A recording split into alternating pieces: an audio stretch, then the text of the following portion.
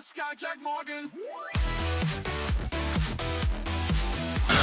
right. It's the Morning Sky Show. Welcome to the show, everybody. I'm so glad that you're here. You're on the wrong chat. What do you mean you're on the wrong chat? You're never on the wrong chat. Yeah, this is it. This is it. This is it. This is it.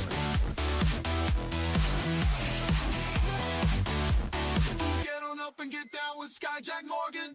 Get on up and get down with Skyjack Morgan. Oh.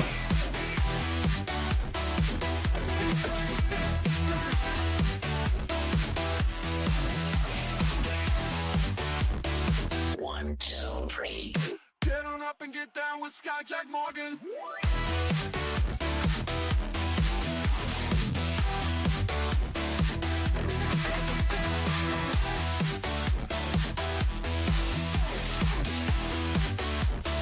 One, two, three. One, two, three. You don't want to get mixed up with a guy like me. I'm a loner, Daddy. A rebel.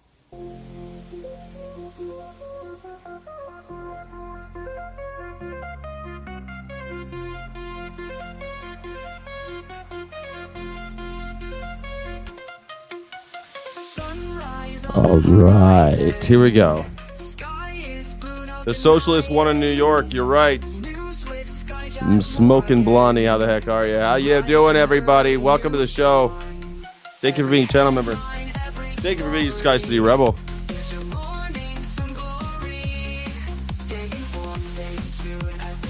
Laser Sword is at work. Following politics is neurotic, says Tom Bombadil. Well, why don't you just turn into a bear and make like a leaf?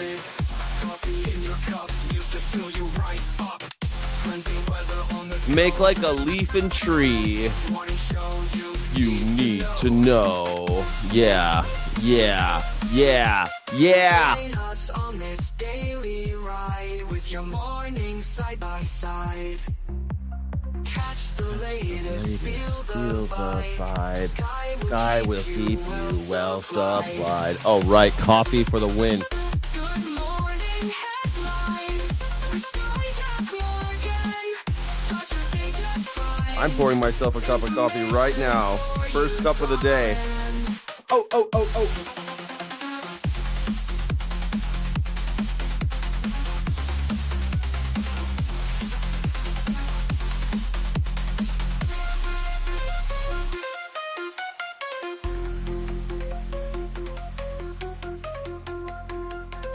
I love the way it fades out.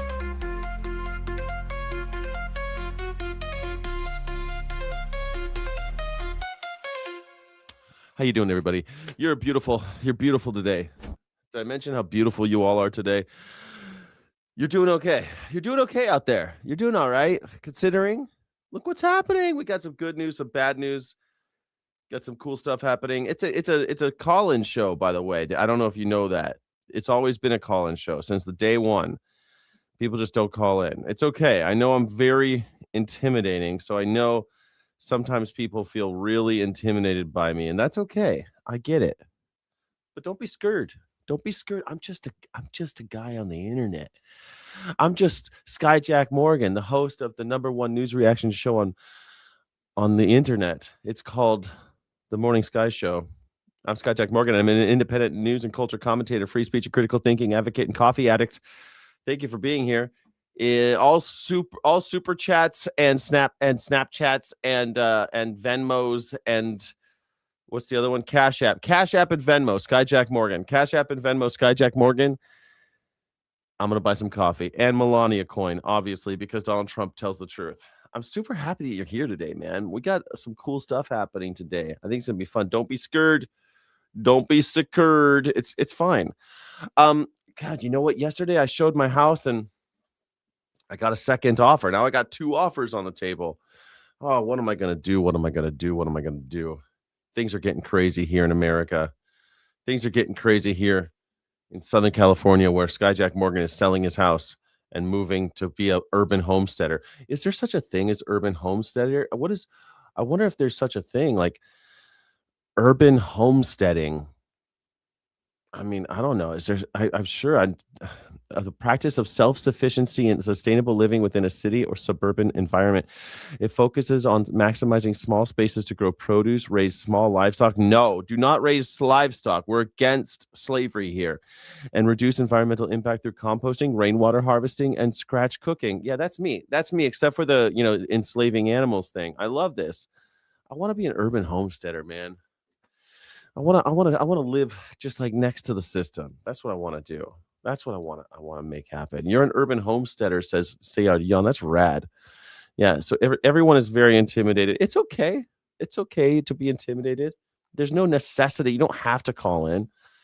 You don't have to. It's not like this. This isn't Donald Trump. I'm not Donald Trump. Like, you better lower your gas prices or else. You heard him? You heard him lately?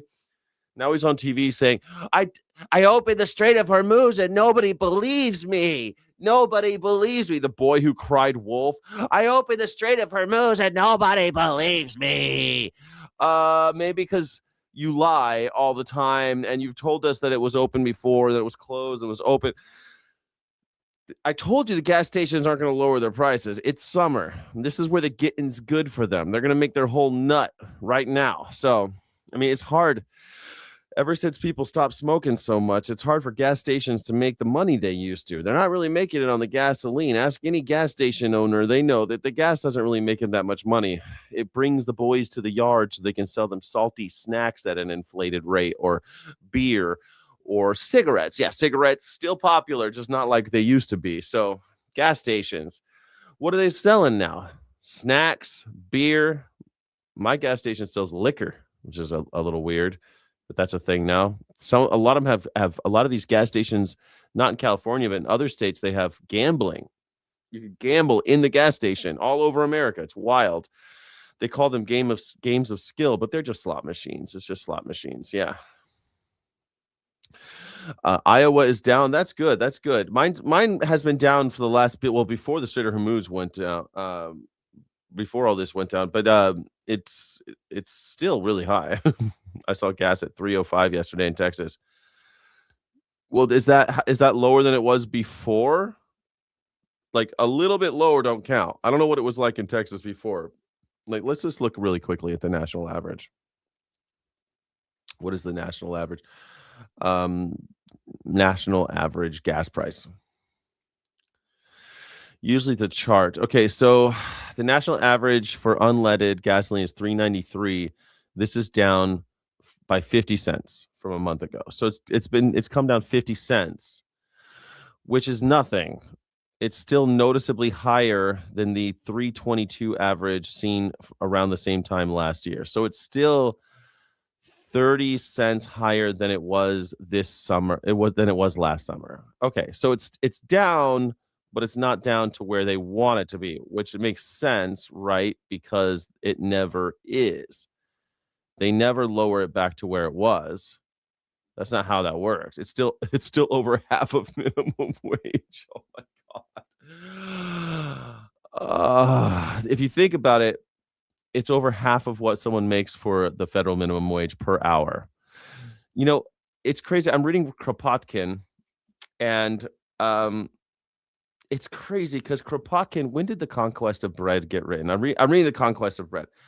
When was The Conquest of Bread published? And it was written in 1892. And in 1892, I'm reading this book written in 1892. And it's talking about how many hours people work in the day. And it's talking about how, like, people like Benjamin Franklin said that 5 hours is the most any human being should ever have to work in a day. 5 hours. And Benjamin Franklin, of course, was talking in the 18th century. This guy's writing at the end of the 19th century. And Kropotkin is going through the math of what it takes to work and live. And he says, just for lodging alone, people are working half of their working days is going just to lodging, just for the right to live under a roof. And that's not different from now. I feel like that's exactly what people are doing now. 50% of people's wages goes to their home, right? Like a lot of people, usually it's more than your house. Usually it's your house and your car. 50% of your income goes to your house and your car, which are the necessity to get to work and have a job. So I think they should be paying for that. And just the ability to live as a human being under a roof. So you're working 170 days or something like that. 70 days, let's call it, just for the basic necessities of life. And that's before you eat.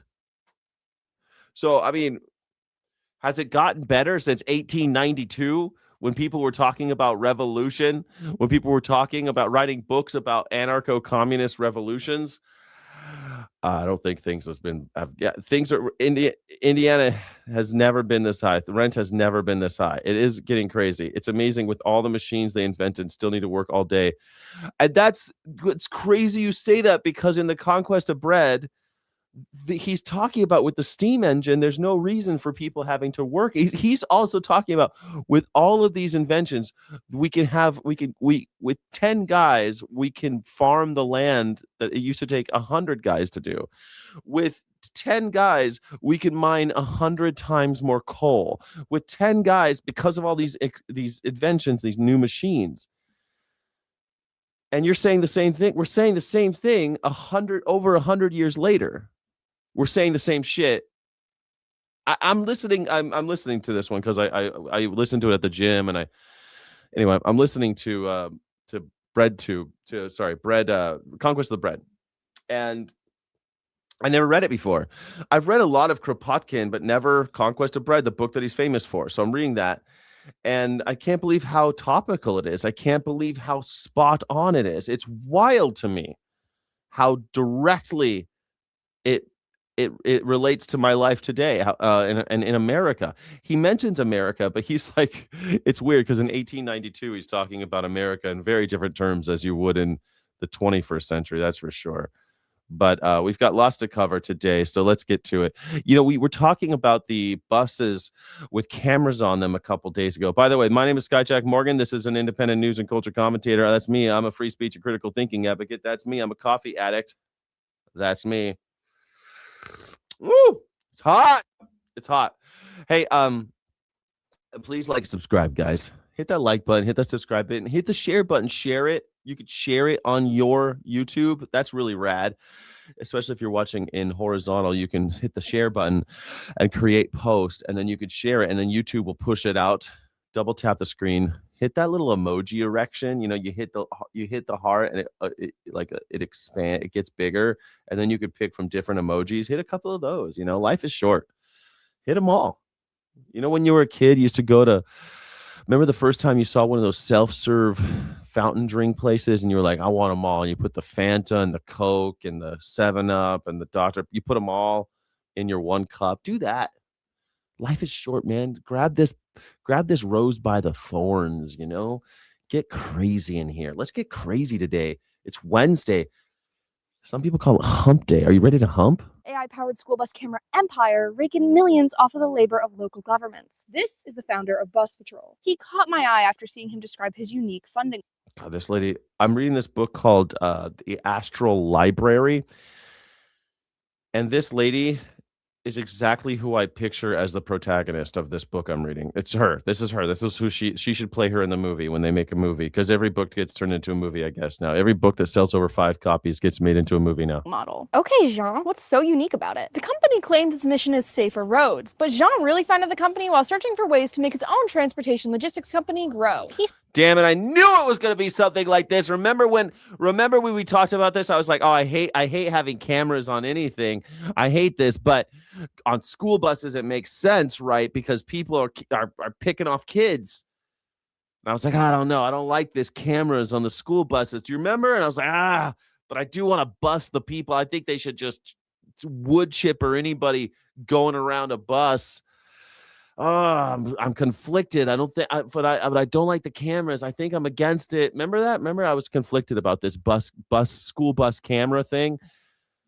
Let's see how it all works out. Settled for AI cameras that detect cars passing school buses illegally. But that footage still needs to be reviewed by police. In this wonderful example from Maryland, Jean brags that bus patrol helps counties save money. Montgomery saves $300,000 a year because bus patrol supplies interior cameras for free. And they did that because between 2016 and 2019, Oh, I like how she spun around the post.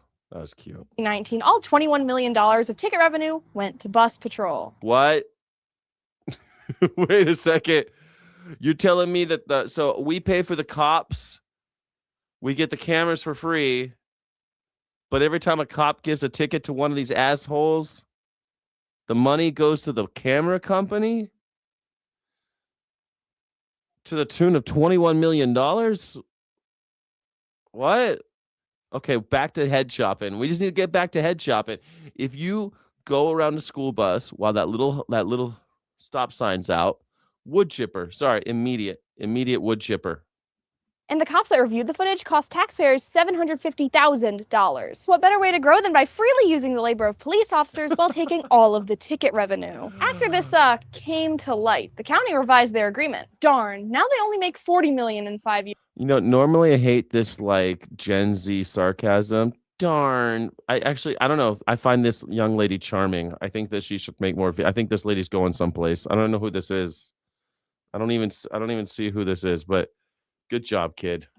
And don't forget the monthly tech fee. Jean calls this the safest school bus fleet in the world, but that hinges on a basic premise. More surveillance equals more safety. Oh, I know that. That's what all the MAGAs always want to tell me. More surveillance equals more safety. Nazis always want that. Fascists always more surveillance equals more safety. It doesn't equal more safety, though. It just means that we can catch the people who keep on cutting off the buses. And I think that those people are worth, catching, but not at the expense of my privacy. So I guess we're going back to run over kids. But that audit also reveals that they haven't seen any decrease in collisions or any improved public safety. And violations haven't exactly plummeted like the company promised. Which kind of makes sense. If the threat of potentially hitting a child wasn't going to stop you, how would a camera? Now, good point. How would a camera? But I don't think that was the real promise. Maybe they did promise that, but that was a lie. You can't stop people with cameras, just like you can't stop people from committing crimes with more cops. More cops does not equal less crime. Never has, never will. And everyone's like, you're stupid, moron. Cops don't prevent crime. That's not even kind of the purpose of cops. Cops are there as enforcers of policy. They enforce the law. They don't prevent you from breaking the law. You break the law on your own accord. And then if a cop happens to be walking by, spinning his truncheon, or what do you call these billy clubs? People used to call them N-word beaters. That's literally what they used to call those things. God. And then they can see you committing a crime. They might actually do something about it, but really you can't stop you from doing crimes. the company wants its cameras to scan and record the license Well, you could just you can't do it with cops. plates of all vehicles, not just violators. Oh, they're recording all of our vehicle numbers. What do you know? They're recording us at all times. Awesome. Hit that like and subscribe button. So that law enforcement can look at it at any point later. Kinda like flock cameras, and we all know how those are going. Maybe it was never about safety at all. Some people think this is all a perfectly reasonable idea, but do you? Why is that guy's ballot? Well, it seems like a great idea. But surveillance always it's packaged that way, right? Oh man, we got to put more surveillance because we got to catch people when they do bad stuff, right? Well, stop doing stuff that makes them want to do bad stuff. How come they want to do this bad stuff? Don't ask that question. Just more cameras. That'll solve it. More cameras will solve it. That's what it'll do. North Korea is not communist. It's true. Are you guys arguing about communism in the chat? I love this. Hold on a second. Guns do. What do guns do? Do guns prevent crime? Only if you're there when it happens. I guess if somebody's doing something, you can be like, hey, freeze. But not really. Guns can't really prevent crime. Even if you're in your house and someone breaks into it, a crime has already been committed. It doesn't stop crime. No siree. There wouldn't be wealth to distribute. It would be resources and means of production, and that get distributed without with equity. You give what you can and get what you need. That's right. Yeah, that's anarcho-communism. All for all. All is for all. That's it. That's the rule. Guns even the odds. They do. Guns even the odds. I mean, I have a gun. I'm a gun owner. I have a few guns. Thank you. Guns don't prevent crime, though. Guns are for self-defense or for, going out and killing people. Guns are for self-defense and revolution. That's what they're for. Let's see. Now, in Delaware, they're making corporations allowed to vote now. Have you heard? I saw this a while back, and now I like this little explainer. What does it mean when a corporation can vote? So much bigger than mine. Oh, no, his ballot's not bigger than yours. He's voting more than you. What? A judge in Delaware recently ruled that corporations can now vote in elections too. And it's a pretty big deal, but not in the way that a lot of viral posts are making it sound. The ruling didn't give corporations the right to vote in state or federal elections. They can't vote for president, Congress, governor, state legislature, but they can vote in municipal elections. Oh, ooh, phew, you had me worried about it, like it mattered. It does matter. Local elections are far more impactful than people realize. I wonder why they want to vote in all these municipal. They don't want to vote for president, these corporations. They just want to vote in city matters. Why would you think that is? Can anybody guess why you would vote for city matters? Property taxes, land rights, zoning, permits, development.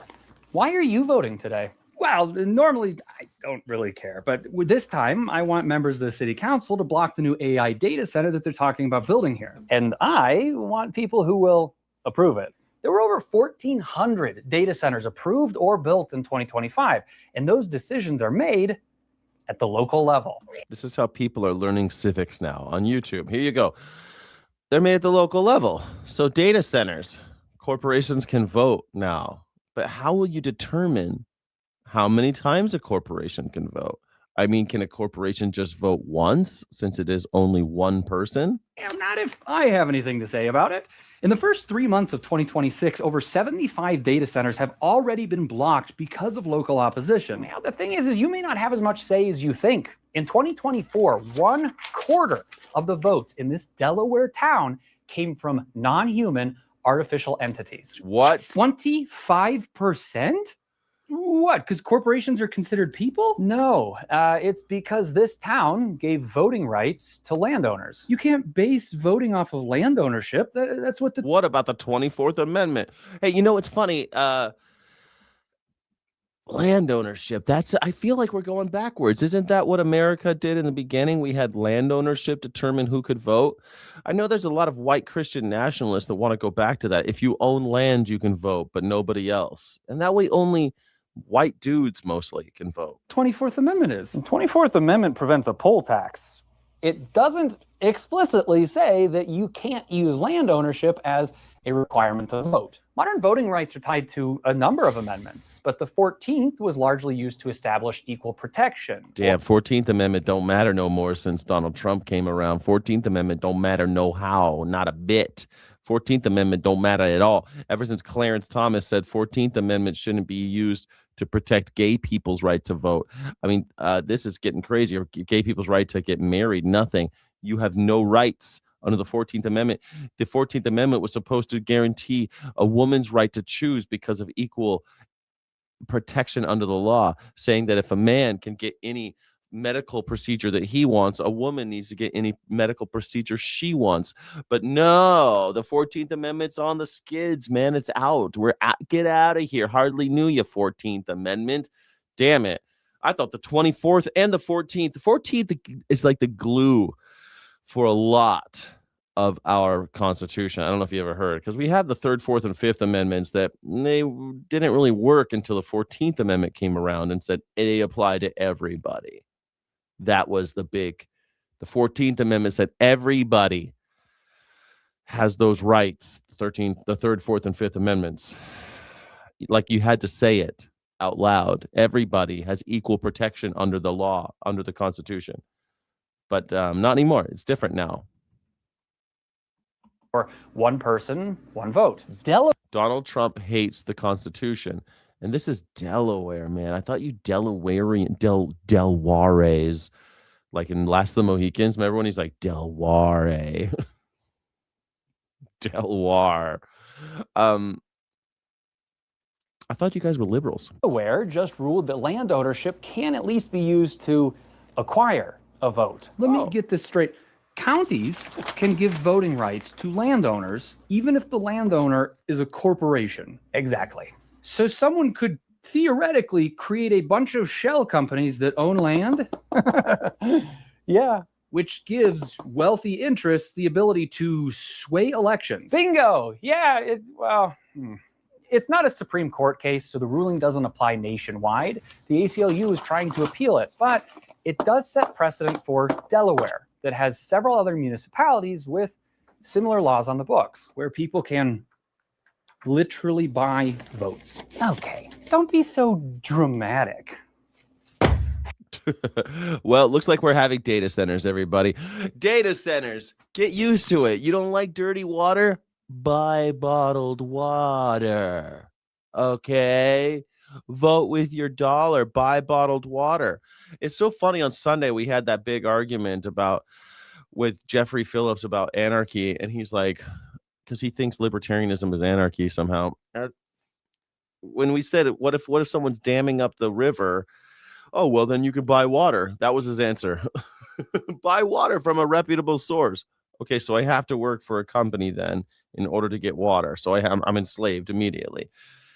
So now you're definitely a slave. You can't just buy water out of a river. You can't just drink it because it's poison.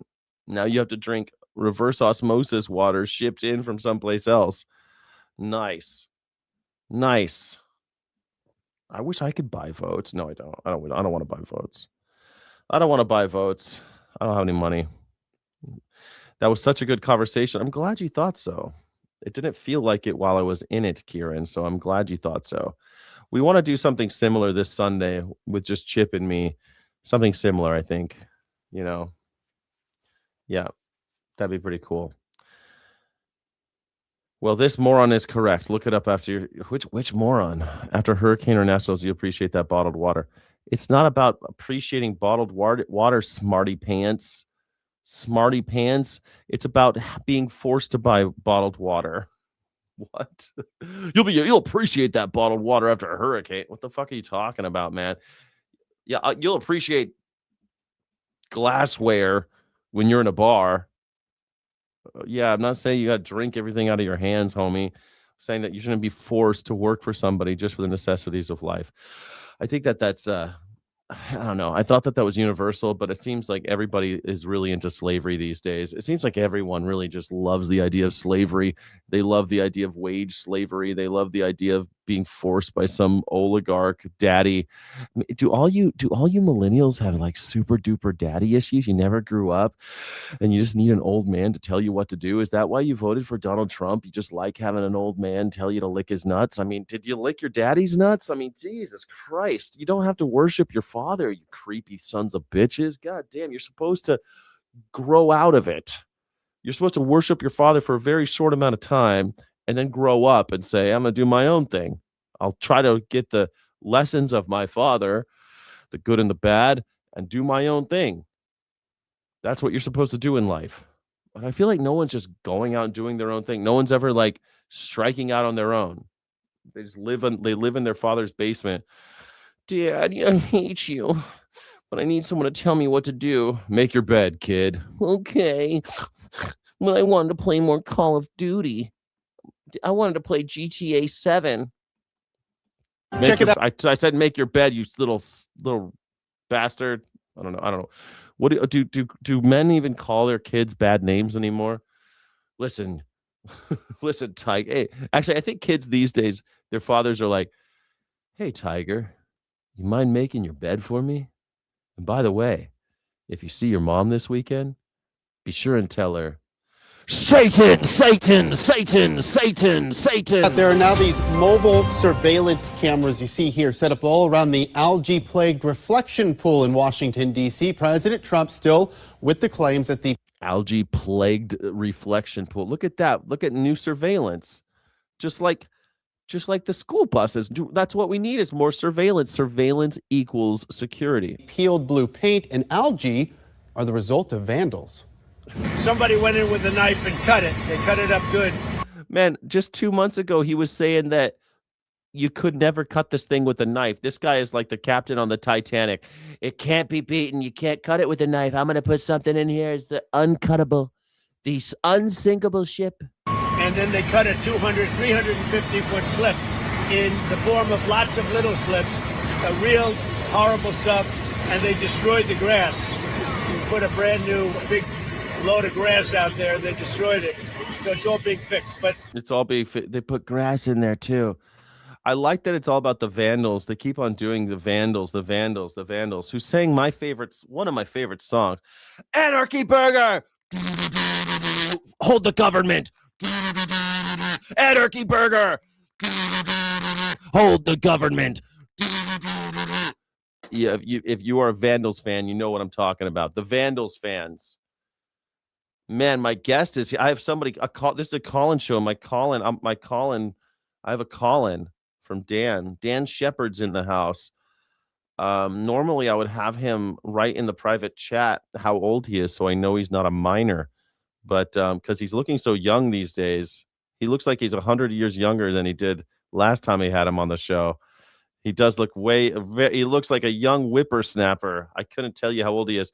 But hold on, before I bring on Dan, let's just finish this shit with the pool that Donald Trump it's a fucked shame. up. It's a shame, the vandals. Today in an online post here, Trump announcing a 6th arrest, threatening a 10-year prison sentence. 10 years is a maximum for a discretionary sentence for convictions on government property destruction. Now, I can't wait for these trials. I can't wait for this to go to trial. It'll be just like the dude who threw the sandwich and the cops lied and said that his uniform was covered with mustard. His uniform was covered with mayo. And the judge looked at video. There's video, you stupid fucking cops. And there's the sandwich is still wrapped up on the ground. There's no mustard. And the judge just threw him out. You lying cops. A cab, I also guess. said that some of the water from the reflecting pool will be drained around the 4th of July in order to make more permanent repairs. All right, 4th of July is coming, everybody. Are you super stoked? We're going to bring on our guest. Before I do, are you so? Oh, dude, no, on 100%. 100% of you on the poll say that corporations should not have the right to vote. Hey, you know what? That makes me a little happy. Some of you maggers, I was a little worried about you. I thought some of your maggers might be going off about it. All right, I'm going to bring on a guest. His name is Dan Shepard. Are you guys ready for this? Dan Shepard in the house. What's up, Dan? How are you? Hey, how you doing, Sky? I'm doing great. Welcome back to the Morning Sky Show. I've been working on my American accent, and on your American accent. Yeah, my American accent. Yeah, yes. Yeah. It sounds great. It's been a long time, Sky. It has been. How are you feeling? Your hair looks wonderful. Thank you. Yeah. It's amazing what this does to your self-esteem and really to your personality and to your outlook on life. Yeah, it's amazing. Do you want to talk about that for a second? I'm curious. Sure. Yeah. So I was totally bald on top all the way along here. Yeah. And I decided to go to Turkey, where they extracted hairs from the back of my head and moved them to the front of my head. And 18 months later, I've got a lovely locks growing out of the top of my head. It does. Can you move it like a smidge to the right, to your right?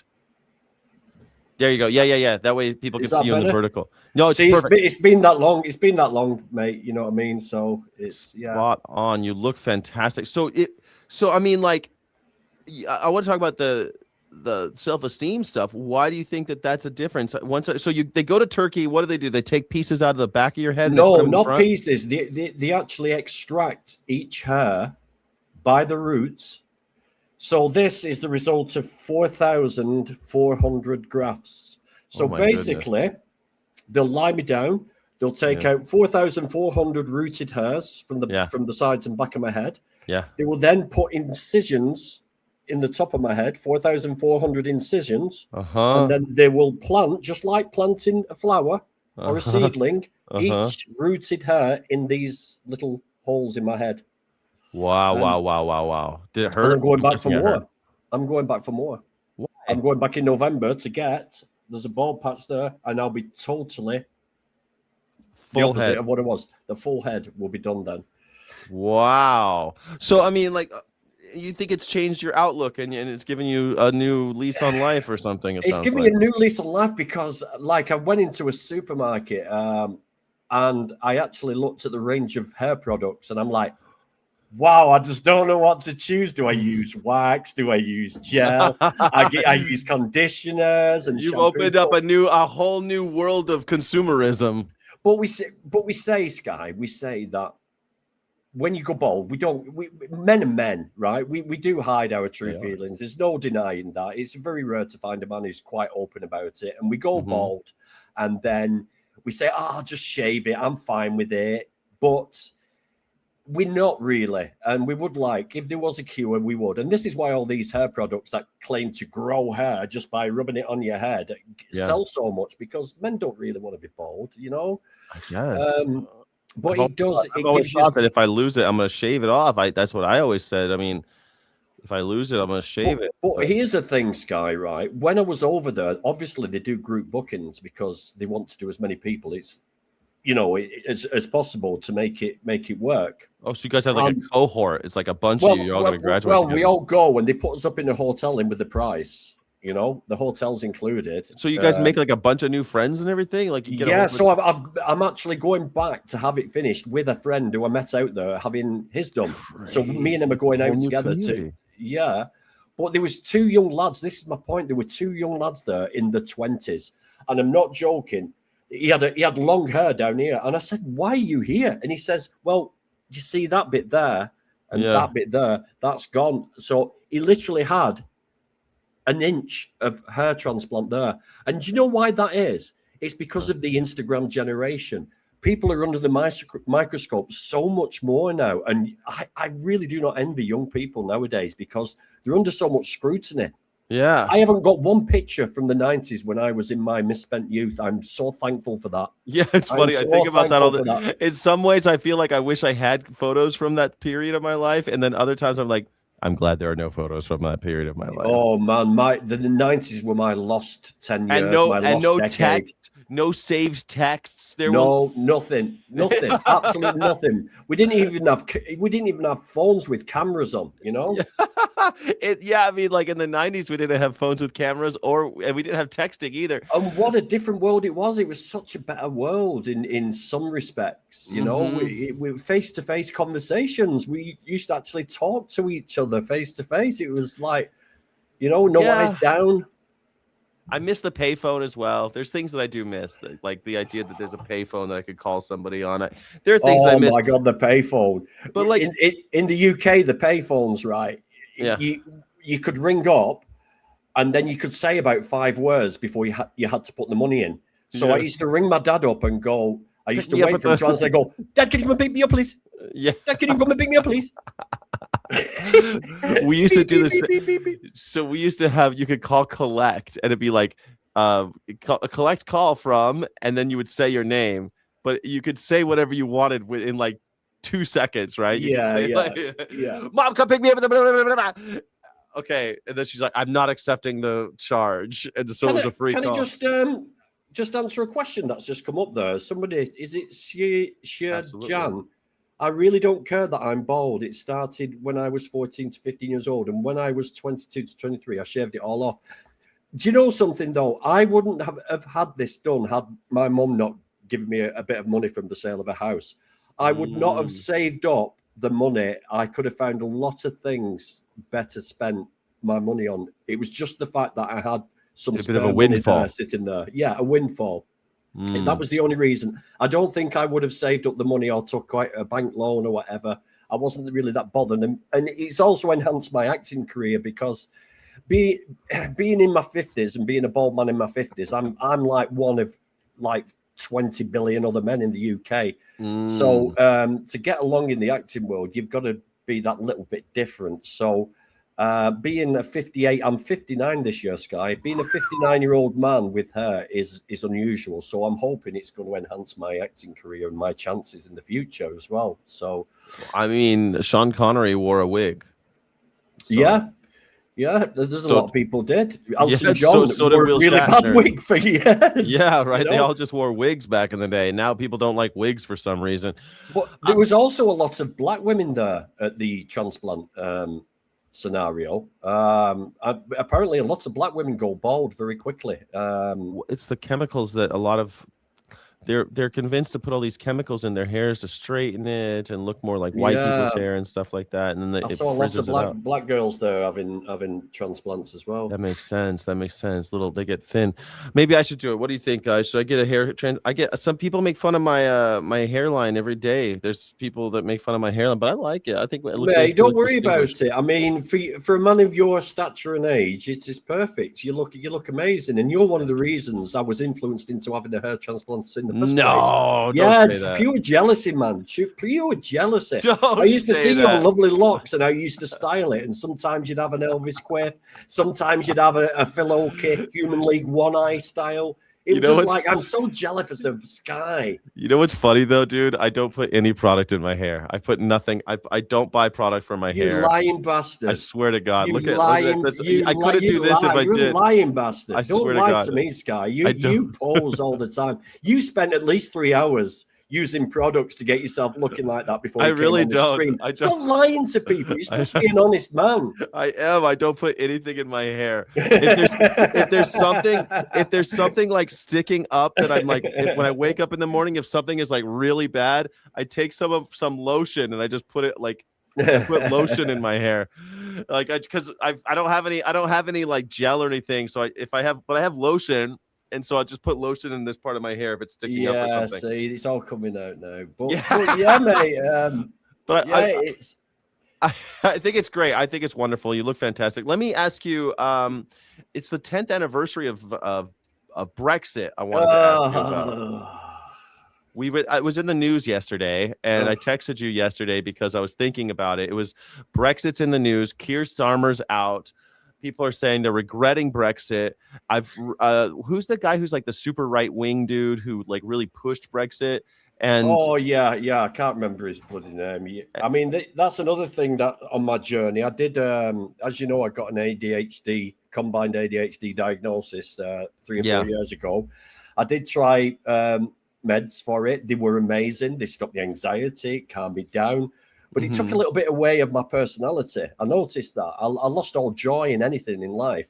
So I've actually come off the meds now, and I'm just being me, and people just have to accept me the way I am. So I'm not taking meds for the rest of my life just to fit in with society. I'm really sorry. So I love that for you. I made a whole video about that, about how like autism too. It's people want to treat autism and stop autism. They want to cure autism. Like why can't we just accept people for the way they are? Like there's always been people who are autistic and dyslexic. I must admit, there's a lot of people who can't cope with it, right? There's a lot of people who, I think they can't cope with you. They can't cope with the anxiety and the stress, and there's.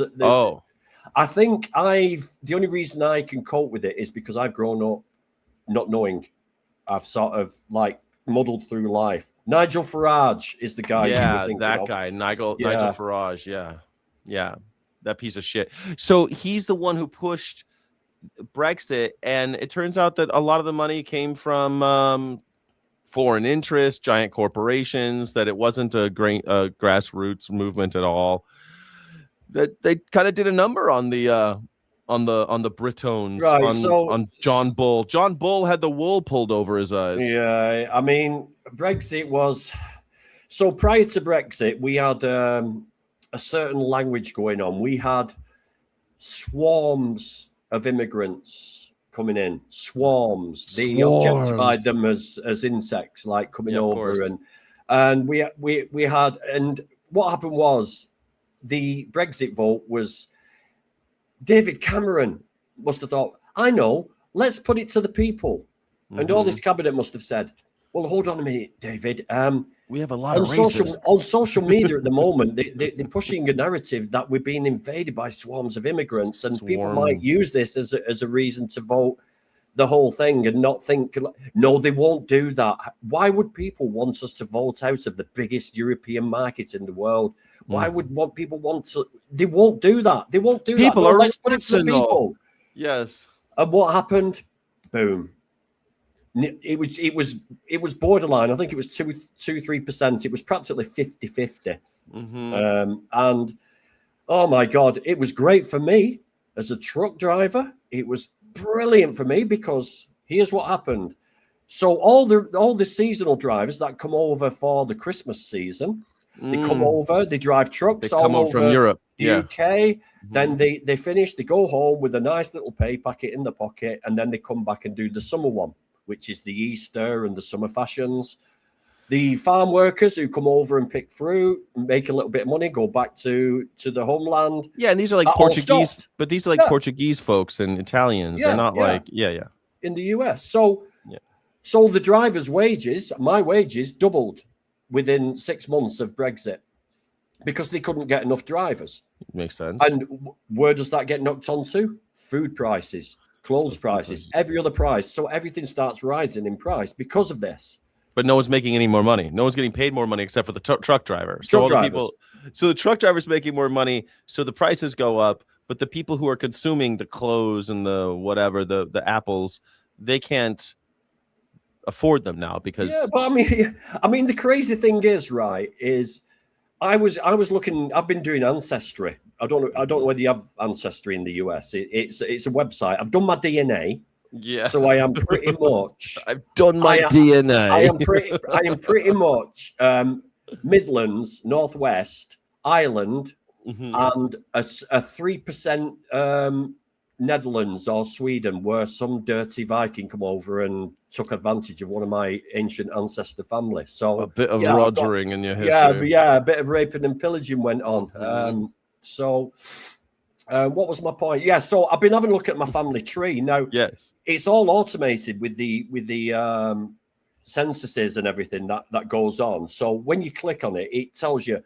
And the families were immense. My dad's family was 13 members, and then his family was 11, 12 to members. what end? What did you get out of this? I mean, I know people used to shit out a bunch of kids back in the old days. They had to have the farm. But my point is now we are not having as many children. The average family is 2 kids, right? Sure. So we are now unsustainable for our workforce in the UK. Our society cannot survive the present birth rate. Yeah, that's just like Japan. Japan has had to change their immigration policies. Well, they've had to change it because they can only have 1 kid. Now they've got no one to look after the elderly. So now they're paying fortunes for people to come over and look after the elderly. Well, the Japanese didn't do the 1 kid thing. It's the Chinese. Sorry, the Chinese did the one kid policy that backfired, but because everyone wanted to have a boy, and what happens when everybody has just a boy and they kill all the little girls? What happens? Nothing good. You got a bunch of boys. You need girls. Everybody, girls are important for society. Yeah, they definitely are. Who wants to? Especially if you need your cutlery and plates washing in the evening and clothes ironing. They're very important to that sort of thing. Your wife is going to kill you. Your wife will kill you. I can already feel the knife in the back twisting around right now. No, I mean the Japanese, though, they had a strict isolation. They're an island culture, a lot like England in that way. Like a lot of island cultures, they're like, we don't want outsiders. And even South Korea is like that. They're a peninsula, but still they're half island, right? And, and so like island cultures have been traditionally very exclusatory. They don't want to have anybody coming in, and that has hurt them. Now they don't have enough. There's not enough babies growing up, so now they don't have enough workers to take care of their aging. We're in. I mean, another effect of Brexit was free travel and free trade. We could go to Spain, just walk straight into the country, flash your passport straight in. Now we've got to go through rigmarole. We're sort of like the outsiders. We're sort of like from non-EU countries, and that's a nightmare. Businesses are suffering because they can just sell stuff, and now they've got to go through this import, export, taxes, pay tariffs and taxes, fill forms, and I mean, there is a going back into the European market campaign, trying to get traction, and I think we will do it eventually, but it's not going to be in the near future, I don't think. I mean, I don't know how it's not going to be easy anyway. Like they made it real clear when Britain left that it was going to be not easy to come back. Like, are you sure, assholes? And they were sure. They did it. I mean, what were they supposed to do? Undermine the will of the people at that point? Like those were the choices, right? Like just to do the opposite of what the referendum said. But I think that this is also, it's funny because yesterday England was, or the UK was very much in the news regarding this 10-year anniversary of Brexit. And by the way, I lived in England in 2000, the end of 2000, the very end of 2000. I moved there like the day before Guy Fawkes Day. I never heard of Guy Fawkes Day, and I moved to the UK, and I was living in London, and they had Guy Fawkes Day, and that's fireworks. What the hell are fireworks in November? What are we doing?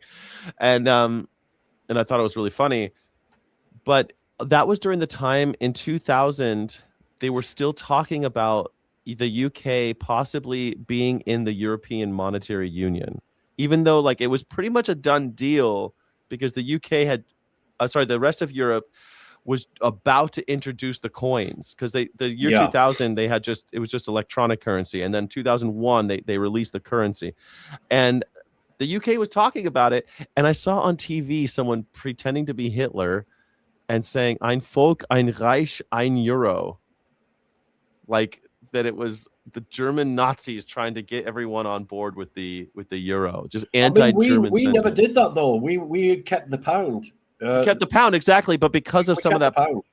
But that's what it was. There was a campaign against the euro for England to keep the pound. And I think that, okay, so then there was a campaign to keep the pound and UK kept the pound, but they were in the euro. They were in the European Union, but not the European Monetary Union, which I think was the first nail in the coffin. Then the UK voted for Brexit, nail in the coffin. And now the economy's shit. And you guys have had, what, 7 or 8 prime ministers in 10 years? How, Sky, please tell me, right? I mean, the way it works is, for good or bad, you let a prime minister, you let a government do the job, right? And then if we change government, that government picks up the pieces of that failure and tries to turn it around. But changing a prime minister 7 in 10 years is, how can that be good for the country? How can that be good? How can you hold people accountable for anything if they just run away? How do you get any kind of traction? How do you get anything? How do you get any kind of momentum? You know what it reminds me of, Sky? Have you ever seen Monty Python? The Holy Grail. Yeah, I love it. Run away! Yeah. Run away! That's so funny. I've been using that because Donald Trump. Run away! Run away! How do we solve this? Run away! If Donald Trump were king of because he thinks he's a king. If he's a king, then he's the king from Monty Python. You know, it's funny. I've got mixed views about Trump. Sometimes he's just making me go, "Oh, that's all right. Oh shit. Oh, that was pretty. Oh shit." That's how Nazis win. That's how Nazis win. They always. That's exactly how they win, dude. Look, man, Hitler did the same shit. Like, oh, well, that sounds great. He's gonna build the Autobahn. Hey, what? You guys have a problem with the Autobahn? No, I have a problem. The Autobahn's great, but he's killing people who say anything about him. Okay. Oh, but we have the Autobahn. Like it's always something. Like Mussolini did the same thing. Everyone has jobs. What? You're not happy that everyone has jobs? No, I'm glad that everybody has jobs, but he's also. Do you know, that reminds me of something, Sky, right? And I can't remember the era or whether it was Ireland or here, but they had a scheme where people were starving and they couldn't get money. And so they had them build roads to nowhere, just literal. There's one in Rochdale. And I've forgotten what it's called. It was an era where they just give people something to do for money. And literally, we've got these roads that go nowhere. Yeah, we have bridges to nowhere here in America that like they just go into a rock face. They just a bridge that goes into a rock face. It's crazy. Well, they did that because we can't just give people money. That would be socialism. But we can give people jobs. Like it's why not just give them the money and they can figure it out? Like they'll figure out what to do. But no, people are so terrified of like maybe they'll be artists or something. You know, I don't know. Maybe they'll write the next great American novel. No, we can't do that. We got to keep them working like dogs. We'll keep tobacco and alcohol legal because that's the little reward, and make sure they don't live too long. It's a bit like the light bulb thing. We can't have a light bulb that lasts forever. We need a light bulb that's just going to die within a certain period of time. Yeah, a certain amount of hours. Let them keep alcohol and tobacco. That'll keep the numbers down slightly. Yeah, let's keep it, and we'll keep advertising it too. Not that it's just legal, but we'll also allow billions of dollars to change hands. Many of our politicians, I mean, Gavin Newsom, you've heard of, he's the governor of California. He made his fortune in selling booze, but he won't touch the stuff. Tells you something. He won't touch it. But all of his money comes from alcohol. Crazy. So I guess how do you think the sentiment is in the UK right now? How do your neighbors feel about 7 politicians taking the reins in 10 years? How does your family feel? What's kind of like what's the bugaboo? The thing is about it at the moment is social media is the devil in disguise at the moment. And what I see so much on social media is that people will believe anything if it's written down. They will believe anything that is, oh, look, somebody wrote this and put it on Facebook, so therefore it must be true. That is the only proof you need in the UK at the moment for a majority of dumbass people who live here, is just to write something down and people will believe it. It's just getting ridiculous. And I think people think it's a move forward. However, Andy Burnham is my local mayor. He's the mayor of Manchester. Now, he's done some great things in Manchester. He's your guy. I forgot. He's our guy. Now, whether he becomes a puppet for the elites, as every other prime minister really is, I don't know. He has got. What makes him so beloved? How come so many people love him? Why is he so much more attractive than Keir Starmer? Well, he's not, because people outside of Manchester don't really know him. He's gonna be prime minister. People know him now. But we know him here. It's the only viable option. It's default. It's like people are making the way for him. That guy, I can't remember his name, has moved, set aside his apply for the leadership to let Andy Burnham walk straight in. And it's a weird situation because we're getting somebody in charge of our country who's got no sort of manifesto set out. It's like, what are you going to, why are we letting this guy run our country? But what's he going to do? However, trust wise, I've got more trust in Andy Burnham than I have in Keir Starmer. I think Andy Burnham kind of looks like he looks like Andy Burnham. He's not that good looking, mate. Andy Burnham looks like he looked like Keir Starmer got punched in the nose and gave him they dyed his hair and punched him in the nose. I kept on yesterday I was looking at even the cartoons of Andy Burnham are just like him, like just. Did you see when he got sworn into government, that Monty Python quote? I saw that he was next to the No, did you not hear what was said? So he walks in, and as he's walking to his seat in Parliament, somebody shouts out, "He's not the Messiah." And do you know what Andy Burnham said? Yeah. Said back, he said, "He's a naughty boy." Monty Python is so ingrained in your society that everyone just knows just going back and forth. I like it. Don't mention the war. I think I mentioned it once, and I think I got away with it. Well, I guess I'm happy that you trust him more. I just don't see why, because we watch it from here, and we have a guy named John Oliver. He's an Englishman who makes funny on Sundays, and he has an HBO show where he talks about politics and news, and he's talking about Andy Burnham, and Andy Burnham's in American news now. But I just don't see why people like him so much. Okay, so he's this Manchester mayor, and they had to run, and everybody said that if he won, that Keir Starmer would resign. Which I thought, how do they know that? And they did. That's exactly what happened. I'll tell you what happened with Keir Starmer. They got Keir Starmer to one side. They got him near a radiator and threatened to put the back of his hand on the radiator. No, they didn't. What's happened there is they've said to him, that counts as torture in England. Do you see that radiator there, do you, chap? the back of your hand or this magnifying glass is going to get pinpointed on your pupil. No, so basically what they've done is they've said, look, here, if you step down, we'll make sure that you get like a good introduction into this business here, and you'll get this, and you'll get that. We'll take care of you. We'll take good care of you. We'll take care of you. Of course they have. Don't worry. We'll get you a bestseller. Science. You have a dream of having a best-selling book? We can make that happen for you. But don't forget that they blocked Andy Burnham standing for MP previous to this. Do you know about that? What do you mean? So they said bring Andy Burnham in as an MP, and they basically said no, he's the mayor of Manchester. And they had the say. They said they could block him becoming an MP because he was the mayor and he had to finish his term as a mayor. Right. Yeah. So they blocked him. This was about 6 or 7 months ago. They blocked him from doing that, so he couldn't become an MP and therefore make a challenge for the government. However, when all this happened, all of a sudden, yeah, okay, we'll let you this time. Yeah, so they blocked him and then let him. And this is a little grab to keep Labour in power. Well, it's a perfect storm for... Well, Labour has been in power for a while now, right? When was the last time Tories were in power?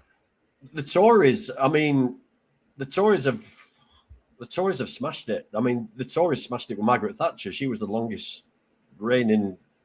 Yeah, but I mean, when was the last time you had a Tory?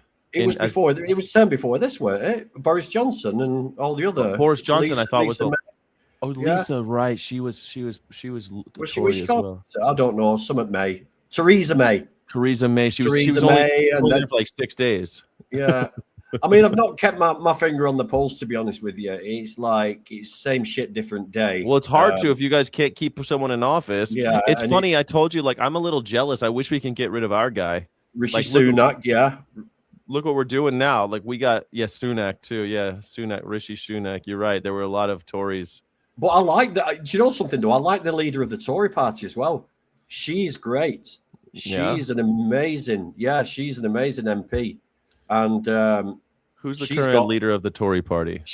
Kemi Badenoch. Yeah, Kemi Badenoch. Yeah. Oh well, she's a dark-skinned woman. Yeah, she's a black woman. Yeah, wow. Well. So you guys have never had a black MP. We've never had a black lady prime minister. PM, that way. Yeah, you never had a black lady PM. That's for sure. Wow. So things are happening. Maybe she'll be the next one. Tory will be the first black. But you see, the thing is, the working class people of Britain have always been Labour supporters. Usually. Yeah. Usually. Because you get looked after. The Tories were more for the middle class and upper classes, and that's how it's always been. Right, yeah, the Tories are more your Republicans. But now now Labour are getting more and more left wing to the point of silliness, and it's like. But you kind of have to right now. So it's the same thing's happening all over the world, where the right wing has gotten so powerful and so vocal, and people like this what's his name? The dude, this Brexit guy. What the hell's his name? We just said it. Yeah, he's a forgettable person. Yeah, I hate that guy. So I should remember. He could get somebody with Trump's business acumen, but without his business acumen. He bankrupted a casino. Oh, well, that's not a bad thing, is it? How do you bankrupt a casino? That's not a bad thing, breaking up a casino where people get addicted and try and chase the dreams and end up living under the streets of Las Vegas and sewers. And he couldn't make it work. How do you?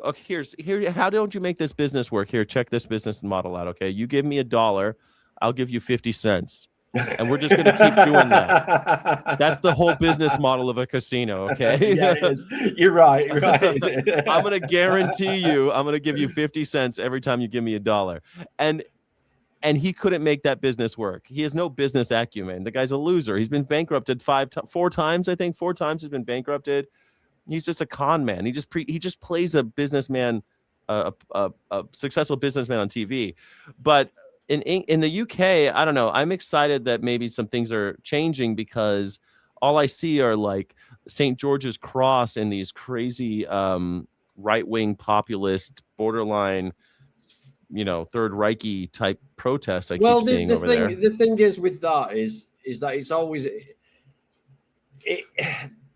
they get people to jump on it, and it's misinformation again, and it's just ridiculous. Yes, we do need to tighten our borders. Yeah, we do need to stop people with no sort of background jumping across the channel and coming into the country.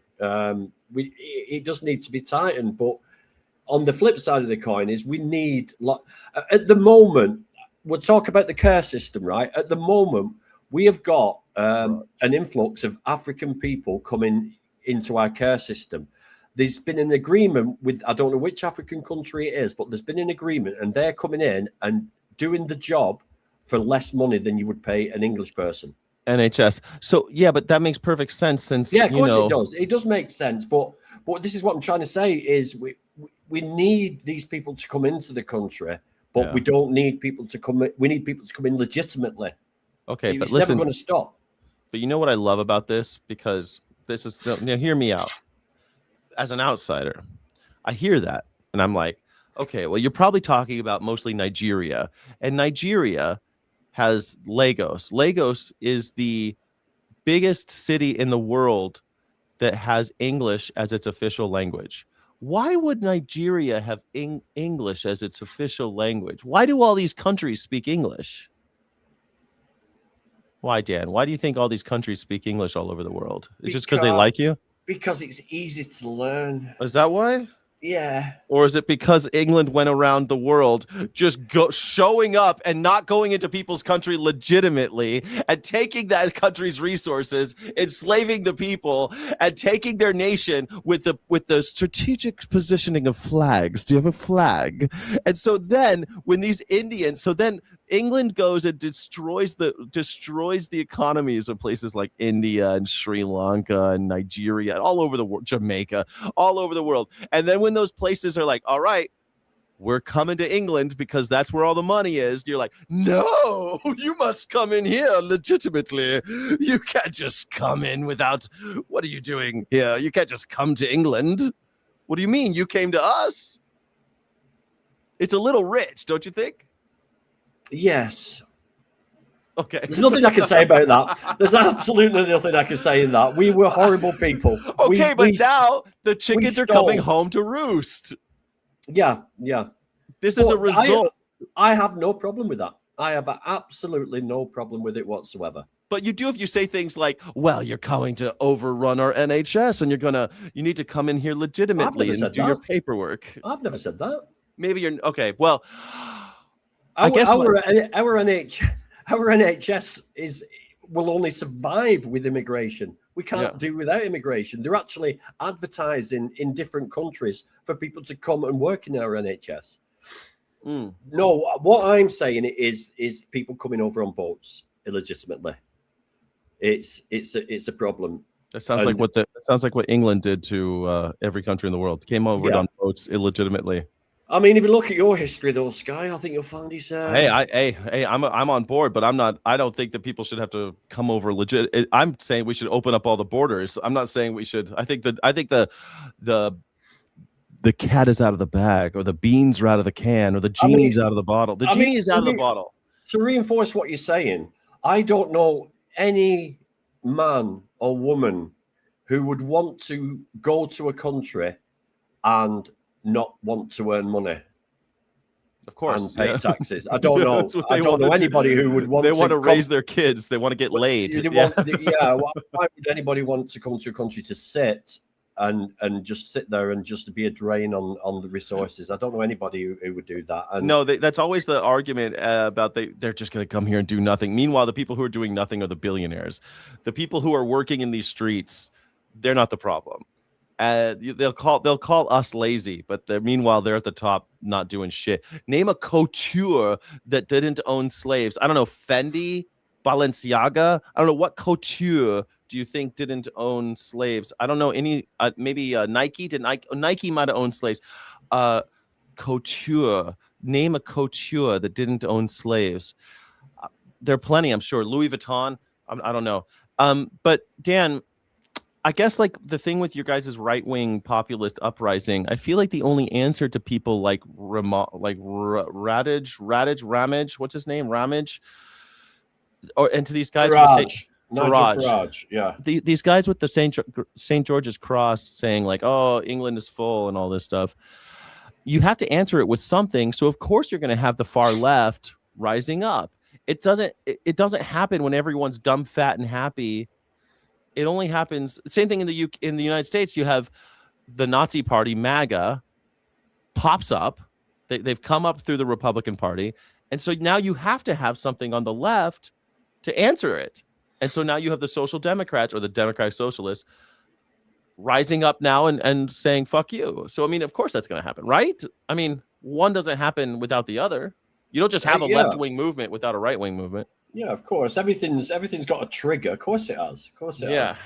But like I say, there's a lot of misinformation out there, and people don't look at stats and look at reality of what things are, and look at how much any immigrant into the country has contributed towards all our wealth, our social wealth. It's just people don't look at that side of things, and they just assume, you've got this propaganda that, oh yeah, they get off the boat, they come on shore, they're given a phone, they're given money, given a hotel room. And, the basic necessities of life. They're given a sandwich. They're given, it's just, they're given a bit of tea and a small crumpet.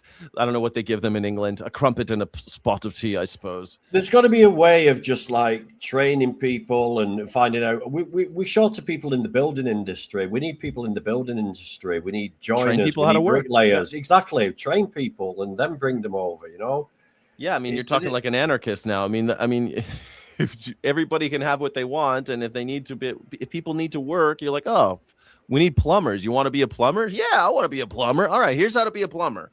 Yeah, and it doesn't take long. You become an apprentice for a year, and now you're a plumber. It's not that tough. I mean, you know what I do? I follow the money. I failed at school. Because of the ADHD. So all I could do was follow the money. I got a driving license. I thought, oh, truck drivers are earning good money. I'll go on the trucks. I drove trucks, and then now I'm a bus driver, because bus driver is where the money's at. You've just got to follow the money. And if it got to the point where I was in dire straits in this country and another country, they wanted bus drivers and we're paying that, I'd be straight over there. Maybe not on a dinghy. Yeah, dengue. I like how you say certain words. Dan, it's not just people who do poorly in school that are following the money, though. It's anyone who's born working class. I did well in school, but I have a very hard problem with authority. I don't like authority. Oppositional defiant disorder. Yeah, I'm overly defiant, I suppose. But but that made me kind of a born leader and an organizer, and I had some understanding of how to put things together and lead, and I saw the steps it took and so I followed the money. I got into food and beverage and hospitality and led these huge teams, because what else was I supposed to do? I'm still working class. I can get straight A's in school. That doesn't mean fuck all. I don't have the connections to get to, and I don't have the obsequiousness to be like, yes, of course, governor. Like I never had that in me. So unless you have connections or are an ass kisser, you're always going to be just chasing the money, Yeah, of course. I mean, even the right wing thing in the UK at the moment, it's a tiny minority. They were struggling with Tommy Robinson's like protesting in London. He said, "Oh, look at all these people turning up," and then when you sort of got a top down view of how many people there, it was tiny. It's not a representation of the whole of the UK. No, of course not. Follow the money, you will see every dirtbag. Yeah. Hello, Awesome. And I guess we should talk about before you go. Everyone's going to ask me anyway. Is Dan still doing vegan content? Are you still doing vegan stuff on the internet? Or I'm very disillusioned with it. I'm very disillusioned with everything online. I see a lot of attacking. It's very echo chambery. I don't see it being successful for me to carry on doing online content because, it's even. Do you remember our friend Kane? Yeah. So this guy is no. he'll message me. I've blocked him now completely. I hope he sees this. And he messaged me and he said, "Oh yeah, do you want? I want to go and look at this farm." I says, "Yeah, but Kane, I don't want to do it anymore. I'll give you some guidelines and everything." Right, okay, but I'm on holiday right now. Okay, I'll wait till he gets back. I gets back and then he's on the phone, he's sending messages, and it's like, what?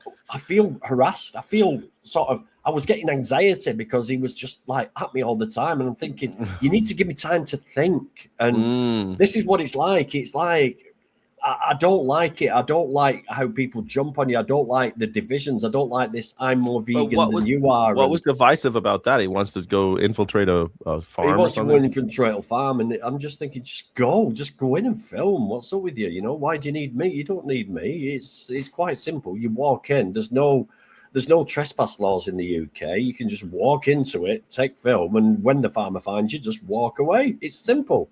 Yeah, when he asks you to leave, you have to leave. But when he asks you to leave, he has to leave. Yeah, of course you do. Yeah. Otherwise, it's aggravated trespass, and that's an indictable offence. So same thing in the United States. You're allowed to kind of go wherever you want, but as soon as they ask you to leave, you got to leave, or the cops are going to. Exactly. Yeah.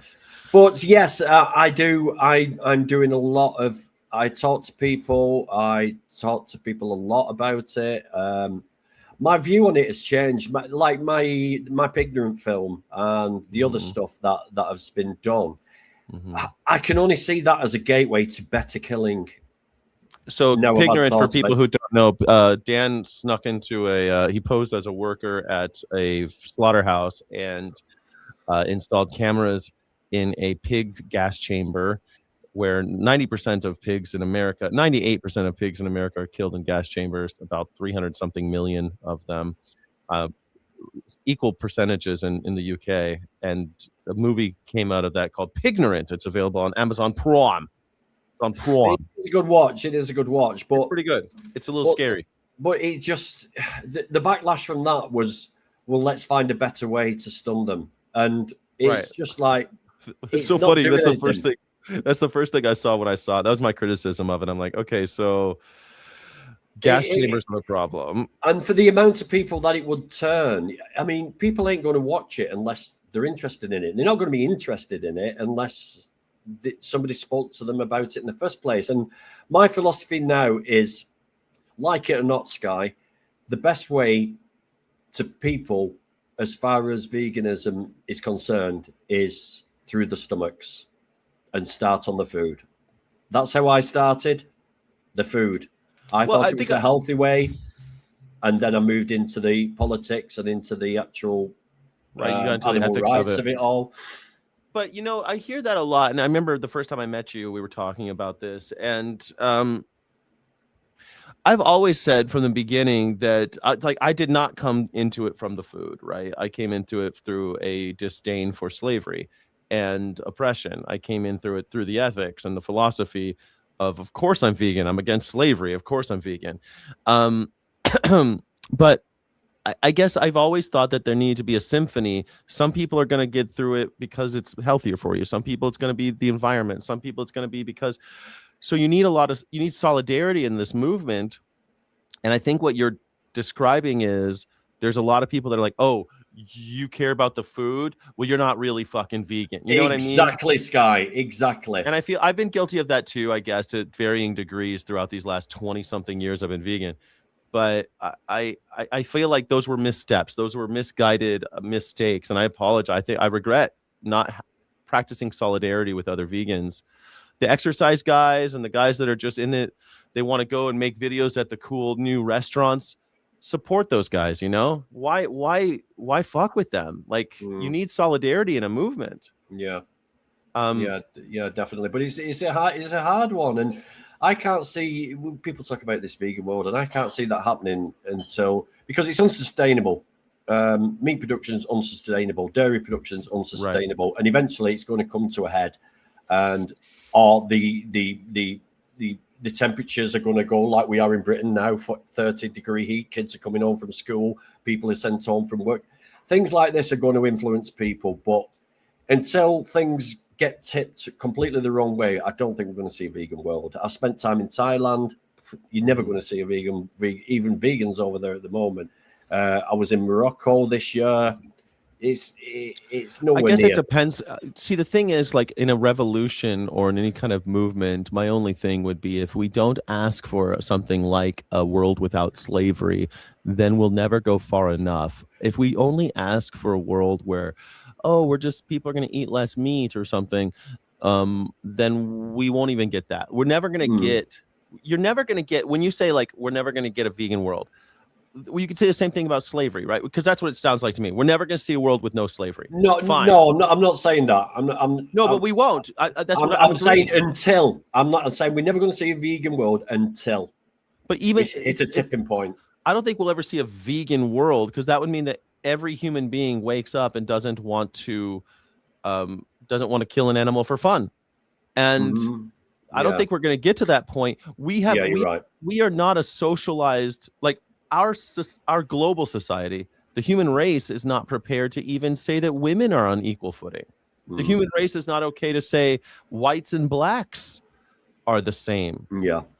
So how the hell am I going to say that animals also deserve freedom and liberty and equal moral consideration? So, dude, I get your consternation and frustration. But I still think we should you shoot for the moon and you hit a star. You know, you ask for the biggest things, or else you'll never go far enough. You know, if people ask me, I'll tell them I cannot be responsible for exploitation of animals. I can't be personally responsible for it. However, support it.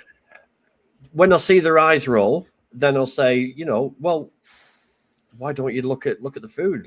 And then I go through the health side of it. So look, you're killing yourself. You know, I saw this thing on Jon Snow on TV, and he's got Alzheimer's, and it's a known fact that it's diet related. Alzheimer's is diet related. It's about the narrowing of arteries, blood supply, same as heart disease and everything else, and it's diet related. But do the Alzheimer's Society suggest people reduce meat and dairy and egg intake? No, they don't. They say we'll find a cure, and this is the thing. All we want to concentrate on is finding a cure. The fat jabs, oh my God, they've got jabs so people can bypass like changing the lifestyle and diet. No, it's they funny. Just inject themselves. It's like and you heard that in America that's crazy. They're trying to give them to they're trying to give those jabs, the GLP-1s to soldiers now to make them not fat because they don't like fat soldiers. It's unbelievable. It's the Rothschilds that started this, you know, and all these others started all of this, my friend. Yeah, all of this, all of our problems were started by the Rothschilds. When they realized they could patent drugs, that's when everything went to shit on the health system. Yeah, for anybody who doesn't know what we're talking about, Jon Snow was a British journalist who was famous on Channel 4 News, but he kind of like is, I don't know, he's like the UK's, he's like a Walter Cronkite type character. He's like a very trusted newsman in the UK, like a Scott Pelley, if you will. Yeah, there was a documentary recently on British TV about him. So, and it just poked so many things for me. It's like, wow, you know, it's And then he's got Alzheimer's. Is that what he's got? And he's got Alzheimer's. Yeah, and they don't bring up the diet at all. Like diet, not at all. Not once was it mentioned. And it's all preventable. the new science is showing that eating animals causes Alzheimer's. That it's one of the. It's one of many causes, but it's one of the main causes is eating animals, and they don't even bring it up. If you bring up Alzheimer's, someone should be talking about, hey, you know that's caused by eating too many animals, right? Like, I mean, there is another version of it that is genetic and sure, of course, there's a lot. You know, we can't sort of leave there's that a lot one of by that. the side. Same thing with everyone will say, well, I have an uncle that smoked until he was 95 years old. It's like, yeah, but most people But the signs are all there in front of us as well. I mean, I've never seen so many erectile dysfunction adverts on TV. It's like colorectal cancer. Yeah, exactly. People shouldn't be sort of needing tablets for erectile dysfunction. It's like, I mean, the thing that's crazy. So, the number one cancer in America is lung cancer. By far, is lung cancer. Number 2 is colorectal cancer. These are both caused by pollution and eating bad shit. So and smoking.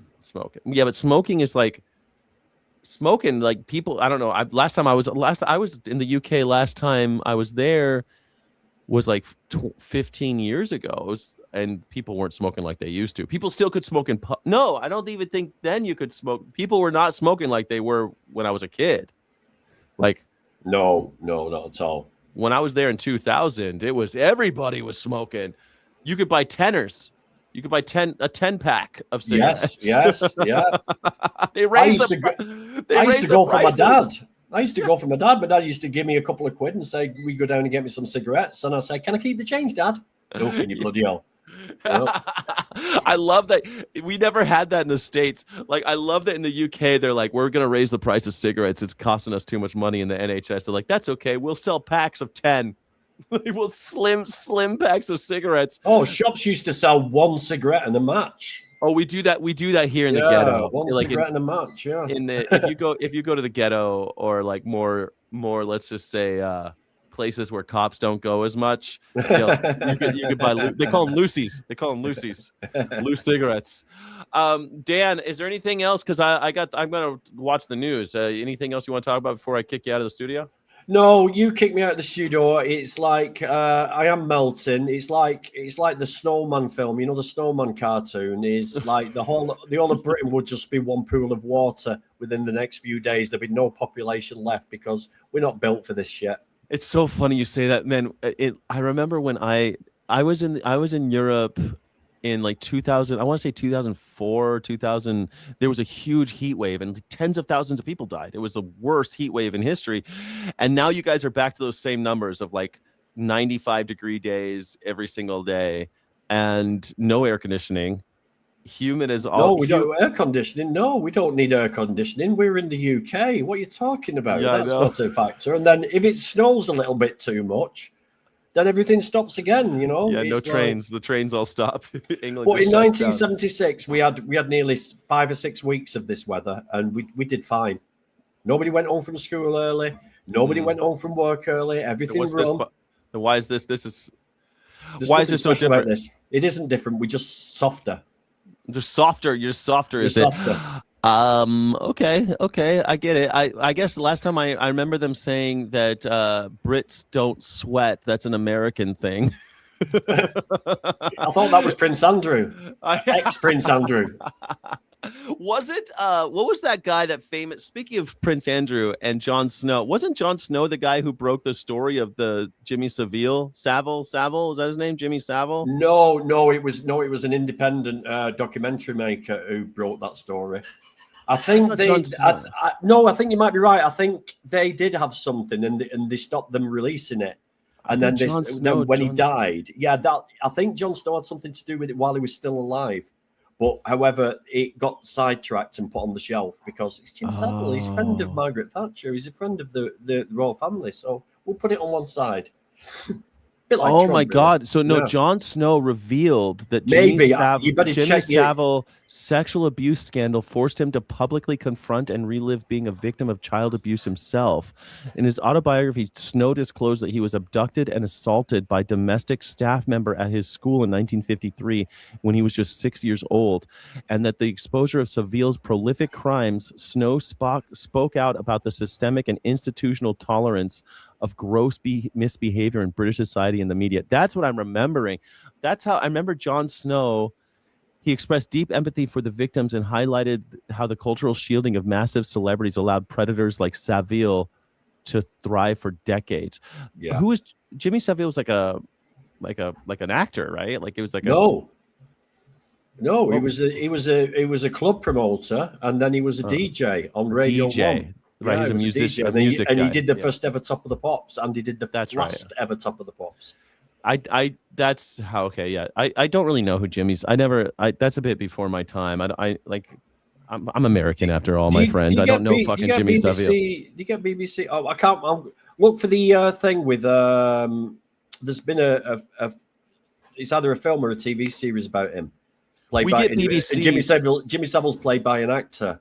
We get BBC behind a paywall out here. I might be able to watch it though. You can watch it.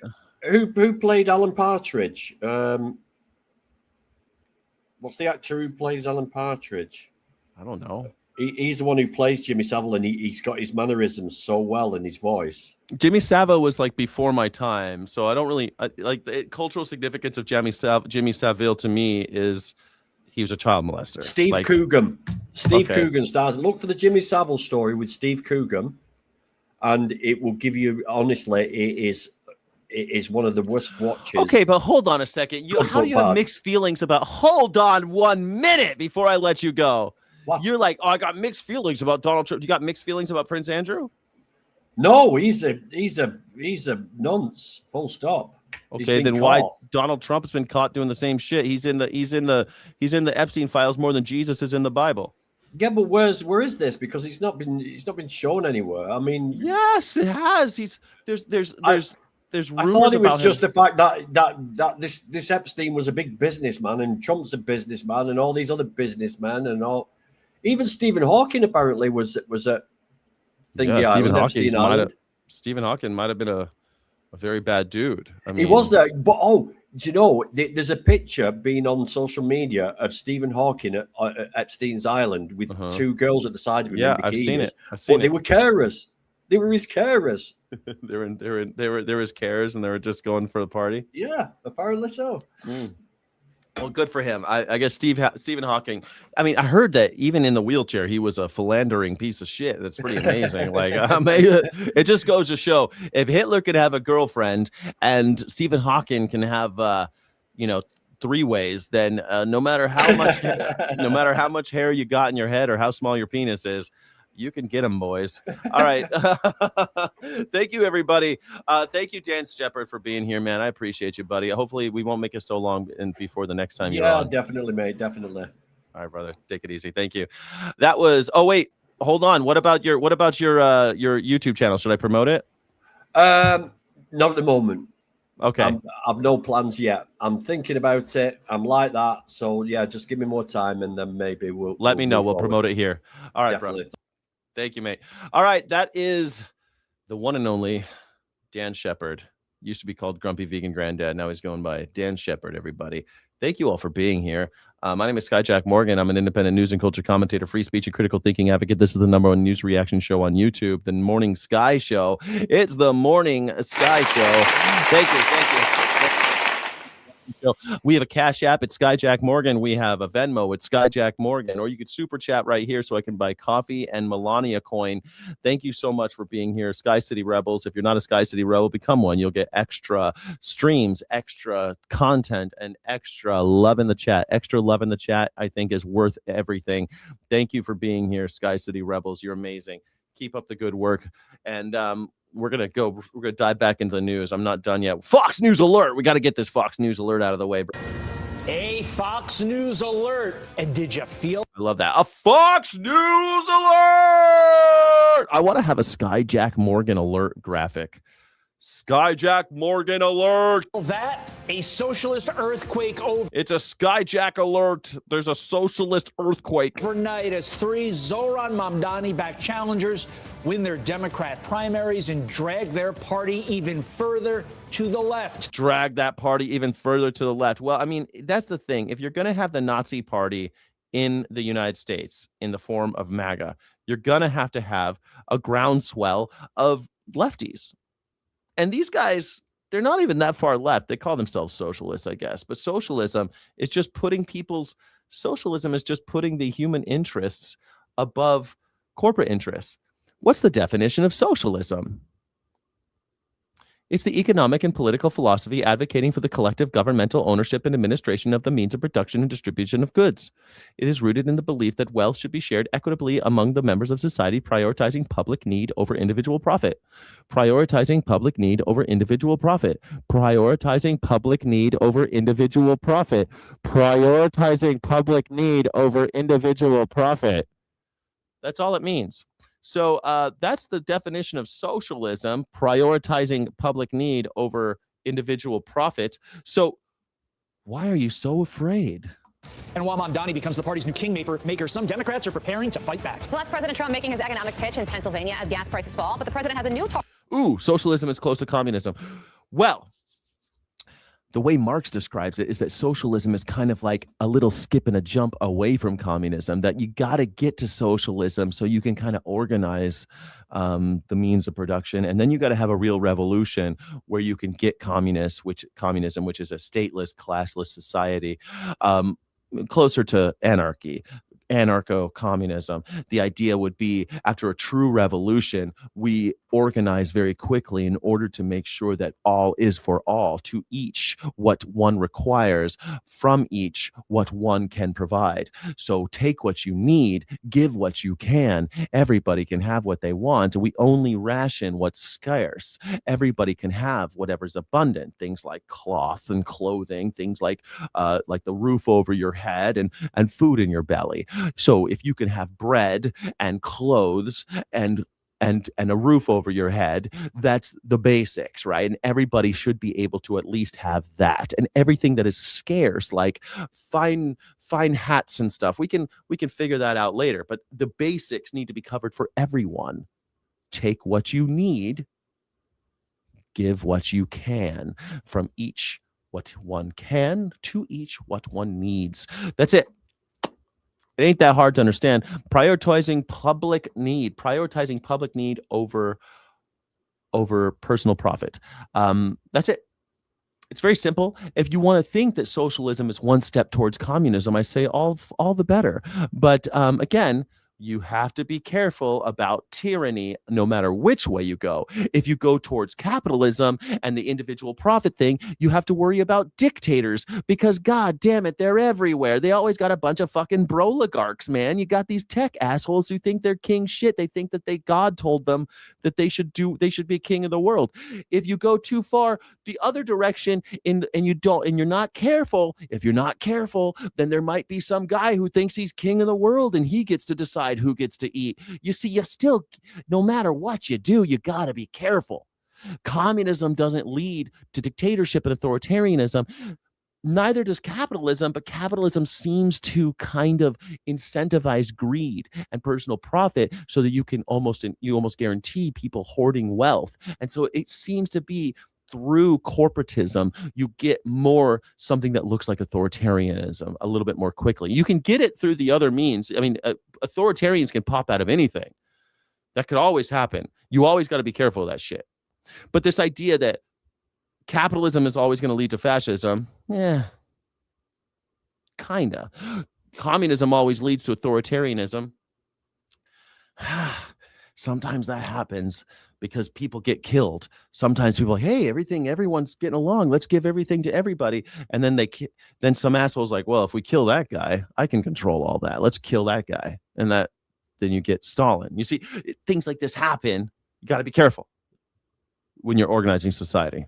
Target that he says is making it harder for you to pay at the pump. And foreign World Cup fans obsessing over ranch. I'm not talking about a one-story home. I'm talking about the dressing. Maybe in luck trying to get it back home. We're going to tell you about ranch. Look out for the ranch. The amazing and quick move by one brand to make sure our fellow humans throughout the world can bring what we give to the world, which is ranch, back to their home countries. It's what you need to know. You're watching Fox and Friends First here on a Wednesday morning. I'm Todd Pine. And I'm Carla Jim. We begin with Madeline Rivera with the very latest on the primary results coming in this morning. And Maddie, it was a socialist sweep. It kind of makes me sick that Europeans are just discovering what ranch is. I tell you what, though, when I lived, California, back in the old days, no one was really eating ranch. Ranch wasn't popular. That's a California thing. We started putting it on pizza and French fries. We started serving it with everything. Ranch dressing got served with everything all of a sudden. was very much a California thing. And then it became a national thing. Now everyone in America is crazy about ranch. And when I moved to Europe, I was like, I wasn't vegan back then. I was like, man, I wish I had some ranch. So I had my mom send me ranch. In New York City. That's right, Carly on Todd. New York City Mayor Zohar Mamdani says the results of Tuesday's primaries were the beginning of a political movement. One of the far-left candidates he backed beat a 5-term incumbent in New York's 13th congressional district. Congressman Adriano Espaillat, the chair of... Interesting. So capitalism, just being that profit motive guides progress, right? But capitalism absolutely seems to always end up in corporatism or fascism, right? You're absolutely right, Boda Tony. Capitalism is kind of an organization of society that if you're not really careful and have a ton of guardrails, that's why you have to have things like the Constitution and things like, I don't know, tons of regulation and a very strong federal government. You have to have federalism, and in order to keep capitalism under reins, or else you get just unfettered fascism. You're absolutely right. We've kept a lot of the horrors of fascism at bay because of our Constitution and because of just that American spirit of, hey, you fuck with us, we're going to burn all this shit down. But these days, Americans are less in the burning down vibe and more in the bending over and spreading their cheeks vibe. So now we're going to have more fascism, more corporatism. And it's just the way it goes. Mussolini talked about this. This is how you get it. He knew. He called it corporatism. And I think Mussolini was right. I'm not afraid. He wasn't right about everything. Don't clip that and tell everybody that I think Mussolini was right. Skyjack Morgan, Mussolini was right. He was right about this, though. The Hispanic Congressional Caucus lost his seat to Democratic Socialist Daryalisa Avila Chevalier. In New York's 10th Congressional District, Mamdani-backed progressive leader Brad Lander ousted Congressman Dan Goldman, who was... Ooh, the Lander-nator. He's in there.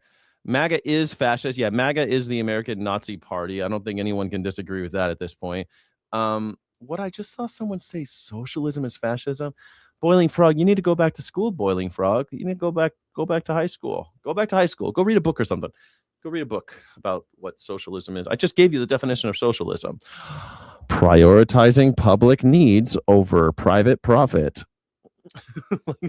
Fascism. Like, how do you fucking hear the definition of socialism? You're like, that's fascism. Like, you don't know what it is. You don't know what either is. I keep on telling you the definitions. You don't fucking listen. Can you define fascism? I define it. You don't listen. Can you define socialism? I define it. You don't listen. Every single day I get some asshole in my chat going, define these terms. And I do. And you guys are like,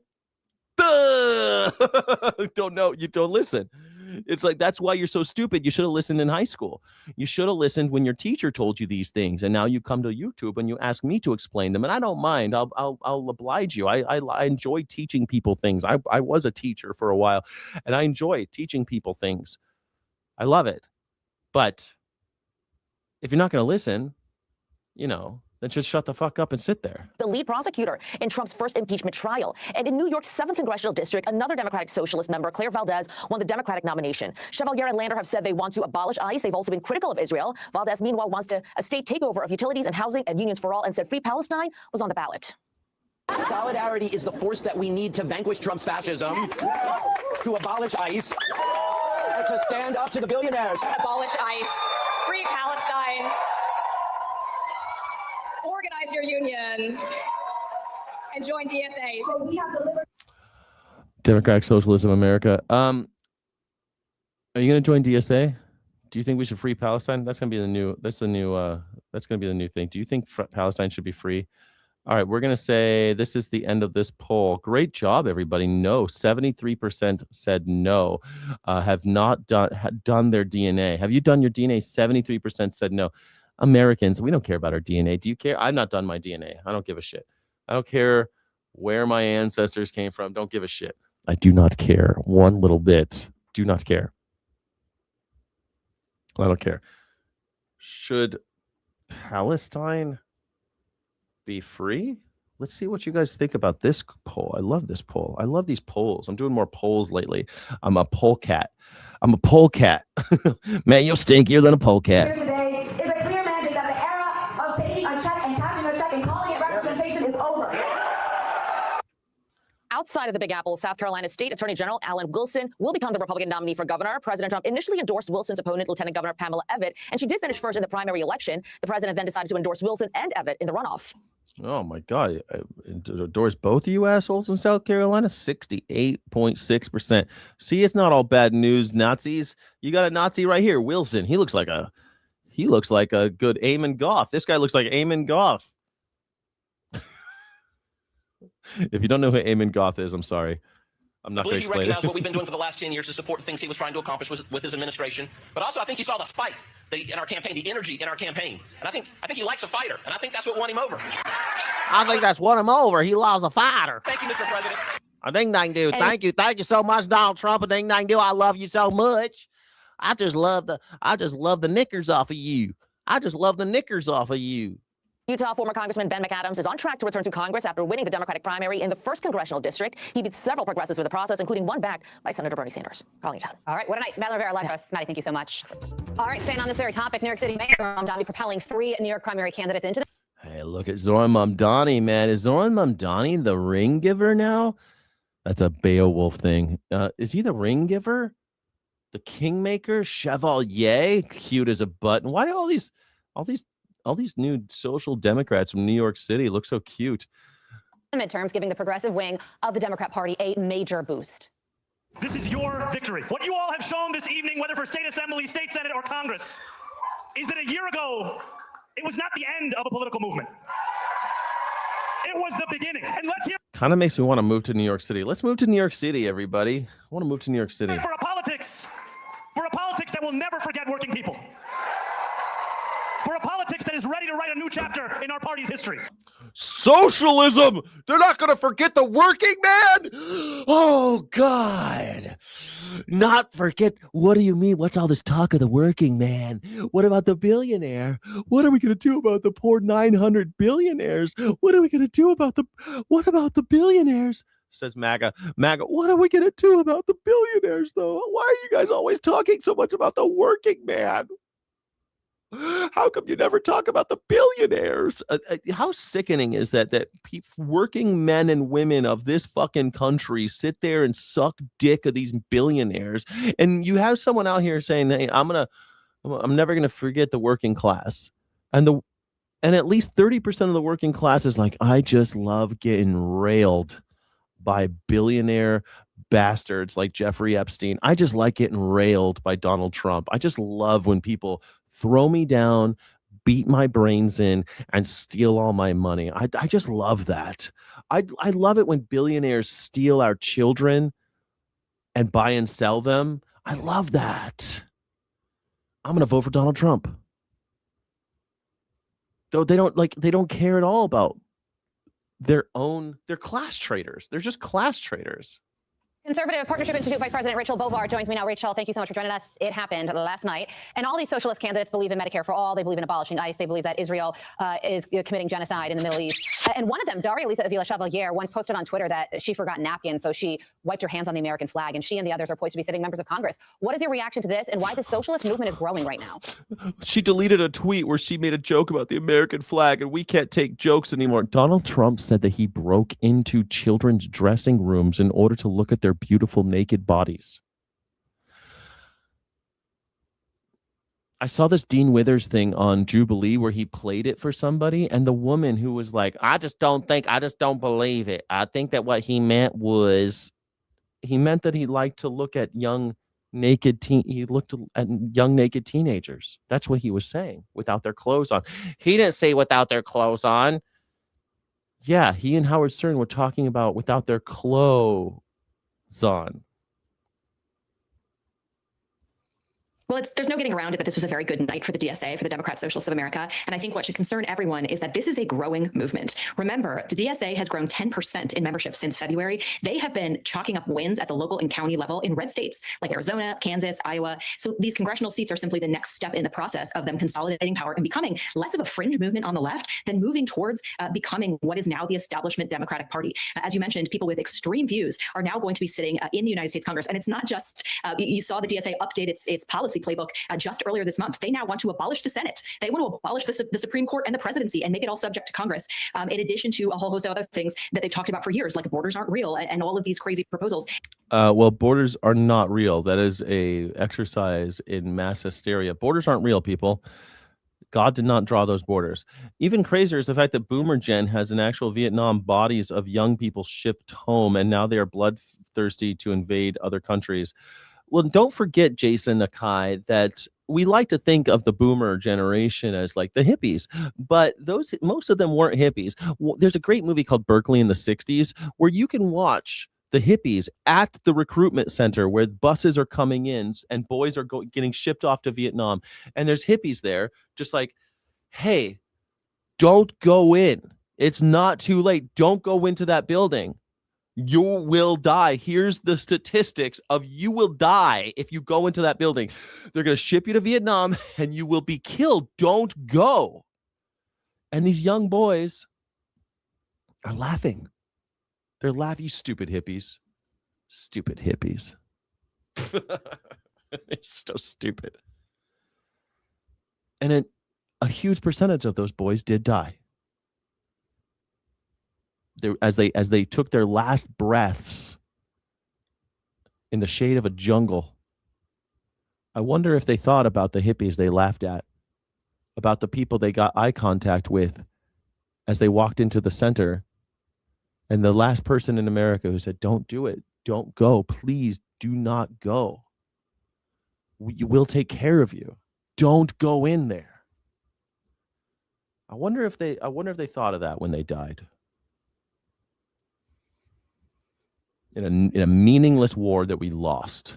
And now we're bloodthirsty again. Most people were bloodthirsty then. Most people will be bloodthirsty. There's always going to be a group that is so into, like, for every Woodstock, there was most of middle America, kids were well behaved. They were like Frankie and Annette, just well behaved, good kids, did what their parents told them to do. That's this problem we're having now. Most people are just good kids. You got to live at home forever, play video games, never work, never write a poem, never have a home of their own, nothing. So I do think this is something that can't be ignored. It can't be laughed away. Mayor Mondani can rightly, at least after tonight, claim the right as kingmaker of the left. And for establishment Democrats, you break it, you bought it. They had time to. This died like men, not cowards. What an interesting point of view. So I ask you, what requires more bravery? To do what your parents tell you? To do what the government tells you? Or to tell the government to go fuck themselves, I don't want to die for you? What requires more bravery? A cop is standing there with a billy club. He's going to beat your skull in if you don't go. And you say, I'm not going. Is that cowardice? Going to jail. Maybe going to Canada. A lot of people went to jail for not wanting to go to Vietnam. Is that cowardice? Is that what you think? Wow, I think it's cowardice to go. I mean, a lot of people joined, but most of them were drafted.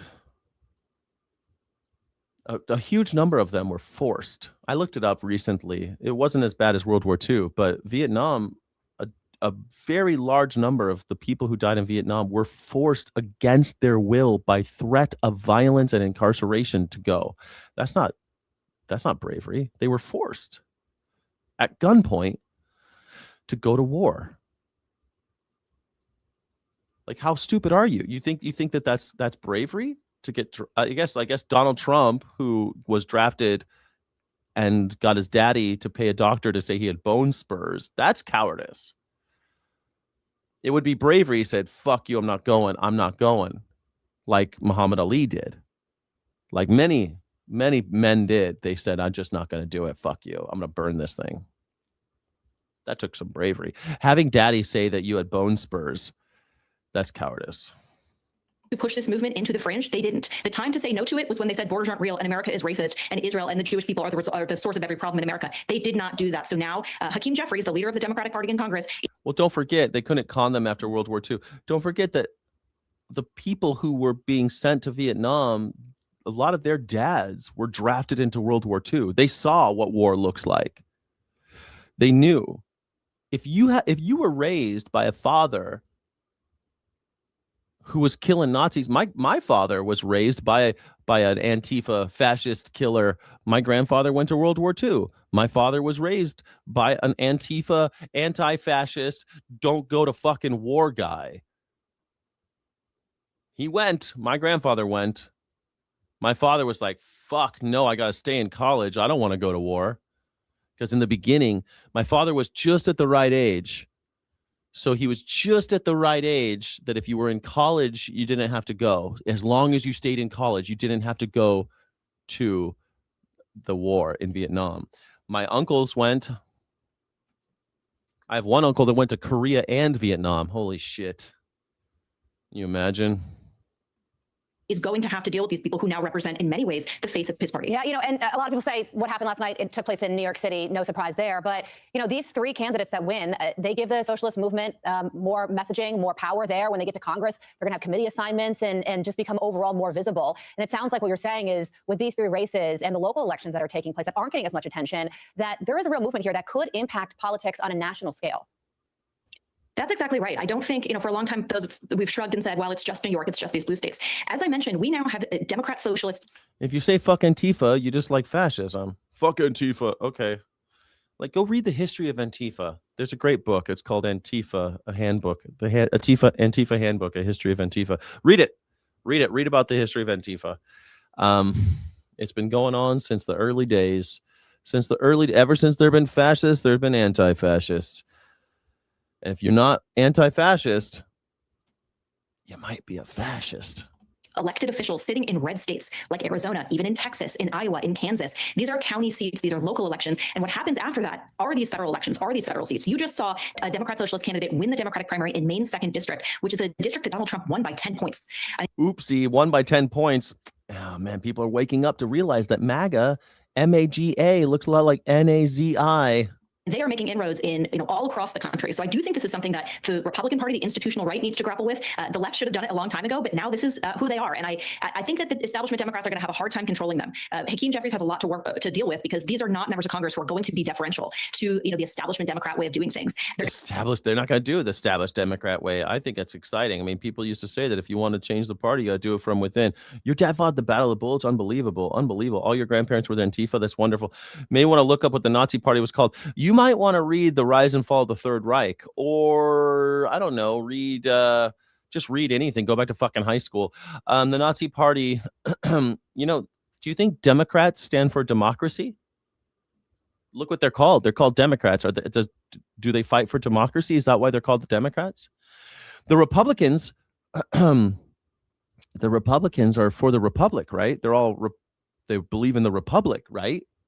Is that what the Republican Party stands for? Look what they're called. Look at what they're called. Again, maybe you missed the whole part that authoritarians can rise through the ranks of anything. Back in the old days, socialists were just considered people who were against communism. Back in the old days, you had warring factions of political parties. That you had the socialists, the nationalist socialists, the social democrats, the communists, and the Republicans. You had the Republicans too, and all of them were fighting for attention because they all wanted to organize the government and society in different ways. Nationalist socialists weren't socialists, and they really hated social democrats. They hated social democrats and Republicans. They hated Republicans, they hated social democrats, and they hated communists.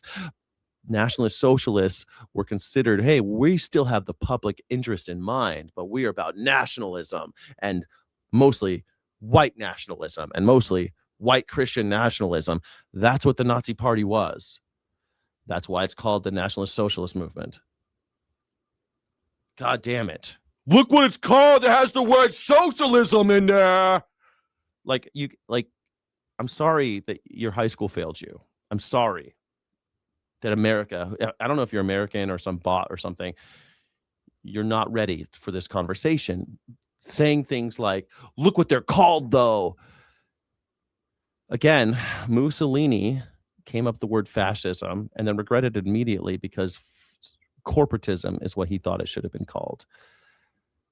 That's it. It's all advertising. It's branding, you dumb motherfucker. Do you think Donald Trump is a Republican? In the history books will say he was a Republican kinda, but actually he was completely against any of the Republican ideals. He was completely against the Republican platform. Donald Trump is not Republican. He just used Republicans to get this MAGA movement going. That's why they don't call it they call it MAGA. I know sometimes you hear the word Republican these days when you're talking about Congress, but then you have to go, oh, is he MAGA? That's exactly how the Nazis did it. They infiltrated the Weimar Republic. That's just, I mean, honestly, that's how the Bolsheviks did the same thing. They infiltrated the Duma. The Bolsheviks didn't overnight. Leninists, they came into the Duma. They got seats. They won seats, and then they had a revolution. Nazis did the same thing. You win seats through democratic processes, and then you start a revolution because you have some seats of power already, and you've got some people on your side, and they know what they're doing.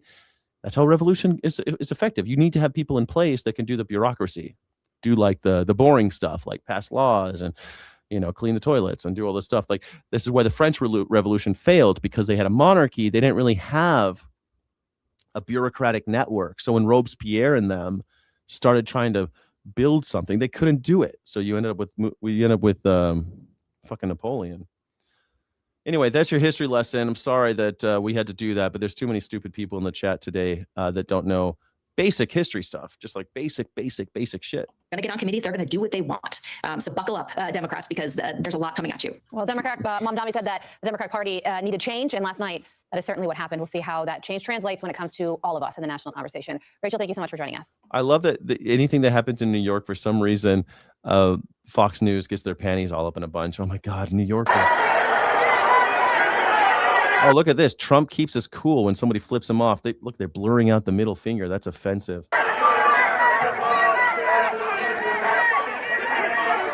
I like that someone calls him a pedophile and then other people chant USA. So the guy's saying, fuck you, pedophile, Donald Trump, you're a fucking pedophile, over and over again. And then people chant USA. But that makes sense, since USA is a chomocracy, a country run by 80-year-old chomos. Old rich chomos. That's what this country is. It's a country run by pedophiles. Everyone at the top seems to be one. That's why you're down here with me in the gutter, because we don't molest children. So we're stuck in the gutter. Apparently, molesting children is how you get to the top now. MAGA, molesters. MAGA, the M stands for molesters, the G stands for gullible.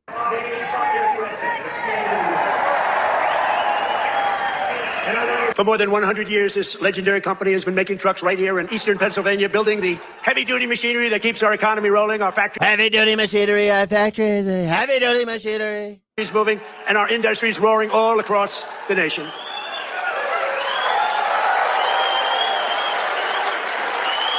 And you are the men and women who put your pride and spirit into those beautiful words, stamped on every Mack truck that said, made in the USA. It's made in the USA. And I want American workers you see all these guys, they love workers. These guys are all working class Americans. We were just talking about this, and what are they going to do? Line up and spread their butt cheeks for a billionaire to fuck them. It's always this way. Billionaires convince these guys it'll be made in USA, and your bosses will make all the money, and you'll get a very small fraction of what your labor is worth. You'll get a very small fraction. Smaller than you'd imagine, really. It's very small. You'll work half your life just to put a roof over your head. 150 days a year will be paid. You'll work for just gasoline and a roof over your head. And you'll thank us. You'll thank us, say the billionaire. Thank you, Mr. Billionaire, for letting me work for you as a slave so that I can have the very basic necessities of life. Thank you for standing between me and the necessities of life. Keep me chasing liquid wealth, liquid capital. Keep me chasing dollars and cents while I struggle and you make all the money. Thank you. Thank you so much. I especially thank the president of Mack Trucks, Stephen Roy, who I just met, who's a great guy, a great patriot, very Republican too, which I like. He's a very strong Republican. Uh-oh, he said Republican. You're not allowed to say that anymore. It's MAGA or nothing. Stephen, where are you, Stephen? Stephen. We got to get a certain very talented congressman reelected. You know that. We got to get him. Where are you, Mr. Congressman? We got to get you back in. Thank you, and thank you, Stephen. But a very special thanks to every single worker at this fantastic factory. The job you're doing here is incredible. And I know you're applying for a big one, and we'll see how that goes. We'll have to call up some people and see if it's good. If your price is right, is your price right, Stephen? I don't know. Maybe we'll get it down a little bit. We'll get it down. 15,000 trucks. That's a lot of trucks. But that's what this is all about. It's greatness. You built this country, and you're the ones who are making America great again. We're the hottest country in the world. For decades, the workers of this Commonwealth watched globalist politicians let other countries rip you off and close your factories, rob your jobs, take them away to foreign lands. And then I came along. We stopped it very quickly. Tonight's new video shows a teenage suspect. And everything's going great. Everything's going great, guys. Has Donald Trump stopped the globalism? Did Donald Trump stop globalism?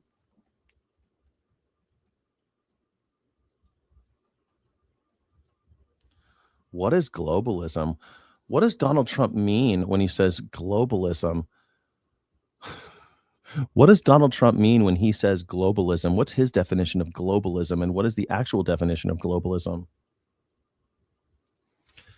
Because I think of globalism. Okay, Donald Trump defines globalism as a destructive ideology that prioritizes the interests of the globe and international institutions over the nation state. He uses it to critique free trade agreements, mass immigration, and multilateral organizations, arguing that globalization has enriched global elites while hollowing out the American working class. But yet then he gives money to Elon Musk. It's so weird. It just gave $1 trillion to him. Incredible. For Trump, globalism is the antithesis of patriotism, and his American first doctrine makes perfect sense, I guess. Yeah. In political science, globalism is the ideological or policy perspective that takes the entire world as the proper sphere for political, economic, and social action.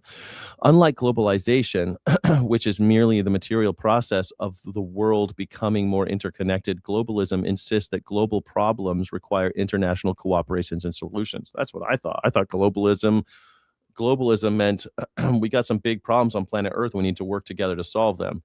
Donald Trump says that if we try to solve the problems of the planet, that means that we're not putting America first. I'll take your face off. Face off. Face off. Face off. You ever seen the movie Face Off? Face down, being dragged and pinned by police minutes after authorities say a gunman fired 8 rounds inside this public library in Chico, California, killing 2 adults and basically Donald Trump doesn't know what globalism is. He didn't go to high school. Like he didn't do his homework. He probably paid someone else to do his homework. He never had a car. Well, he had cars, but he never drove a car. He's never had a driver's license. Donald Trump has never had a driver's license, but there he is at a truck manufacturer saying, "We're going to keep all these trucks on the road." No, you're not. No, you're not. No, siree. You're not going to need so many trucks when AI is driving the trucks. So all these people are about to lose their fucking jobs. But hey, Donald Trump, don't worry. He's got your best interest in heart. Don't worry. He loves you. Donald Trump loves you. A young girl, identified as 18-year-old Bradley Scott Sayer. Authorities say he'd walked through the library prior to the attack before returning with a shotgun to attempt a Columbine-style massacre. That the suspect was a fan for some time of social media involving Columbine-type shootings, the kind of school shootings, and had unfortunately made a deep dive into that social media community. Shortly after the shooting Monday night, the city police chief described the desperate call for help. We had an open 911 line that you could hear gunshots and people screaming. Officials say within 4 minutes, police flooded the neighborhood and made the arrest. As they made entry, the suspect fled. Hold on. What do you think Antifa burned and destroyed? Nazi Germany? Yeah, they burned and destroyed Nazi Germany, if that's what you mean. Yeah, Antifa, they burned and destroyed Nazi Germany. I mean, fascists burn and destroy, undesirables. They put bodies into ovens, but you think Antifa's the bad guy. Okay. So you think Hitler was the good guy and the Antifa are the bad guys. Awesome.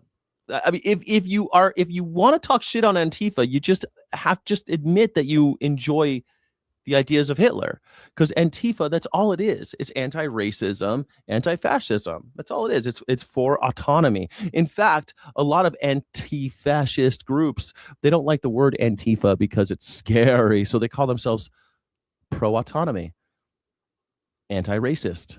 In fact, the American tradition of anti-fascism is really just anti-racism. But because we didn't have so many, back in the day, we didn't have so many fascists. At least not obviously fascist. They just called themselves racists. Same thing. most historians think that fascism, before it had a word, was started by the KKK. So, in the American South. So, out the back of the library where Chico police officers had already set a perimeter. Social media posts show the suspect graduating from the local high school earlier this month, now expected to be charged with 2 counts of murder in the first degree. Authorities say they believe he was acting alone and have found no connection to the victims. Identified tonight as 74-year-old Robert Johnson and 46-year-old Jacob Hull. Hull died protecting the injured child, who is yet to be named, according to her family. The suspect is scheduled for an initial court appearance on Thursday. damn, this kid's too young to be killing people, man. Poor kid. He was obsessed with Columbine. He did a school shooting His parents have not replied to a request for comment from NBC News, at the library. but have spoken with law enforcement. Aaron McLaughlin, NBC News. Don't you know nobody reads in America? What are you doing shooting up a library? There's no one ever there. Every time I go to the library, there's no one there. There's like the librarian, a couple kids with their mom usually. Usually it's like a mom and a couple kids. And like the librarian. Maybe like some homeless guy trying to get a job on the internet, you know, on the computers. Usually that's what I see when I go to the library. I see a guy who looks down on his luck trying to find a job on the internet.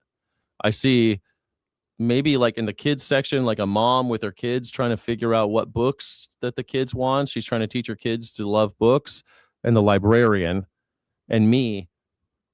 That's it. That's all I see at the library when I go there. So if you want to, like, I thought we were doing billionaires now. Stop trying to stop shooting up libraries and schools, kids. Stop it. Some homeless cats. There you go. Yeah, exactly.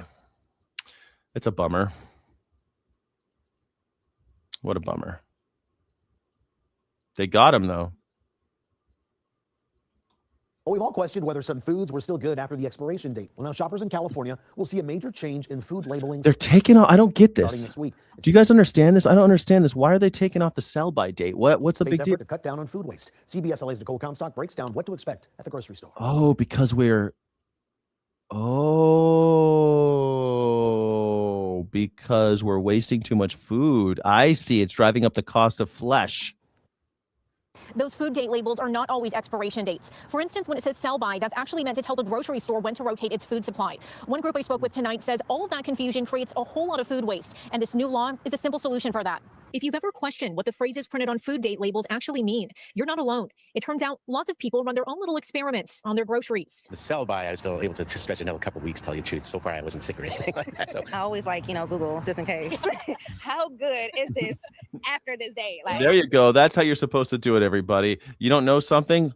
Google it. Like all you morons in my chat that don't know what fascism means, Google it. How come the nationalist socialists aren't considered socialists? Google that, dumb shits. Google it. Don't wait for me to tell you. Google it. You have the sum of human knowledge in your hands at all the time. You basically have the Hitchhiker's Guide to the Galaxy everywhere you go. This is what you have. You could navigate the world with this thing as long as you have service. Isn't that incredible? And all you idiots, all you're doing, what do you idiots do with this thing?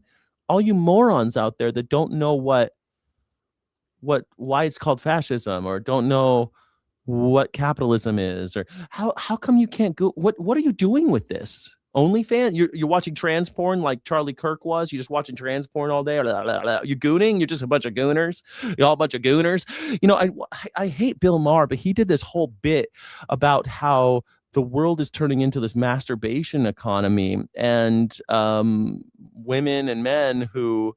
women and men who are unable to get a job or don't know what to do with their lives. They're just getting on the internet and trying to perform for masturbating old men who have money. And I feel like that, I thought that was gross, first of all, but I also, is that true? Is that what you're all doing? You're just gooning all the time? Bunch of gooners? It must be that, right? You're spending too much time gooning and not too much time looking shit up. Learning how to, I don't know, bake a fucking cake, bake a pie, bake a goddamn piece of bread. Learn how to bake your own bread. I bought a pound of flour yesterday because I make bread twice a week. I make my own bread. It's not hard. It's very simple. Cavemen did it, for God's sake. They did it back in like Mesopotamia and shit. Maybe not cavemen, but still, they figured it out. We've been making bread for a long time. It's not hard. Stop fucking buying shit. Make your own shit. Learn how to do it. It's not that hard. You want to learn another language? You could do it. You can learn a language through this thing for free. For free. And you dumb shits are using this to goon. Stop gooning. I know I had to delete Instagram as well because I realized my Instagram is just trying to feed me hot chicks in cute outfits. But when I look at women have the same, they're also looking at hot chicks in cute outfits for some reason. Everyone's looking at hot chicks in cute outfits on the internet. Is that why we have this? Is to look at hot chicks with cute outfits? Is that why this exists? I don't know. Maybe that's why we have. It's just for gooners. It's just for gooners. Just for gooners. Okay.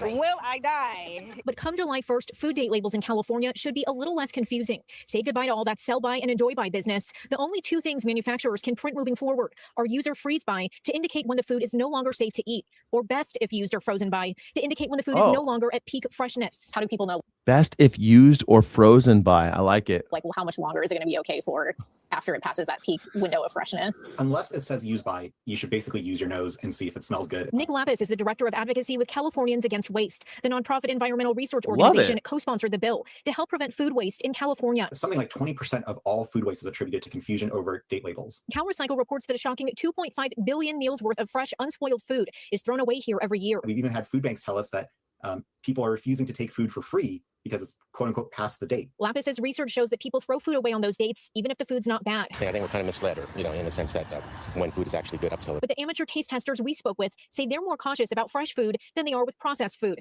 like some possibly expired croutons. They were good. That's so funny. They was crispy and crunchy. They was pretty good. Now, this new law does not apply to baby formula or eggs because of pre-existing federal laws. Reporting in Studio City, Nicole Comstock, CBS LA. Baby food or eggs for some reason. You could still have sell by with eggs that are pasteurized, still sell by. Stop eating eggs, you dumb pieces of shit. They come out of chickens' butts. Okay, people are dying because of eggs. You're probably dying because of eggs. Eggs are bad for you. Stop eating them. They're very, very, very bad for you. High in cholesterol, high in fat, high in animal protein. Not a good idea for your butthole cancer. Tons of salmonella on the eggshells. Tons of salmonella problems. Even though in America we bleach our eggs, we dip them in bleach, and still we have salmonella on the. Oh, but you don't like bleach. The bleach is what you're afraid of. Okay, we dip them in bleach, and you eat them. Stop eating eggs, you dumb pieces of shit. For the love of Christ. I mean, do you want another pandemic? Actually, you know what? I want another pandemic. Eat eggs, because I think bird flu is going to be the one that finally kills half of us, and I will be able to finally enjoy a pandemic, because I'm not going to work this time, guys. I'm not doing it. I don't care if you call me an essential worker. I am not going to work in the next pandemic. All you assholes who sat on your asses getting paychecks while I had to go to work, fuck you. I love you guys, but fuck you in the kindest way possible. But fuck you. You guys were eating cupcakes at home and shit. I was going to work. God damn it. Essential worker. Still fucking traumatized from COVID. Caroline Levitt's on the news again. And with the economy top of mind, President Trump putting oil companies on notice on Truth Social overnight, writing, quote, "The big oil companies are not dropping their price at the pump, commensurate with the sharply lower prices they're paying for oil. Those prices." This is so funny. Donald Trump doesn't know how the fucking world works. Again, Donald Trump is a very old man, and he should know this, that the price goes up in gasoline. It doesn't come down right away. It takes a long time because of, partly because of the supply chain, but also because of this thing called capitalism. You see, Donald Trump is doing a little socialism. Donald Trump, the famous socialist, is doing some socialism right here, prioritizing the public need over private profit. This is what Donald Trump is doing. This is socialism. Donald Trump is doing a socialism.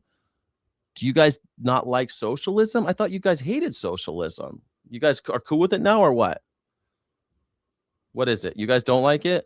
Trump and the entire party all got their booster. Well, Trump got his boosters. Yeah, Trump definitely got his. Socialism has nothing. Yes, it does. Absolutely, it does. Adam Soda. What the fuck are you talking about? This is textbook socialism. You dumb fuck.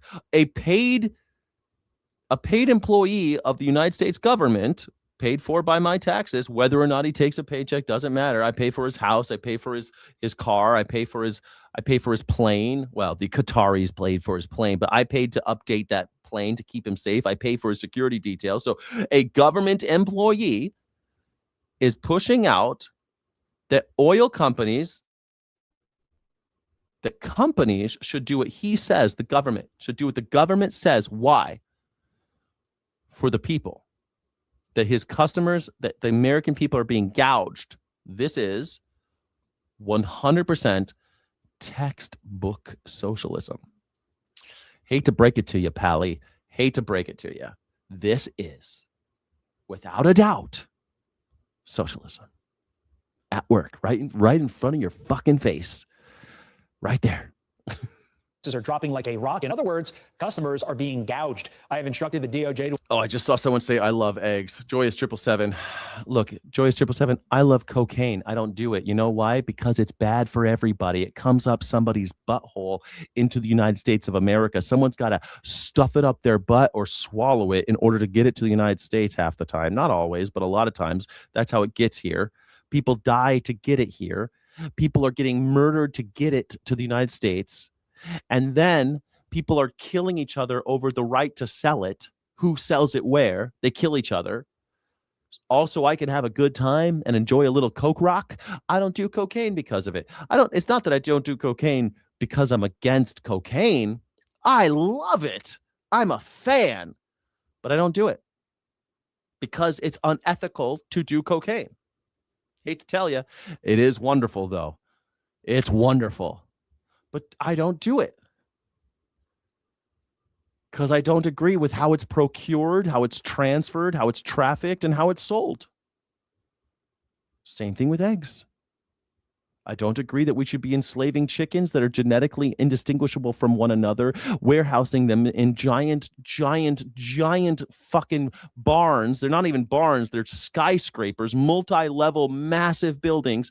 And then once one of them gets sick, they have to kill all of them in the same day. And the way we kill them, we turn up the heat and they die of heat stroke. It's the most agonizing way imaginable to die. They die slowly of heat stroke as one organ shuts down after the other, and their own blood poisons them. That's how we kill them.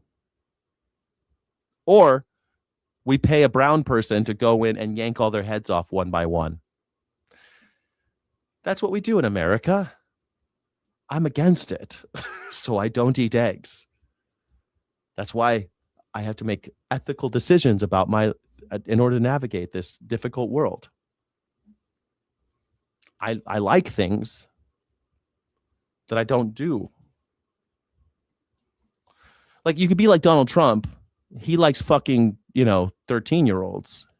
He likes it when 13-year-olds jerk him off. He likes it when 13-year-olds do nasty things with him.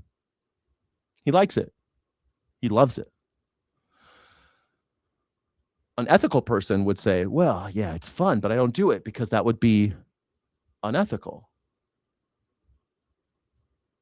I'm sure it's fun having sex with passed out women. I don't know. I wouldn't do it because it's unethical. I'm sure that what Bill Cosby did, I'm sure it was fun. Drugging women and having sex with their bodies, I guess. Beautiful women, famous women. I'm sure he had fun. I don't give a shit because it's unethical. I don't give a shit how much fun he was having. It's unethical.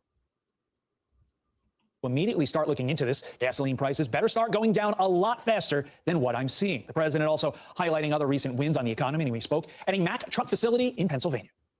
American exports to the rest of the world are up by 1. Katie Johnson was 13. Katie Johnson was 13 years old when she jerked off Donald Trump.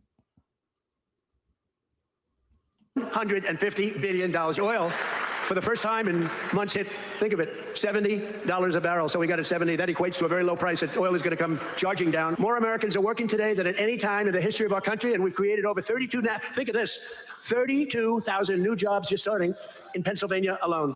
Co-host of the Big Money Show, Taylor Rake, joins me now to discuss this. Let's start big picture, Taylor, because we just reported for the first 30 minutes of our show, all these socialists winning throughout New York and in other parts of the country. They're getting close. They're promising a lot of free stuff. How can President Trump and the Republicans compete against that come November? You know, that's the problem is socialism just is such a good message. Oh my God. Yeah, socialism is a good message. I'm going to get to that for a second because someone just said Hitler killed socialists. Okay, once again. All right.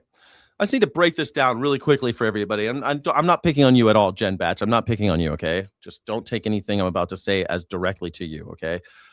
Hitler killed socialists, but Hitler was a socialist. But Hitler killed socialists, but Hitler was a socialist. There was the nationalist socialist movement and the social democrat movement. That's what it was. And the SPD still exists, the Sozialpartei Deutschland, the Social Democrats of Germany. Are still is a party that still exists in Germany. There's the CDU and the SPD. The SPD were the Social Democrats, and we call them today the Democratic Socialists here in America. Nazis, their sworn enemy is the Democratic Socialists. They don't like the idea of a democracy that decides how we are going to prioritize public interests over private profit. You see? Now, Nazis, on the other hand, fascists, they are nationalist socialists. They call themselves that because socialism is a very hot idea. What? You're going to prioritize the public good over private property and private interest and private profit? That sounds fantastic. And it's only going to be for us Germans? I mean, us Americans, you're going to say Germany first, Deutschland über alles, America über alles. That sounds great. So it's going to be us first. We're going to take care of us, the public good, meaning us. Nationalist socialism. You get it? So they could both be just kind of two flavors of socialism and still fucking hate each other. So we're seeing the same thing play out today, where MAGA is the white Christian nationalist socialist movement. We have a Nazi movement in America. It's called MAGA.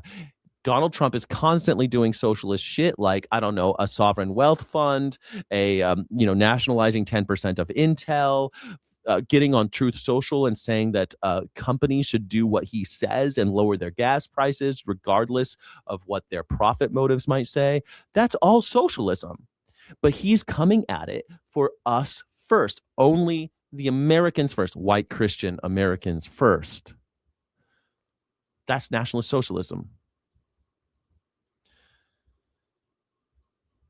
It's not as nuanced as people. It's not that hard, right? You have nationalist socialists and democratic socialists. What we normally call them are the Nazis and the social democrats. Or the communists. Usually they call them communists because they hate them. Anybody called communism, you're immediately the enemy, right? Scary. But that's what we have in America. And it's exactly what they had in Germany. They had the Nazis and the Social Democrats. Thank you, everybody, for joining. Thank you, Jen Batch, for that wonderful tangent. Thank you. I'm glad everyone now... I'm excited that we're talking about this because apparently it's very difficult for people to understand. You can look up, fact check everything I'm saying. I happen to have degrees. I happen to have college degrees. One of them is in German. And when you study German, you don't study how to speak German. You study the philosophy of Germany. You study the history of Germany. You study everything about Germany and Austria and Switzerland. The German-speaking people. Anyway, I have a degree in that from a very fancy university. I'm fluent in German. I lived in Germany for 6 years. I've worked with people who were former Nazis. I've worked with people who were alive during the Hitler times. I've interviewed them. I've translated them. I've known them. I've known Nazi soldiers. I've met them and talked with them. I've been to Auschwitz and Dachau and Buchholz and Bergen-Belsen. I've been to the Anne Frank house. I've been all over and I've seen all this shit. Thank you for being here. This is the Morning Sky Show. It's a news reaction show and call-in show. Feel free to call in. There's a link in the chat. I haven't gotten one super chat. Oh, wait, did I get a super chat? I haven't gotten one super chat I have not gotten one Cash App or Venmo. Venmo and Cash App is Skyjack Morgan. Super chats right here on YouTube. Thank you so much for joining. If you have, or become a Sky City Rebel. That's the best way to support the channel. Become a Sky City Rebel, and you get extra streams, extra content, and extra love in the chat. Thank you. Everyone can just take free stuff. And at the end of the day, lazy people want free stuff. They don't want to have to work for it. So again, I think you have to show that capitalism works. I think you have to show that with Trump accounts, you're invested in the way that big companies, the profit, the bottom line, how they do. I think that you have to do a message that capitalism is the only way that you can climb the economic ladder. I think you have to show more statistics. So she's saying capitalism, but she doesn't mean capitalism. We say capitalism, but what she means is corporatism.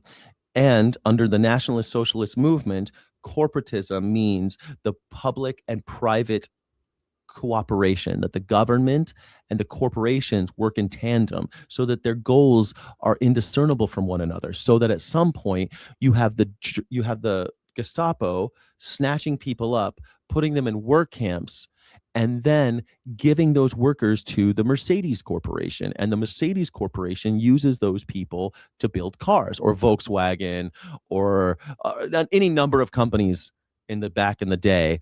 At some point, they had Jewish prisoners building ovens for a commercial oven, like a residential oven. They made ovens for your house, but now they're making really big ovens, same company, and they're using Jewish slaves to do it. What were those ovens for? It all becomes for profit, but that profit is nationalized in a weird shell game of money, like Elon Musk borrowing $2 billion from the United States government with no intention of paying it back, and then turning that into $1 trillion for them, and then turning around and taking a portion of that and giving it back to the politicians, but it never ends up back in your pocket, the public. But it's for the national interests. It's for the public good. Socialism.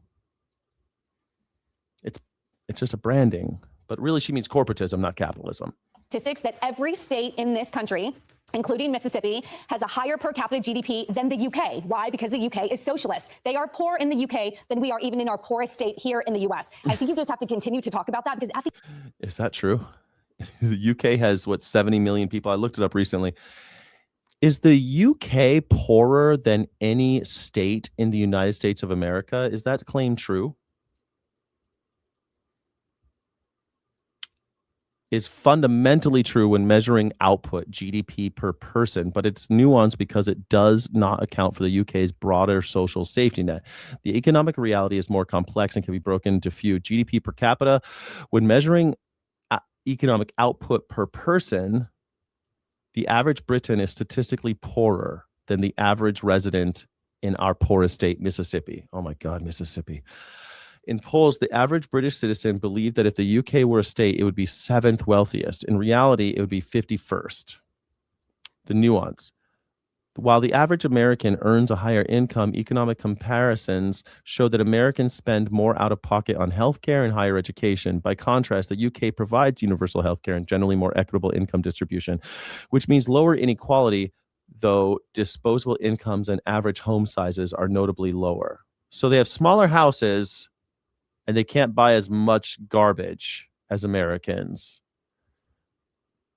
But they each have more money? What the fuck? All right, cool.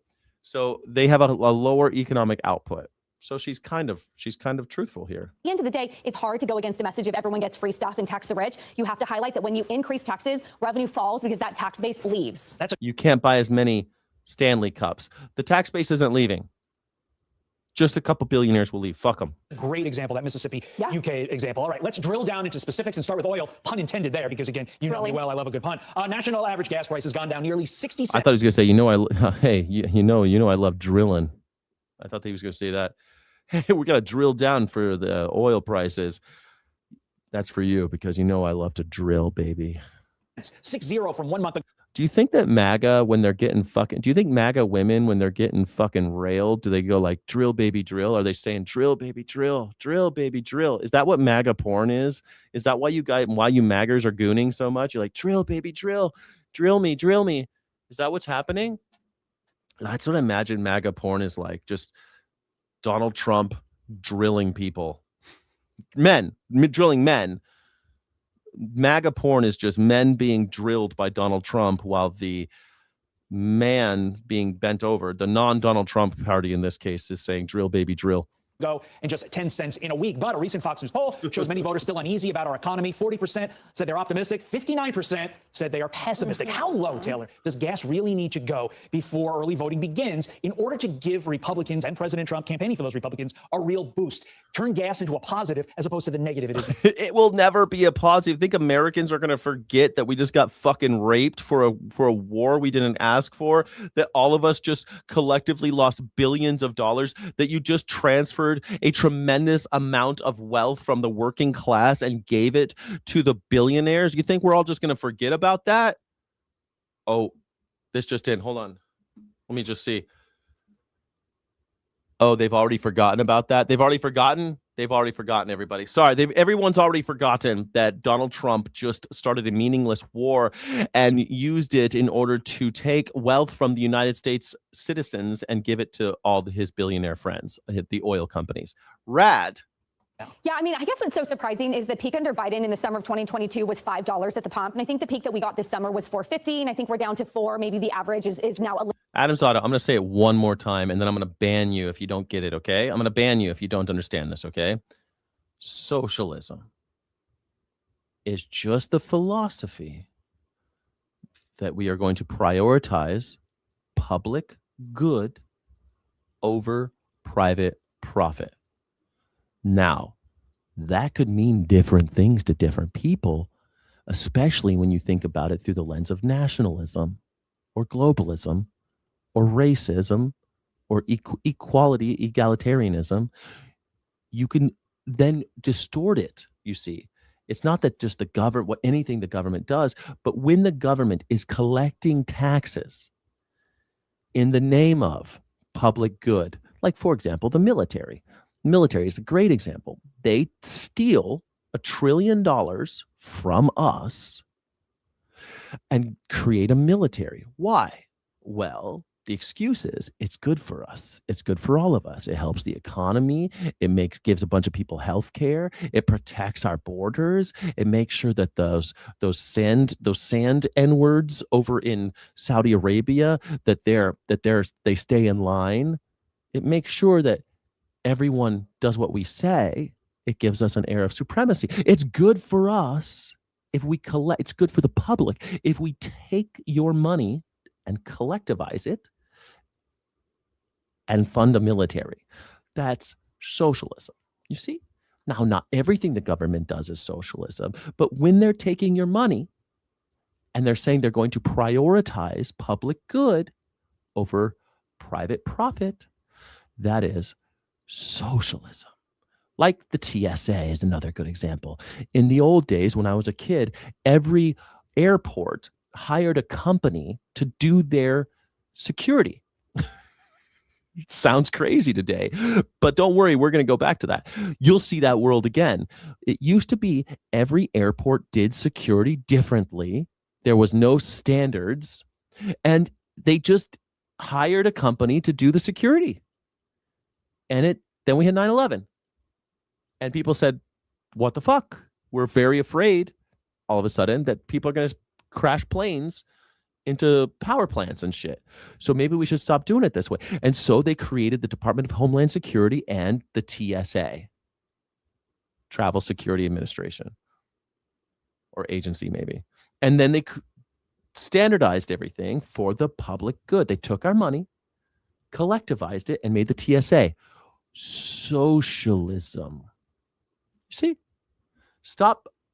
If you can't get the concept, I'm going to just ban you. I like that you're here,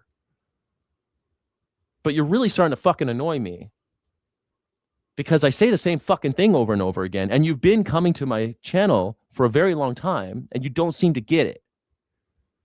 I don't mind if someone new comes in, but you've been here, dude. You've been here. Internalize it. Internalize it. Every time you need to know what socialism is, go ahead and Google it. Okay? Fuck. A little bit under that. I guess I sort of disagree with the notion that there's price gouging going on. I think big oil and then companies at the pump, like a Chevron at your local corner station, they're dropping prices, but they're also having to refill all of the inventories that were depleted. So you're not going to go back down to $65 or like a $2.50 at the pump, because you have to replenish all of the inventory that we drain, particularly from the SPR. So until you do that, there is still more demand than there is supply. And as we know, oil is really just supply and demand. So it's going to take a couple months to replenish all of those inventories. And then there's sort of this glut of supply out there, but it could take a while. I don't have a magic number for you. I think under $3 a gallon feels good to the average American. Tell me what feels good. Under $3? Is that what we got? Donald Trump said under 50% lower than 2024, that he was going to cut prices by 50% after 12 months of him as president. So unless we're there, I'm not satisfied. Will a definition to give understanding of what fascism has done? I don't know if a definition will solve that, but I made a whole video about fascism, the 14 points of fascism, and how MAGA checks every box. Please watch it. When you can go there, but we know that it varies widely state by state. I think it's a good message for him because it shows the American people that he is fighting for then, even though, to your point, it may not actually. Another area where he's saying he's fighting for him, I need a quick answer to this. He calls them fat drugs. His words, not mine, talking about GLP-1s. He says he's going to bring the cost down to really, really cheap. Could that help Republicans? Fat drugs. Donald Trump calls people fat. That fat fuck. Donald Trump is fat as shit, and he's been calling people fat. You ain't going to worry about gasoline in 10-minute city. Yeah, the 15-minute city people normally say, but 10 minutes even better. That's where I want to move to a 15-minute city. That's my goal. That's what I'm really interested in. I want to be able to walk to a supermarket. I'm incredibly interested in that. I want to be an urban homesteader. I don't want to do this anymore where I'm having to get into a car all the time. I hate it. I love where I live. People like, you're leaving California? Yeah, but it's mostly because I don't want to drive anywhere, man. I'm sick of it. When I first moved to California, I lived on the beach. I walked or biked everywhere. I walked to work. I fucking loved it. Sometimes I took a bus. I took Ubers and buses. I loved it. But I don't live like that anymore, and I don't want to live in California if I can't live like that. And it's too expensive to live like that now. I can't move back to the beach.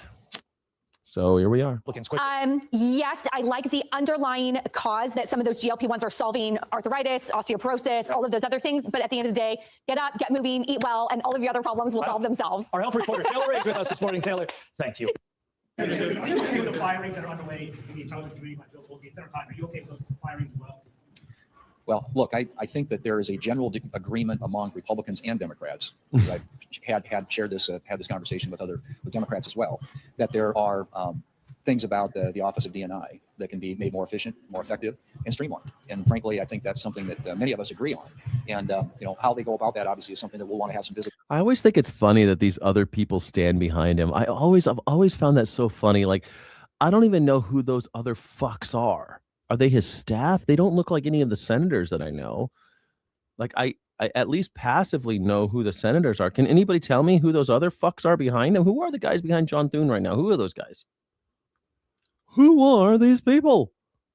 Into, and Senator Cotton and his committee and the rest of us here who care about intelligence and national security matters, I expect will have some input into that. But I think it's fair to say that there is a consensus view around here that it is time for the ODNI to be scaled down. We've got great intelligence services in this country, and at least that's my view, and I can't speak for everybody here, but the conversations I've had with people suggest to me that there is an interest in doing something that makes that agency more effective and more efficient. This is crazy to me. Okay, so up until recently, the DNI was the most important one, the Department of National Intelligence. And that was, again, after 9/11, 25 years ago, after 9/11, they did socialism, where they said, for the public good, we're going to have a new thing called Department of Homeland Security and the Department of National Intelligence. And the Department of National Intelligence will make sure that the FBI and the CIA, they're all talking to each other so that we don't have another 9/11. So we can prevent shit like that from happening again. And one of the things that came out of it was FISA. And FISA means that they can spy on you. Patriot Act 2. There were things where they can spy on you now without a warrant under certain circumstances. Like if you were talking to a foreigner. If you're talking to a foreigner, you no longer have the Fourth Amendment on your side. You no longer have no rights anymore. You can be listened to and have all of your phone records and your app data, all your data used by the government because you spoke to a foreigner who was outside the country. And they can take it now, and they'll take all of it because now we have data centers to process all of it. So they will just record everything if you're talking to a foreigner. It's against the fucking Constitution, but hey, who cares, right? So now they're saying all of a sudden, because they can't get FISA passed, Republicans haven't been able to fucking accomplish anything. The Save America Act ain't going forward. Donald Trump wants to tack on FISA 702 so they can get that passed so we can continue spying on American citizens. And now all of a sudden they're saying we want to shrink the DNI? Why? We don't need it anymore. We don't need the Department of National Intelligence anymore? Great. We don't need the CIA anymore or the FBI either. We don't need any of it. Let's sell it all out to Palantir. We'll have Peter Thiel do it all. We don't need any of it.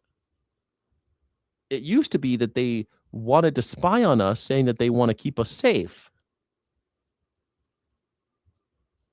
Not anymore? Well, I mean, they got cameras on the school buses now, and on the Tesla cars, and on the Waymos. They got cameras on us all day long. What do they need DNI for anymore? They just need data centers.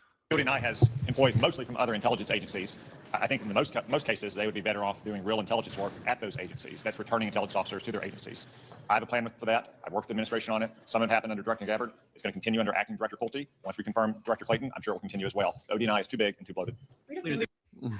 Tonight, this fatal Tesla crash, now the focus of a federal traffic safety investigation. A doorbell camera capturing the moments before a Tesla Model 3 slams into a home in Katy, Texas. Police say 76-year-old Martha Avila was standing in her front room when the accident happened Friday night. Holy shit. That's where her mom was. Officials say she was flown to the hospital where she was pronounced dead. Oh my God, it killed her. She got killed by a Tesla missile. That's how it came in. Her family sharing videos from inside the home on Facebook showing the devastation left behind. I'm sure they'll put, man, Elon Musk is going to go to jail over this. Elon Musk just killed a lady. He's probably going to go to jail, right? You think they're going to put him in jail? This is their room where they play and they do homework. Everything got damaged. The driver, Michael Butler, told authorities he was using an automated driving assistance system at the time of the crash, but it's not clear which specific feature the driver had engaged. We're still evaluating what caused that car to fail to control its speed just before this crash. Tesla's Model 3s come equipped with traffic-aware cruise control, which maintains a set driving speed and following distance. Drivers can also subscribe to FSD, or full self-driving mode, that has automated stopping and turning. Both modes are intended for use by a fully attentive driver, according to Tesla's website. Earlier this year, Tesla officially discontinued autopilot in the U.S., a different feature that has been linked to deadly incidents. What?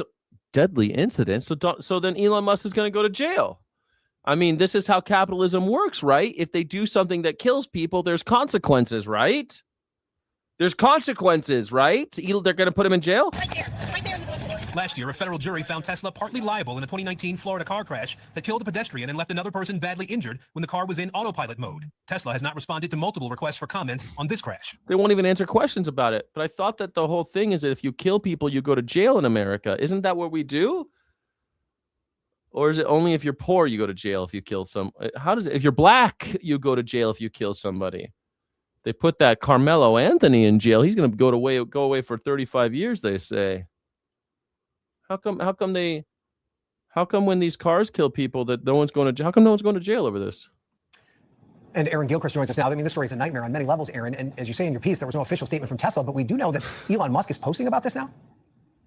Yeah, in the last hour or so, Musk responded to a posted headline on X, and we can show you what he had to say in response to this headline about this crash having happened. He wrote, "Yes, this makes no sense. FSD, or the full self-driving feature that the Teslas have, drives slowly through neighborhood streets, and this was a high-speed crash." And then just below that, there was a response to Musk's post by another leader at Tesla, a gentleman who develops a lot of the AI technology for Tesla. He said, "Yep, in this case, the driver manually overrode self-driving by pressing the accelerator all the way to 100% of the accelerator pedal in this residential area. They reached a speed of 73 miles per hour during the crash and had the accelerator pressed even after the crash." Obviously, this is not coming through an official channel of communication from leaders at Tesla, Ryan, but it's something that, of course, is raising questions about bullshit. The full self-driving. I have been on self-driving mode. I drove all around California in someone else's Tesla, and I'm at 90 miles per hour with it on. Bullshit. You do autopilot. You turn you do the thing twice. You go beep beep, and then all of a sudden you're in speed mode. And you're going 80 miles per hour and the fucking robot's driving on the highway. Don't tell me this bullshit. Tesla is actually Tesla drives very, very slow. Drives slow and drives slow. Bullshit. You have something called ludicrous speed. What the hell? We're letting AI drive cars already. It's a little early. It's too early for this. Gotta go back to the drawing board on that one. Elon, you're killing people. Too bad Elon's going to jail now. Elon's going to jail. Everybody killed people. He killed people. Who exactly was responsible, or what was responsible for this crash that ended up killing a grandmother? Yeah, he seems to be speaking about it as if they have that data and information. It would be interesting to see if they'll. He seems that way. It seems like it. Maybe we should put him on trial and find out. No, we can't put the trillionaire on trial, can we? Is it okay to put trillionaires on trial, everybody? I'm going to put that in the chat. Is it okay to put trillionaires? Oh, wow. No. Let me see. People are still voting on this one. The poll's about to end. This poll, listen, poll cats, this is over. Thank you, Robert Simmons, for the gift. Thank you so friggin' much. I love you. Thank you so much. Are you afraid of trans people? 87% of you say no. 13% of you are afraid of trans people. That's really sad. Trans people are perfectly harmless, everybody. Don't worry about it. 99% of everybody is perfectly harmless. Just like squirrels, 99.9% of them perfectly harmless. But then that one squirrel jumps on your face, scratches you, and you're like, I hate squirrels. Don't worry. Most squirrels are perfectly harmless. Most sharks are perfectly harmless. Most animals perfectly harmless. Most trans people perfectly harmless. Everyone's harmless except for me. Don't get near me. Don't get near me. Don't put hands on me. Don't put hands on Carmelo Anthony. Don't do it. Don't put hands on Carmelo Anthony. Don't put hands on Carmelo Anthony. Don't touch him. Don't push him around. He don't fucking suffer fools. Carmelo Anthony says, fuck around and find out, motherfucker. Don't push me. I ain't a killer, but don't push me. Revenge is like the sweetest joy next to getting pussy. Okay, so create a poll. I'm going to create another poll for you. Is it okay to put trillionaires? We've never had a trillionaire before. Trillionaires on trial, but now we have one. Is it okay?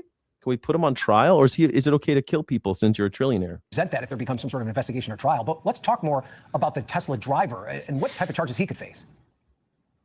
Yeah, at this point, we know that the driver in this accident was hurt pretty badly. He was taken to the hospital by ambulance. We haven't gotten an update on his condition or whether he was quickly released from the hospital. We also, at this point, there are no charges that have been filed against him in this accident. The sheriff's office in Harris County, Texas, just outside, happened just outside Houston, did say that they are trying to talk to people who are knowledgeable about Teslas to try to get a better understanding of the automated features of these vehicles so that they can continue their investigation. And we noted as well, Ryan, that the National Highway Traffic Safety Administration has said it is launching a special investigation, a special crash investigation is what they call it, to try to figure out exactly what happened here, whether this was something that was mostly human error or human responsibility, or was a fault of the vehicle that was involved here, Ryan. Well, there's no doubt that that car was moving at a very high rate of speed.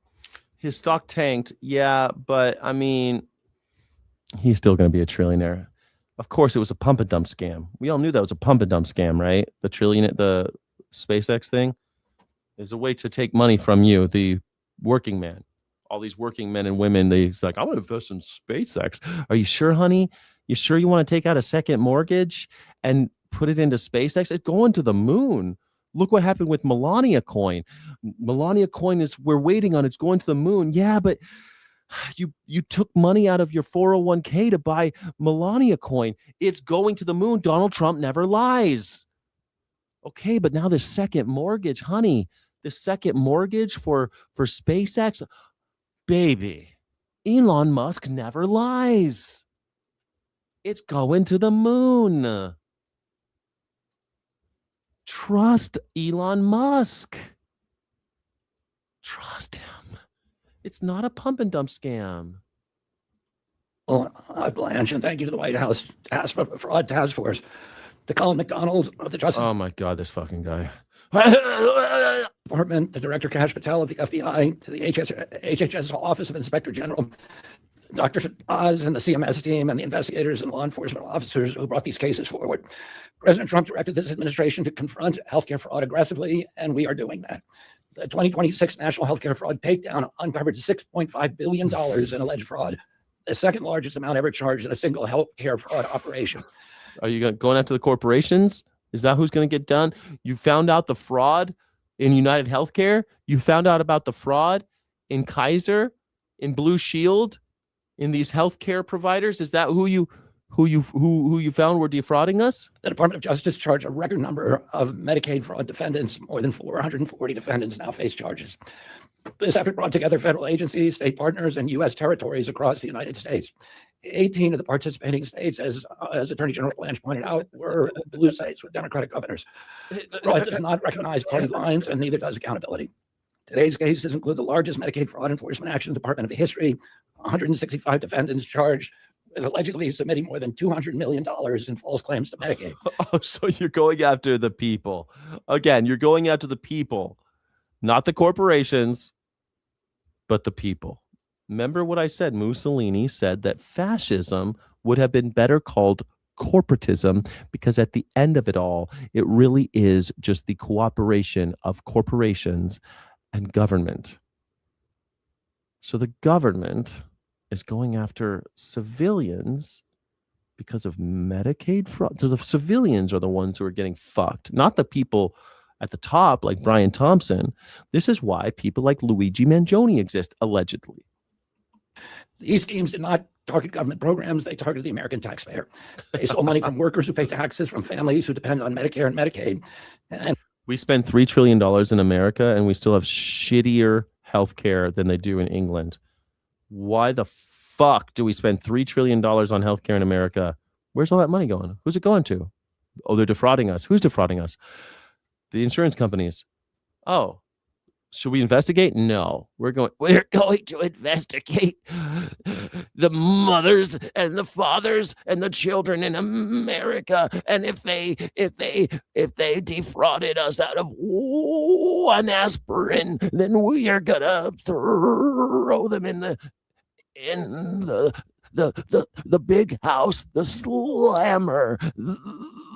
The big house is where they're all going. From patients who trusted their healthcare professionals to be serving their health interests when it turns out they were just chasing money from our agencies.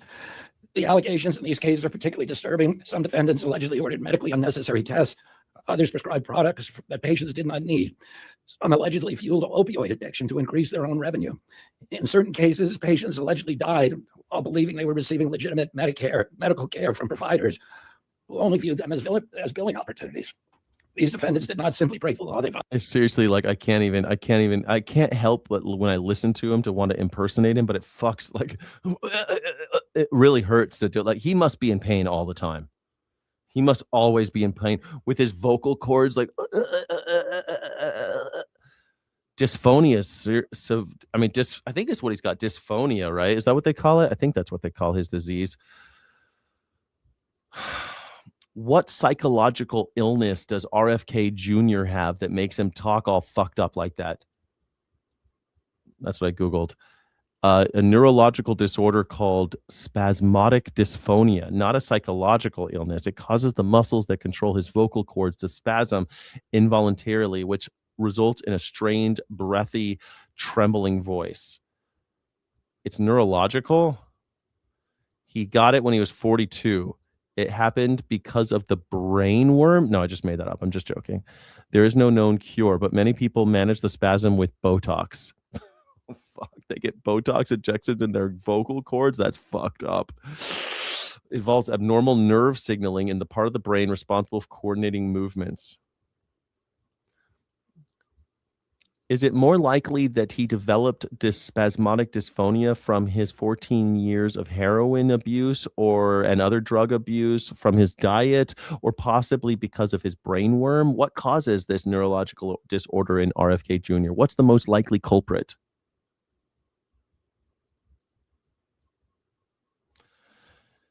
Let's see what Google says. The timeline of the brainworm doesn't work because his dysphonia began in 1996 when he was 42, and he didn't get the brainworm until he was 2010, for 15 years later. Okay, it didn't work. Drug and heroin abuse. It is specifically caused by abnormal nerve signaling in the basal ganglia, the part of the brain that coordinates muscle movements, and there is no medical consensus linking his heroin addiction to the onset of it. Okay, it's a focal dystonia. All right. His diet, no clinical evidence connecting diet or nutritional choices to the development. RFK Jr. didn't suffer. He suffered from mercury poison, though, in 2010, which He got mercury poisoning from eating too many fish. I didn't know that. Don't eat fish, dumb shits. Medical science treats spasmodic dysphonia as an idiopathic condition, meaning it usually happens spontaneously without a clear external trigger. I don't know. Upper respiratory infection, physical trauma could do it. A period of intense vocal strain and psychological stress. Man. He has simply referred to it. He had a neurological injury that struck him in his 42nd year, and he manages his condition via periodic vocal cord treatment. But what was the injury? So he did have some kind of traumatic brain injury.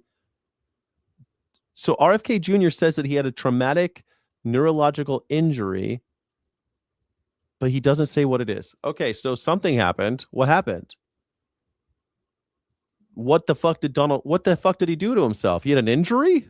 Did he fall over and hit his head? What happened? Yeah, but he had the brain worm after. So maybe but the mercury thing happened. It might have been mercury. I think it's his diet. Mercury is or lead. Lead fucks with your brain. Could be lead. He's old. A lot of people get lead poisoning. I don't know. Trump just said it's a national emergency to pass this stupid Save America Act. Yeah, that makes sense. National emergency to keep black people and women from voting in the 2026 election makes sense. Violated the trust that patients place in medical professionals. One of today's indictments charged a hospice owner in Los Angeles area and two marketers in a $27.7 million Medicare fraud scheme.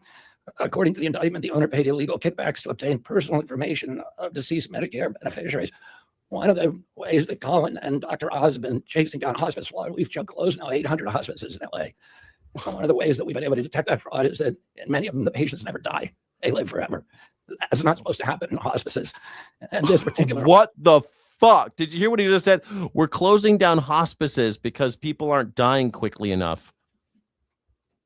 That's not supposed to happen. We need to make sure that they die really early. We need to make sure that they die right away. We can't just allow them to be in hospices forever. We have to shut down the hospices, put them in concentration camps, and kill them right away, put them in the ovens. We have to put them in the ovens or else we're not going to be allowed to have hospices anymore. We have to close all the hospices.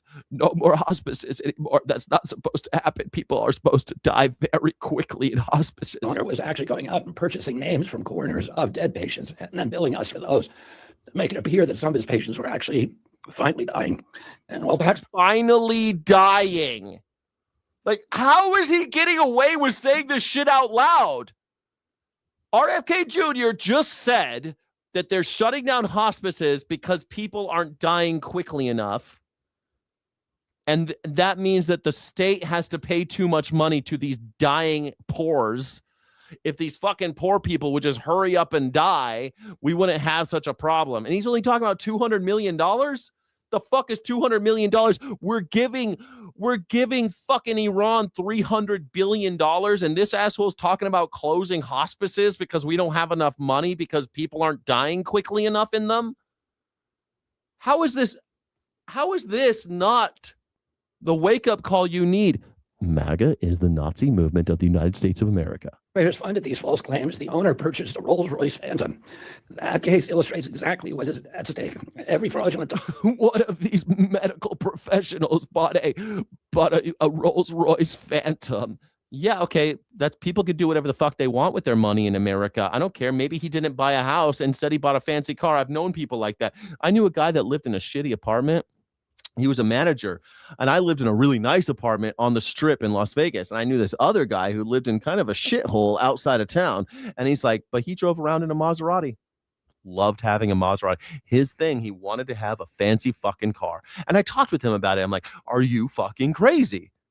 And he said, no, this is America. You get to choose what you spend your money on. To me, I prioritize buying a fancy car. To you, you prioritize living close to work and living in a fancy apartment with a view. And I was like, all right, well, you put it like that. So how fucking dare you? This is America. He was driving a Rolls-Royce fancy car. I know dentists that drive around in fucking Ferraris. Should we put them all in jail? Actually, all the dentists should go to jail, right? We should put all the dentists in jail.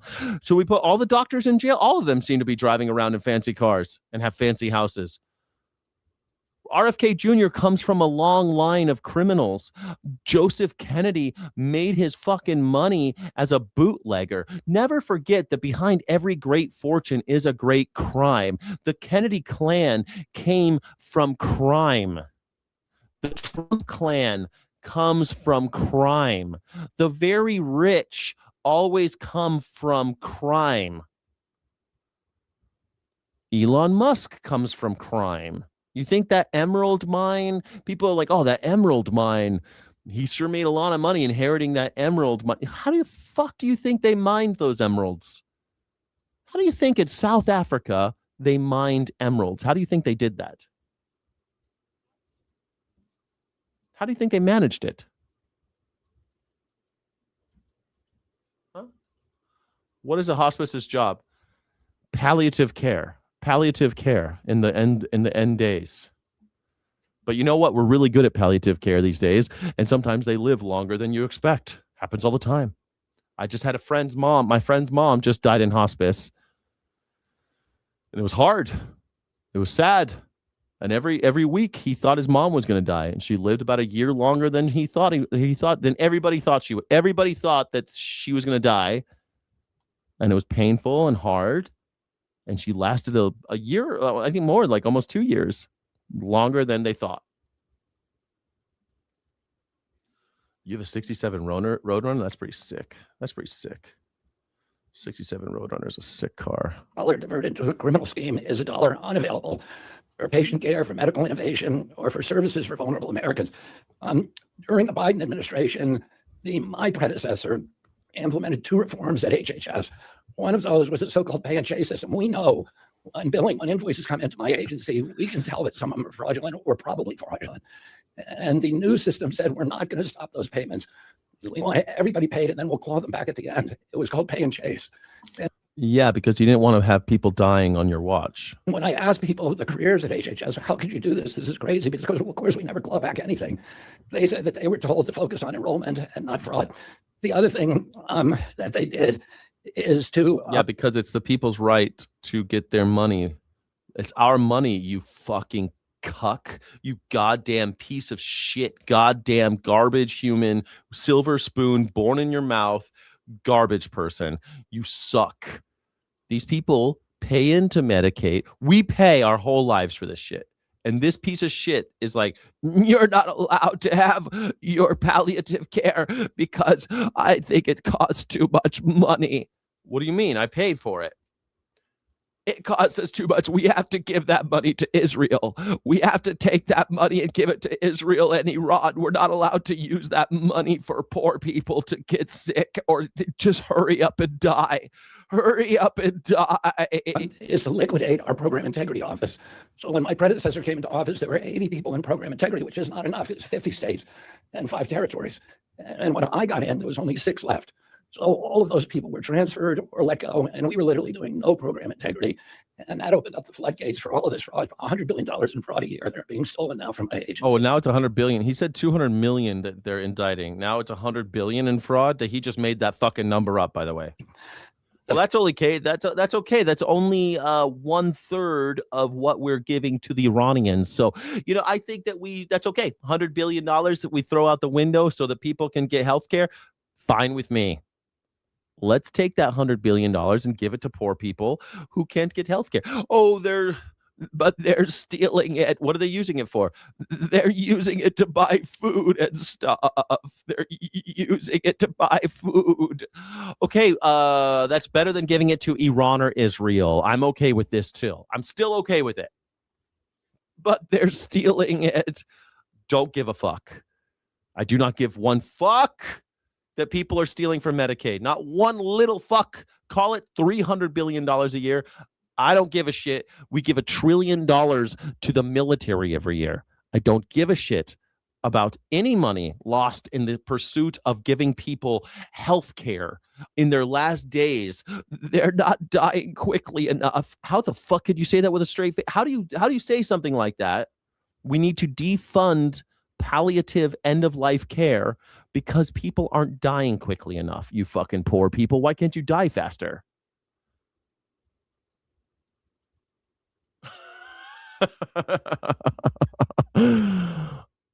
And yet you're not allowed to call MAGA Nazis? Sometimes it takes an outsider to make you grateful for what you've got.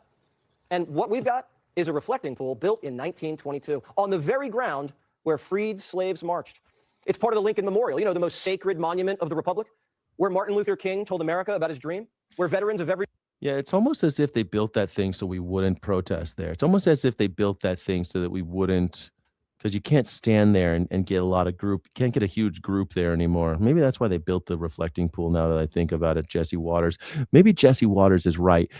It used to be there. People could gather there on a big piece of land. Instead, they put a pool there so no one can stand there anymore unless you want to stand in the water and get shot at by police. war this nation has ever fought have stood at the water's edge. That pool is America's mirror. We look in it and we love what we see. We're looking at our... You love what you see when you look in the mirror. That's America's mirror, the reflecting pool. Ourselves, our history, our heritage. And the left hates everything they say. They want it broken and murky. They don't want it to reflect the greatness of the nation. They don't believe America was ever great. And they don't believe we can make America great again. Since Trump... Oh, my God. Make America gullible again. The M stands for molesters. The G stands for gullible. I don't know what the two A's stands for. Assholes and arms, maybe? Arms and assholes? I don't know. Make America great again. Legalize slavery. Came back in power, 48 monuments repaired, 23 fountains restored. Which 1,000 ones? graffiti sites scrubbed clean after decades of neglect. He believes this country deserves big, beautiful things. Public works that honor our accomplishments and our ambitions. Grand public spaces and their maintenance tell people that they deserve excellence. And a government that respects its people enough to show them that they're worthy of shared spaces of beauty. We shouldn't need foreigners to remind America who we are. And vandals will never be able to damage the American identity. Anarchy bringer. Hold the government. The Vandals. They keep on talking about the Vandals, and I can't stop thinking. You guys know about the Vandals, right? They're great. I'm going to learn. I think today on the guitar section, when I'm done looking at the news, we're going to play some guitar. I'm going to try to learn that song, Anarchy Burger, Hold the Government. Don't let me forget it. Hold on, Anarchy Burger. I'm going to look it up right now. Let's see if I can look it up. That's something I will do later. I'm going to learn how to play the Vandals, Anarchy Burger, Hold the Government. I think it's just called Anarchy Burger. I think that's what this song is called. Anarchy Burger. Hold the government. Does anybody know what I'm talking about? You guys know about the Vandals, right? The Vandals. Anarchy Burger. Hold the government. Oh, come on. Where is it? Tell me it's got to be. It is the Vandals, right? Am I tripping? It is the Vandals, right? Anarchy Burger. Yes, the Vandals. Anarchy Burger. Fuck yes, I am playing this song later. Let's see.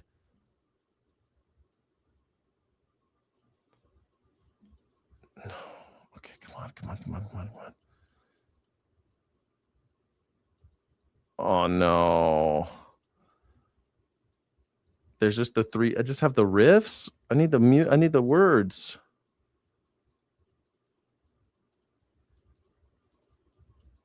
No, why don't I have the... Damn, they don't have the chords. Maybe it doesn't exist. I guess it's just like I can't find even the lyrics. That's weird. I can't even find the lyrics anymore. But I thought the Anarchy Burger... I guess I'll never learn how to play this song. I'll never learn how to play Anarchy Burger. Maybe it's got to be available, right? It's got to be available somewhere. Anarchy Burger. Nope. Weird.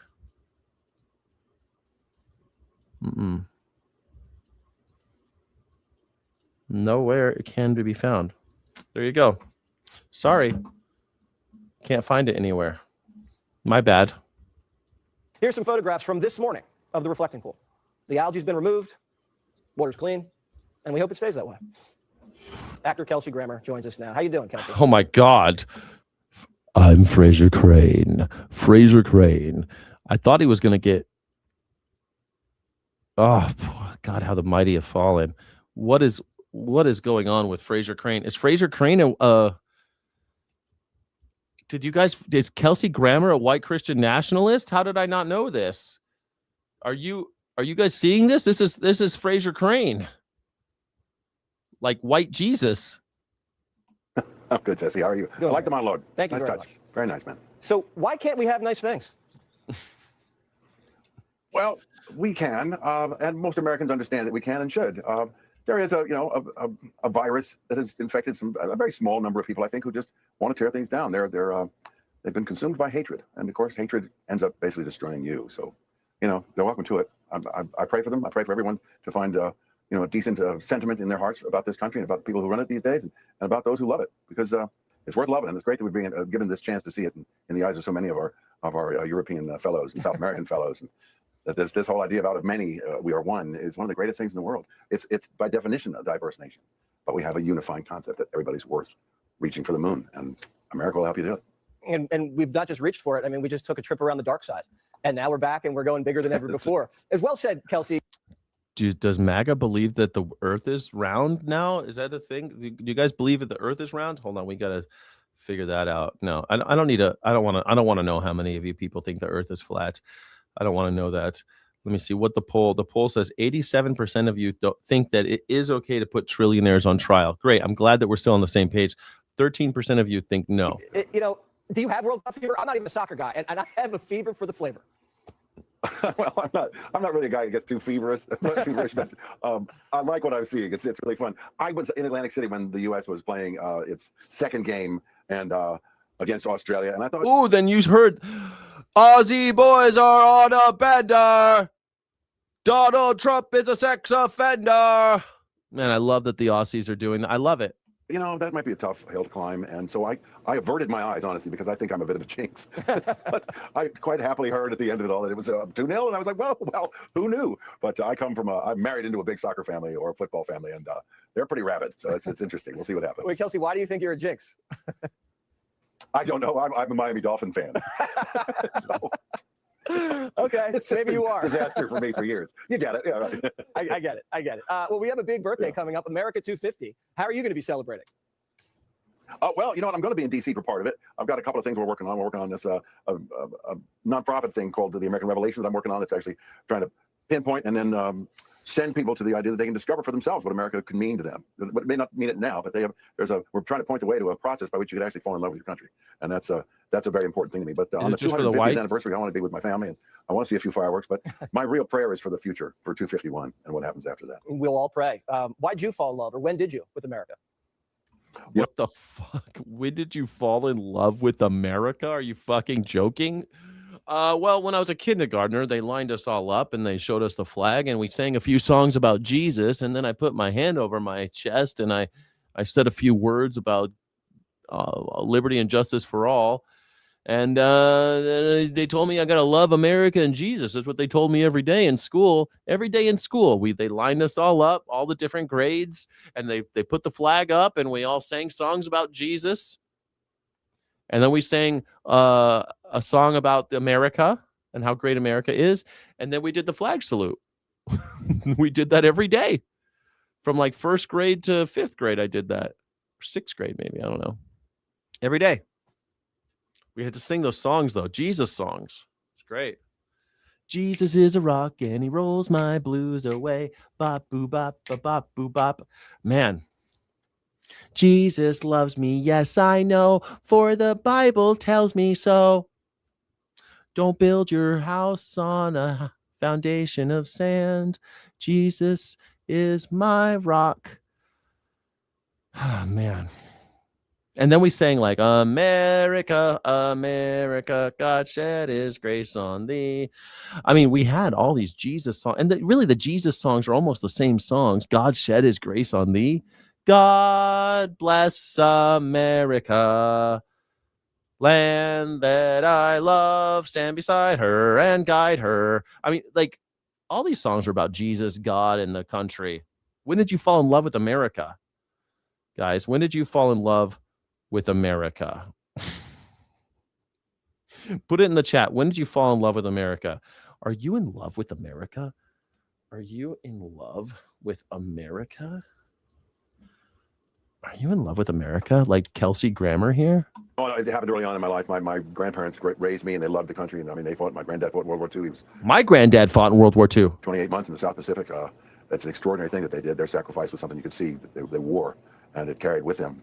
They carried it with them. They were drafted. They were forced to go. They were forced. Over 50% of the men who died, almost 70% of them actually, almost 70% of the men who died in World War II were forced. They were drafted to go. They didn't just that's not a sacrifice, you fucking dumb assholes. The sacrifice of these men. They didn't sacrifice. They were cannon fodder. They were forced to go. That's not a sacrifice. That's not a personal sacrifice. That's a murder. They forced them to go, and now we mythologize it. Oh, yes, the brave soldiers of America, they all signed up and they went like Captain America, like Steve Rogers. He showed up and he answered the call like so many men. And he wanted to go and fight those bullies, those Nazis. Because we cared so much about what was happening in Europe. We just cared so much. We had to go to Europe. We had to. We answered the call of our nation. You forced them to go. The rest of their lives. But their reverence for the country was something they passed on to me. And I was lucky enough to have some pretty good teachers who felt like they were on a first-name basis with our founding fathers. And I carry that with me. I respect these people so much, and the fact that they did this for me. And I want to just do something to pay them back. Beautiful. Well, God bless your family. And it's a great memorial down in D.C. If you're down there, check that one out. That one's my favorite. God bless America. God bless your soldiers. God bless your family. God bless all of you. God bless all of you. Dude, you're effing crazy. That's okay. You ain't getting... I'm crazy? What did I say that was crazy? What did I say that was crazy? That almost 70% of the people who died, Americans who died in World War II, were drafted? That's not crazy. Well, I guess it's crazy. And why am I the crazy one? I didn't do it. I didn't make them go. It wasn't me who signed them all up. The Patriot War special on Fox Nation. Yeah. Tell us about that. Well, Fox and I have been doing this for a while now. We've done several kind of installments of American history and then the West and the Revolution and some of our founding fathers. This one sort of is collated around a few of the characters that are, sort of household names or certainly used to be in America. I kind of want to see this show, but I didn't realize that Kelsey Grammer was a right-wing nut job. And I think we've done a really nice job. Fraser Crane. Following their passions and their heartbeats and their dedication and their sacrifice to see that we had a better shot at the world. And I'm very happy with the program. I think it turned out really well. I was not exactly moved to tears, but I'm always moved to tears when I'm talking about the country. I love it so. And I think it shows in the production of this that we're airing now. Well, I can tell how much you love it just by the way you talk about it. Do we get to see you ride on a horse? No, but if you really want to, you can go back to the movie I made about George Washington. Okay. 20-something years ago with Aidan Quinn as Benedict Arnold, and I was playing the man himself. And I rode a big white horse. It was very cool. Okay. When you fall off, then you can cry. That's when you're allowed to. Kelsey Grammer, exactly. A very, very patriotic American. Great to have you as always. And hope everybody enjoys DC on America 250. I know the fireworks are going to set a record. We appreciate you joining us. Thank you.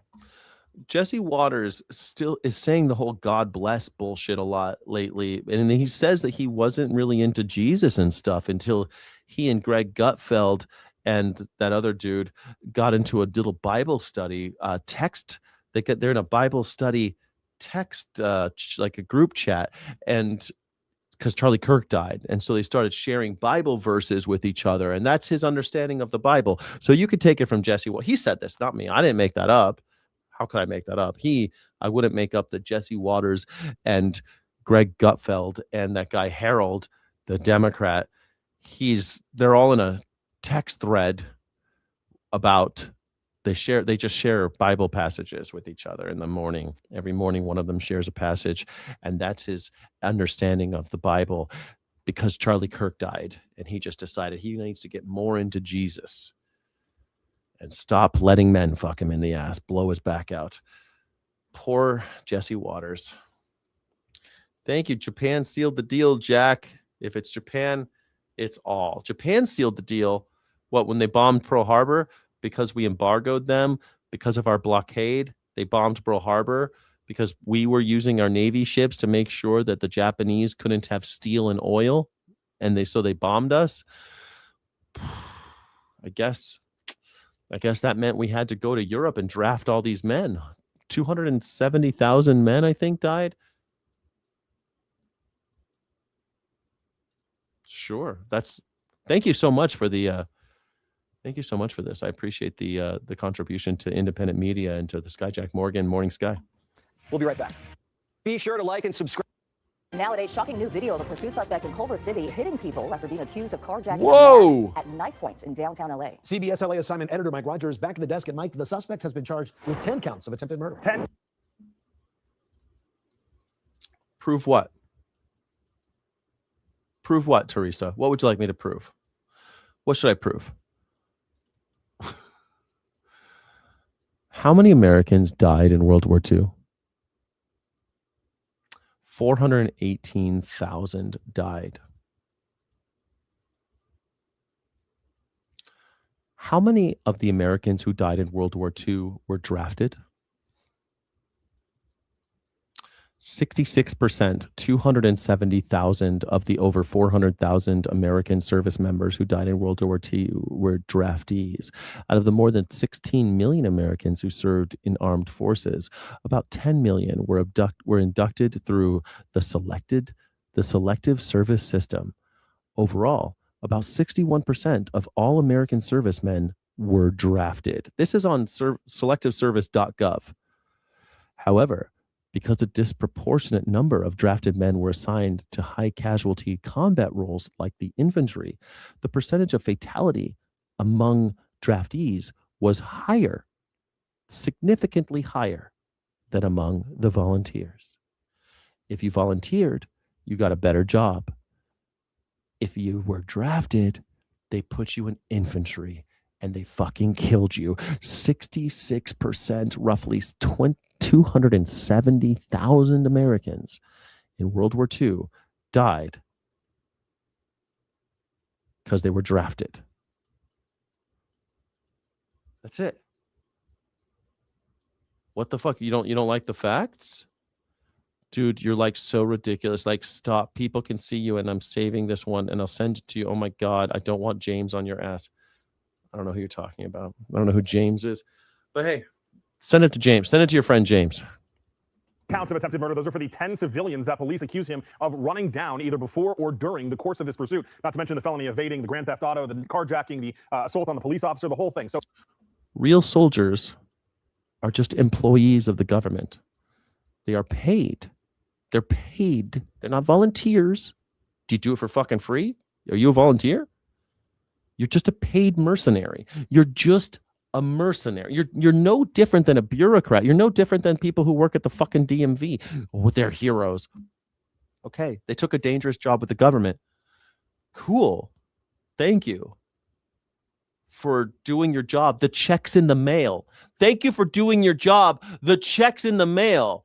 Now shut the fuck up and get back to work. What the hell do you want from me? But yeah, they answered the call. I'm so sick of this mythology. Don't fucking piss down my leg and tell me it's raining. I'm sick of your lies and your bullshit. let's show you some of the video. This appears to be video from an ARCO station in Culver City. That's one of the people he allegedly runs over. You see it there in the car that, by the way, is stolen. We blurred the person as they were getting run over by the car. They were able to get up. Now, the good news is most of the people that were involved in this had non-life-threatening injuries. There you see the car come back through the gas station, and in the top right of your screen, you'll see him go back out onto the street, turn the car, and point it directly at the pedestrian that is standing there on the sidewalk. The car comes back into frame here in just a second right here, and you see the person go up on the sidewalk and then onto the grass where he hits that other pedestrian. Then back in the parking lot of the same ARCO, that's when you see the suspect drive back inside of the gas station area here before pointing his attention at yet another person there that will be wearing a yellow shirt right there. You see that person gets hit, falls out just out of frame of the car. And then that's the motorcycle that was getting gas. And you see the other car, the suspect car, had a gas inside of the thing, and it was actually the hose that pulled it. Then driving down the street, he hits a teenager on an e-scooter, all before ending at a McDonald's in downtown LA, where police finally took him into custody after he slammed into a McDonald's drive-through there after the police rammed him. A police officer was also injured, had him taken to the hospital as a precaution, but is also okay. And again, this person accused of starting this whole thing right where it ended in downtown LA, accused of carjacking somebody at knife point. Guys, he carjacked someone at knife point and just started driving over people? What is this, GTA 6? Thank you so much. GTA 6 now available. GTA 6 now available. Don't worry. You could do that for fun. You could go and do that on a video game. How many of those little stars did he have? What was his warrant? How many did he have? I don't know. President Trump is making it clear that Iran must ensure its commitment to long-term nuclear honesty. And in a new Truth Social post, he writes this: Iran is. Mercenaries don't need to be on food stamps because they make millions. No, they don't. Mercenaries don't make millions. Most mercenaries are just gun workers for hire. That's all a mercenary is. A gun worker who has a job. They get paid for gun work. That's what a mercenary is. A mercenary is a person who works with guns for hire. You can make all sorts of different levels. Some mercenaries make a lot. Some mercenaries don't make so much. There's a very broad spectrum of people. Some are like high level assassins, and some are just, jobbers, people that are in infantry, people that drive forklifts for the military. Those are all mercenaries. It's a mercenary army. You could call it a volunteer army all you want, but it's a fucking lie. Volunteers don't get paid. Okay? Volunteers do not get paid. If you're getting a paycheck from the government and you're doing gun work, it's called a mercenary army. That's just what it is. I know it doesn't feel good, but facts don't care about your feelings. We have definitions of words, and you could say the government propaganda of calling them volunteers so that we can mythologize them and be like, our boys out there, our men and women, like, and all this shit where we're like, we're the military keeps us safe. Really? They keep us safe? From whom? From whom are they keeping us safe? Those dirty Iranians. The Iranians weren't threatening us. What the fuck are you talking about? Those dirty Venezuelans. The Venezuelans weren't doing shit. So what are they there for? They're mercenary army. There for the government so that we can secure oil interests and other resource interests overseas. That's a mercenary army. That's it. Inform the U.S. that despite troublemaking fake news reporting to the contrary, there are no tolls, no insurance costs, and no other charges of any kind being sought or received by Iran on ships traveling through the strait. This is false information. Negotiations would end immediately. Trey Yanks joined. What? Pause the track. Fuck this, man. Facts don't care about your feelings. Your push for vegan lifestyle every day, and that's a thought of yours, man. A thought of yours, man. No, it's not veganism. I'm against slavery. I'm against slavery. Like, I don't know how to keep on putting this. Like, I'm not pushing veganism. I'm against slavery. I hope that you're against slavery too. If you are, please act accordingly. I don't know. I can't force you to be. I can't push anything on you. I can't push a lifestyle on you. I can't push anything on you. I can't be at your house and slap food out your mouth. I can't do any of that. I'm against slavery. I hope that you will employ some critical thinking and realize that maybe slavery is wrong and why it's wrong and act accordingly. That's all I say. I'm sorry you're so offended by it. I didn't know that being against slavery was such a hot topic, like a hot. It's live in Tel Aviv with the latest. Trey. Yeah, hey guys, good morning. I just spoke with President Trump. Ooh, define slavery. I love when people do this. Define slavery. I define it every day, but I'll tell you what, let's just do the short version. Owning someone else who would rather be free. How about that? Or how about owning somebody else in the pursuit of pleasure or profit, especially when they would rather be free? And even if they don't want to be free, owning someone else in the pursuit of pleasure and profit. Slavery. There you go. About the situation with Iran and the ongoing negotiations. There's been some back and forth as it relates to the issue of inspectors going into Iran to look at the country's nuclear sites. Now we have both. Hold on a second. Pause the track. Humans aren't animals? Then why do we call them human? Wait, what is a Homo sapien? Wait a second. I need a new poll. Am I in a Mandela effect? Am I in the Mandela effect? Shit, guys. Hold on. Quick question. Does the Monopoly man have a monocle? Did Mandela die in prison? I just need to know. what dimension I'm in again. Are you in love with America? 67% say no. Damn, man, America's fallen down. Let's do a poll really quick. Are humans part of the animal kingdom? Are we animals? I just want to like, yes or no. I gotta know. I gotta know what dimension I'm in. I don't know which one we're in. All of a sudden, I've got people telling me that human beings aren't animals. Which one is it? I'm not moving any goalposts. Don't tell me I'm moving goalposts, motherfucker. You said that animals aren't people. People aren't animals. We're mammals? Is that why I have nipples? Is that why I drank milk when I was a baby? I drank milk from my mother's breast when I was a baby. Does that mean I'm an animal? Because I don't know anymore. You're fucking with my whole worldview. I thought that human beings were animals and that all animals like to be free. That all animals want to pursue their own lives and their own self-interest. All animals want some kind of affection and love, and they have friends, and they don't want people stepping on their necks. That all animals don't want to be in cages. I thought that was what made an animal, is that we don't want to be in cages. You put me in a cage, I'll act just like a monkey in a cage. If you put me in a cage, I'll act just like a dog in a cage. If you put me in a cage, I'll act just like a fish in a cage, or a snake in a cage, or even a spider in a cage. You put me in a fucking cage, man. Nothing is natural about cages. If you are against slavery, it applies to all of us, all animals. Why is slavery wrong? That's it. If you're either for or against slavery, folks. President Trump, Vice President Vance, and the head of the IAEA saying that inspectors will be allowed to go into the country and look at these sites and identify where the highly enriched uranium is located. Here's what the Director General said earlier today. This has been signed, has been agreed. Paragraph 8 of this Memorandum of Understanding says explicitly that the nuclear activities that are going to be carried out with regards to the nuclear material facilities will be supervised by the IAEA in all letters. Well, the timeline is unclear. President Trump says there is Joannan, are you an imbecile? You don't know about farmed fish? That most of the fish that people eat, they eat fish from farmed. You don't know that? You don't know about agriculture? You don't know about that? Did you just wake up? Did you just get here? Did you just fall off a turnip truck? Are you that fucking ignorant?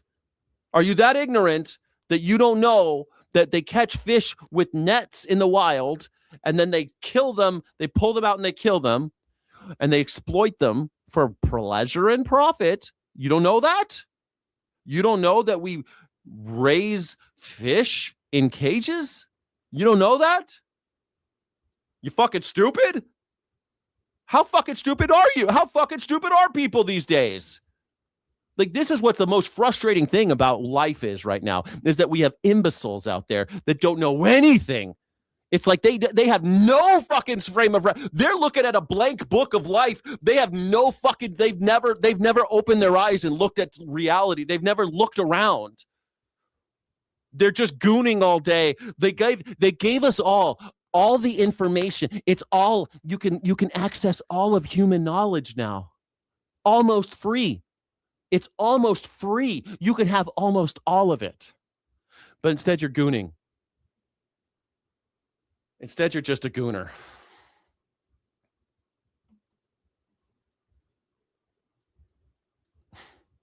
And you wonder why fascism is taking root in America. They can't even tell you. They don't even know what slavery is. They don't know why slavery is wrong. They think cages are okay for some. They're perfectly okay with most forms of slavery. They think women should be second-class citizens. Most of the planet thinks that women should be second-class citizens, that if you have more color in your skin, that you are closer to an animal and should be enslaved like an animal, and that all animals should be enslaved, that they all belong to us and all exist for our pleasure and profit. Most human beings walk around the world thinking like that and never even question it. They never even question, not even for a second. They just do what they're told. Even after they get, this is what's so funny. They give you this. You don't even fucking use it. They know that they can have freedom of, you could have more or less freedom of speech as long as you don't make fun of the boss. But you can more or less say what you want because no one's going to listen. They're too dumb. No rush getting these inspectors into the country, but told Fox News that U.S. inspectors will join the IAEA when they ultimately go into Iran to locate this highly enriched uranium that we know is buried deep underground. The president describing this as a mountain that collapsed on this material after those B-2 bombers targeted Iran during Operation Midnight Hammer. The president was asked about the Iranian denial yesterday, saying this. They know they're wrong. They told us inside, and we have it down 100% inspections. And if they were right, I'd cancel the meetings right now. Mr. President, when will those inspectors actually... I don't know what it is about today that people keep on asking me what is socialism? Socialism is the prioritization of public need over private profit. There you go. Socialism. Let's say it all again. Can we say it with me, class? Socialism is the prioritization of public need over private property, private profit. That's it. Thank you. God damn. They'll be on the ground at the appropriate time. At the appropriate time. There's no rush, but they'll be on the ground at the appropriate time. The president's remarks come as more vessels are passing through the Strait of Hormuz with millions of barrels of crude oil exiting the Persian Gulf each day. The ceasefire appears to be making progress on this front. Now, Secretary of State Marco Rubio is in the Middle East for meetings about the agreement and the path forward. He said this on Tuesday about Iran. If Iran makes a decision, if its leadership makes a decision that they want to be a country instead of a revolutionary movement that exports terror, they're going to have an opportunity to do incredible things in Iran. I'm not promising you that that's the choice they're going to make. I'm saying that that's the choice that they make. Iran has the constitutional right because they have a constitution. They basically like us, where they have democracy, they have elections. It's just that they have, a supreme leader of the religion that has to vet all of the candidates. So it's like a dictatorship. It's like a theocratic dictatorship, but you don't really have a dictatorship because all of the people are elected, but they're elected only after they're vetted by the mullahs and the fucking, and the boss, the Ayatollah. So it's fucked up form of democracy, kind of like our fucked up form of democracy. We got a fucked up republic. Iran has a fucked up republic. They got a constitution, though, just like we do. And their right in their one of their rights in their constitution is the access to healthcare that we don't have. We can't do it, but the Iranians can. So we got a fucked up form of republic. We got a fucked up republic. They got a fucked up republic. And I love it when people like Marco Rubio, well, they could decide to be a country. They're not that different from us. They're not that different. They're different in degree, not in kind. Like we have a religious, like I said, when I grew up, I had to sing religious songs. Then I had to sing patriotic songs that had the word God in them all the time, every time. And then I had to say flag salute, which also has the word God in it. Tell me I'm not in a theocracy, though. I'm not in a theocracy, though, right? Am I living in a theocracy? Of course I am. It's just not as bad as the Iranian version, right? We kill protesters. They killed Martin Luther King. They arrested him 30 times. They beat the shit out of people, killed people with dogs and fire hoses and bullets. They kill protesters in America. They kill them in Iran too, but we kill fewer of them here. We don't kill so many. They kill more in Iran. So it's worse than we are, right? So it's a different of degree, not in type. So for someone like Marco Rubio to say, oh, well, they should be a country. Well, they are a country. They're just like us, except worse. They're just like us, but worse. Okay, then there will be opportunity. Do they have a flag? Yes, they have a flag. We've heard from U.S. officials the Iranians are going to receive sanctions relief or oil sanctions waivers only if they uphold their end of the bargain. And the initial oil waiver that went out for the Iranians earlier this week by the Treasury Department is actually linked, according to U.S. officials, to buying American goods. And President Trump tells Fox News the initial number is going to be around $500 million worth of U.S. goods to be purchased for the Iranian people. Guys? So, Trey, just for clarity, you're not talking about the frozen funds. You're talking about the funds that are earned because they're selling the oil at market prices for the first time in years. That money, is that what you're talking about? Or are you talking about the frozen funds that would be used to buy American products, primarily agricultural? So U.S. officials have indicated this will be frozen funds that will go into what is considered an escrow account that will have oversight from the United States. Yeah, it's funny. They became, why did Iran? They changed the name because Iran was Aryan and they wanted to look good with the Nazis. You're absolutely right. Iran, Persia, one of the 5 great empires, I think is what Hitler said. The 5 great empires. Is that what he said? 5 great empires. Is that why there's 5? Wait a second. Why are there 5 Olympic rings? What do those rings stand for? Are those the 5 great empires? Is it 6 inch? Why do they have 5 great empires? Something like that. The Persian Empire, Aryans. Yeah, they changed the name to Aryan to Iran. Yeah, isn't that funny, Will David? Isn't that funny? Huh. It's funny how we all got on the side of the Nazis, isn't it? After World War II, we joined forces with the Nazis. We imported a bunch of Nazi scientists, and we all started working with the Nazis in order to kill social democrats. And then we had a long, long Cold War with the USSR. And anyone who had any ideas of social democracy or communism, we killed them. We murdered them with the help of the Nazis. Because we had Nazis here too, don't forget. Like, we did the same thing. Charles Lindbergh was a very, very staunch advocate for Hitler and fascism and anti-Semitism, and he called it the America First Party. Funny enough, Charles Lindbergh was in charge of the America First Party in the lead up to World War II, and then the Nazis were the bad guys all of a sudden for a little while. For a little while, we called the Nazis the bad guys. But then right at the end, we joined forces with the Nazis to kill Russians who were our friends. Wonder why. Why do you think that happened? Oh, yeah, Henry Ford, too. Don't forget about Henry Ford. Fascist fatigue. Yeah, maybe that's what it is. Disney. Yeah, Walt Disney helped turn in communists during the Red Scare. I mean, these things... It's like it really is just a tragedy. And we're still doing it. Now they call them democratic socialists and MAGA, but it's really just Nazis versus social democrats. That's the age-old cat and dog scenario, right? They just can't get along. Social democrats and nationalist socialists, they just never get along. Social democrats, nationalist socialists. It's always been the same thing. Donald Trump's a nationalist socialist. The social democrats are now called democratic socialists. Fuck. And from Qatar. And the money is expected to come from that account. And again, will directly purchase both farm goods and medical supplies, according to U.S. officials, for the Iranian people. And the hope here, according to U.S. officials, is that this ultimately will create an environment where the U.S. not only has oversight of the money that the Iranians are able to use, but also it's something that could help the civilian population of Iran, more than 90 million people that have suffered as a result of this conflict. Yeah, it's just so interesting, Trey, because we were told the same thing. 90 million people have suffered. Whose fault was that? When it came to Hamas as well. And they took a lot of those products that were meant for the people and used it for themselves. So we're going to be following. Thanks so much, Trey. What are you going to do? What do you mean use it for? They have a fucking republic. They're going to distribute it to the people. Iran has never had a problem with that except for the Kurds. They hate the Kurds. Everyone hates the Kurds. They're anarchists. Everyone hates the Kurds.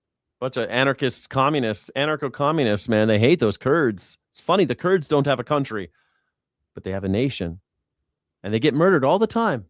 We keep murdering Syria. They get murdered. For a while, America was on the side of the Kurds. We did this with them too. We were on the side of the social democrats, the Kurds. We gave them a bunch of money, gave them weapons. When ISIS was attacking the social democrats, the Kurds, we bombed ISIS. But then Syria, well, things change. And America doesn't support the Kurds anymore because they're anarchists. And now they're being killed by what's left of ISIS and what's left of whatever they got going on in Syria, which is, don't even get me started. What's happening in Syria is we're friends with ISIS now. We're friends with ISIS now, everybody. You know why you don't hear about ISIS anymore? Because we're friends with ISIS. They're our pals now. But we're killing social democrats again. Be sure to like and subscribe for all. We're killing the anarchists again. Now But you know, it's funny. We used to be, when the anarchists were fighting ISIS with us, like their communities wouldn't exist without American help. We literally were helping them kill ISIS. The Kurds, we always use them. Some people think that the 50,000 people that were killed in the protests in Iran, a lot of people say that those were actually Kurds put up to it by the United States, that America said Kurds please go and do some protests and take your country back. We'll be there to help you. If they touch one hair on your heads, we're going to war with them. And of course we didn't. And people are like, well, we should have gone earlier. When that was going on, we should have attacked. No, we didn't. I wonder why. Let's be very clear. The so-called democratic socialist movement in this party, it's not. See, democratic socialists, they hate them. The Nazis hate. Nazis hate any kind of social democracy. Not a good thing. Now, you're looking at a group of people, they are driven by envy, resentment, historically far-left activists that really don't love the country. They want to fundamentally change it. They want to fundamentally change it? How dare they? Do not believe in hard work. They don't believe in a meritocracy. I don't know. These assholes look like they're working pretty fucking hard. They detest the freedoms that are enshrined in our Bill of Rights. They want you to own nothing. They want you to live your life in service to government. And for whatever reason, many of these far-left socialists are also deeply anti-Semitic, which is now manifested into an obsessive hatred for all things Israel and a pro-Israeli PAC known as AIPAC. So when left-wing New York Congressman Dan Goldman, who just happens to be Jewish, went to a far-left coffee shop in Brooklyn, New York, he was not well received. Now, Poetica, a coffee shop, posted the following message after his visit. Poetica? Poetica? You fucking illiterate. God damn it, this guy. Look, and he looks like he's, I think, dude, honestly, all jokes aside, I think something's going on with, I think he's going to die. I think there's something really wrong with Sean Hannity. I don't think he's okay. Hey, Congressman Dan Goldman, we see you drop by the shop today for coffee. Do you see how it doesn't taste like genocide juice, or are you still having a hard time telling the difference? The Post Poetica? Poetica. Continue, quote, we do not serve racists, fascists, homophobes, genocide enablers, or anyone in between. Too bad we didn't recognize you right away, or we would have turned you away. We issued you a refund. We don't need your money. It's probably coming from AIPAC anyway. Now, this coffee shop is now facing a federal investigation over possible religious and racial discrimination. And as it turns out, the far-left coffee chain promoting radical hospitality has zero tolerance for a fellow leftist suspected of supporting what the world's... I think, how is Sean banging Ainsley Earhart? I think that she's just his beard. One and only Jewish state and a congressman. Now, this type of hatred is now commonplace among the socialist activist movement in the Democratic Party. Well, you see, it's got, you know, a little Arabic mixed in. You see the Arabic? You see the Arabic in there? In their logo? Might be a hint that they're not really cool with pro-Israel folks. So the question tonight, will Democratic leaders finally be able to stand up to this extreme brand of politics, or is it just going to be Pennsylvania Senator John Fetterman as the only Democrat with an ounce of moral clarity and courage? All right, thanks for watching. Check out. Okay, so I really fucking hate Sean Hannity, but here he is. See, this is him. This was only taken a couple months ago. This video, this little ad right here. Look at how different he looks. I think Sean Hannity's like got a major illness, like a thyroid failure or something. I think he's on his death's door. But I really hate that there are so many podcasters now pretending like they're in some kind of Vegas lounge, like they're in a bar. And the reason why I hate it is that I used to manage bars. I've spent far too many hours in lounges and bars all across the world, but you know, famously in Vegas. I worked all the bars in Vegas in MGM. And it really pisses me off that these fucking capitalists are coming in and they're just like piggybacking on a culture that they have nothing to do with. I hate these guys. And the reason why they do it is so that they could sell those they could get money for the bottles in the frame. That's why they're doing it. Because alcohol, there's a lot of money in alcohol, and the alcohol, they're always looking for ways to spend that marketing money. And so they'll put it in the background. But this guy's, you're going to tell me he's a big whiskey connoisseur or something? You think this guy knows the difference between a mezcal and a tequila? Think he knows the difference between brandy and cognac? I don't think this fucking guy. Anyway, I just find it so sickening. It's like watching someone wear blackface. My new podcast, Hanging Out with Me. Fucking charlatan. John Hannity, the big interviews, the debates you won't get anywhere else. Like and subscribe for new episodes every Tuesday and Thursday. I keep on saying I'm going to listen to this guy's podcast because I hate him so much. But god damn it. I just can't get past the phone. It's also phony.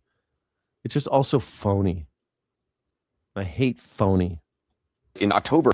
And it's just all I see now is just phony fucks. Donald Trump pretending to be a man of the people. Never had a driver's license. Always had someone to drive him around. It just kills me, all these phonies. He's showing a visitor a model of the ginormous arch he wants to build, and he asks, should it be, for what should be on top of it? He said, should it be, he mused, a large replica of his fight fist. So he was seriously thinking of having a giant replica of his fist. He asked someone whether they thought it was a good idea. He also was asking whether it should be bigger than the... I can't wait to read this book, Regime Change. I can't wait to read it. It's on the list. It's coming up. We're doing a book club, by the way. The book that we're reading right now is Surfing with Sartre and The Country Under Heaven. Please read them. I'm going to schedule them really soon. I've reached out to the authors to see if they'll come on the show. I think that'd be so cool. But The Country Under Heaven and Surfing with Sartre. And I'm also reading The Conquest of Bread. Please read it. I only drink American cognac. Just for everyone, cognac has to be made in a specific... It's a type of brandy that comes specifically from French grapes grown in Cognac, France. It's a region of France. Cognac, like Louis XIII. Also famously from Cognac is a certain vodka made from the winter wheat grown of that region called Grey Goose. So there's a place called Cognac. But the drink called Cognac is just a type of brandy from that region, under very strict guidelines, laws actually, about how you can make it. Cognac. It's fucking delicious if it weren't so goddamn expensive. Hennessy's a cognac. You'll love it. But it's just brandy. It always annoyed me. I'd ask a bartender, do you have any brandies? And they're like, no. And you're like, I see cognac bottles. What the fuck? Oh, we have cognac? Like, you bartenders don't even know what the fuck you're doing. Who's your boss? Give me your manager. No, I'm just joking. Let me talk to the manager. You don't, these bartenders don't know the difference between cognac and brandy. Lincoln Memorial. We have a scene in the book where he calls the French president, Emmanuel Macron.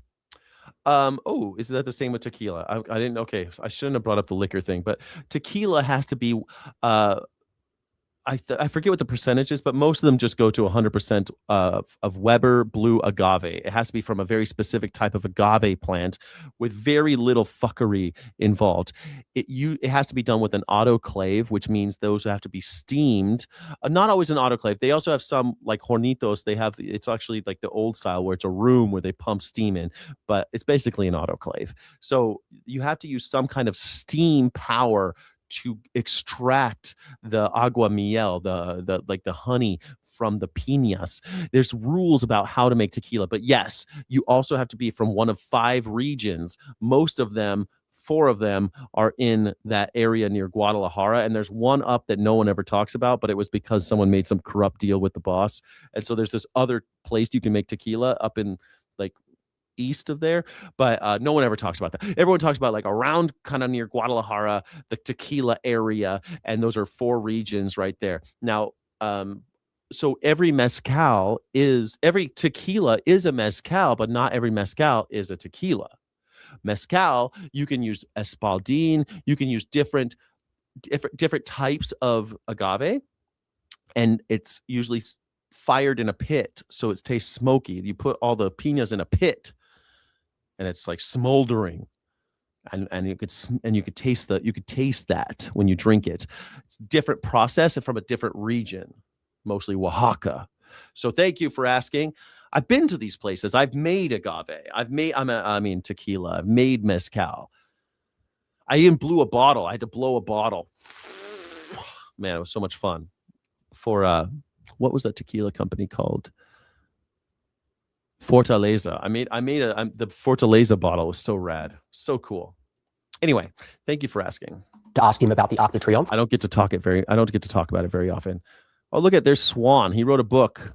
It's called The Regime Change. Tell me about your arch, Emmanuel. Do people jump off it, etc.? The point is, he wants to put his physical imprint not just on America but on the world. So how much is he thinking about legacy? I mean, is that enormous? Yes. You have a pie chart of his brain. It's a huge slice. A paragraph from this, which to me was kind of just an amazing paragraph. It's page 167. You write, by midway through the year, a picture was emerging of how the Oval Office operated in Trump's second term. It was of a president spending his days at the resolute desk in a series of rolling bull sessions, accompanied by a core group of intimates. These were supplemented by a rotating cast of extras, and on any given day, they could be Republican lawmakers, titans of industry, industry, former pro wrestlers, country musicians, Gulf royals, crypto bros, or friends of felons seeking pardons. They would enter and exit the frame with some invited to stay for meetings they had no business attending. The conversations ran fast, often straying far from the point or from anything visitors imagined when they arrived at the White House. The president's sentences often began on one topic and ended far away. It's like the opening scene of an opera. I mean, it's like it would be an incredible stage play, just that visual. One of the moments that we... Great question. You thought mezcal was the superior stuff. Neither is superior or inferior. I think tequila more represents the marriage of European and indigenous. I think tequila is extremely interesting for me because it shows kind of like the Mexican culture in a glass, where you have European influence with machinery, but you also have this old world with the koa, this ancient tool where they still harvest the piñas in the same way they did for hundreds of years. So it's pretty cool, like the marriage between kind of, well, Western European white culture and the indigenous culture, and they came together and they shook hands and they made tequila. It's fucking a magical drink. It's one of my favorite things. Mezcal is more like a drink made by the indigenous. It's not superior. Some people might think one is superior over there that tastes better or whatever. Some people like that smoky taste or whatever. But one is not superior to the other. It's more also, mezcal is more loosey-goosey with the laws. There's not so many laws governing what mezcal can be. Whereas with tequila, there's very, very strict laws about what. You can make mezcal here in America if you wanted to, but you can't make tequila in America. You can't call it tequila. It would be called agave spirit or something like that. They can't call it tequila by law, international law. They're not allowed to call it tequila.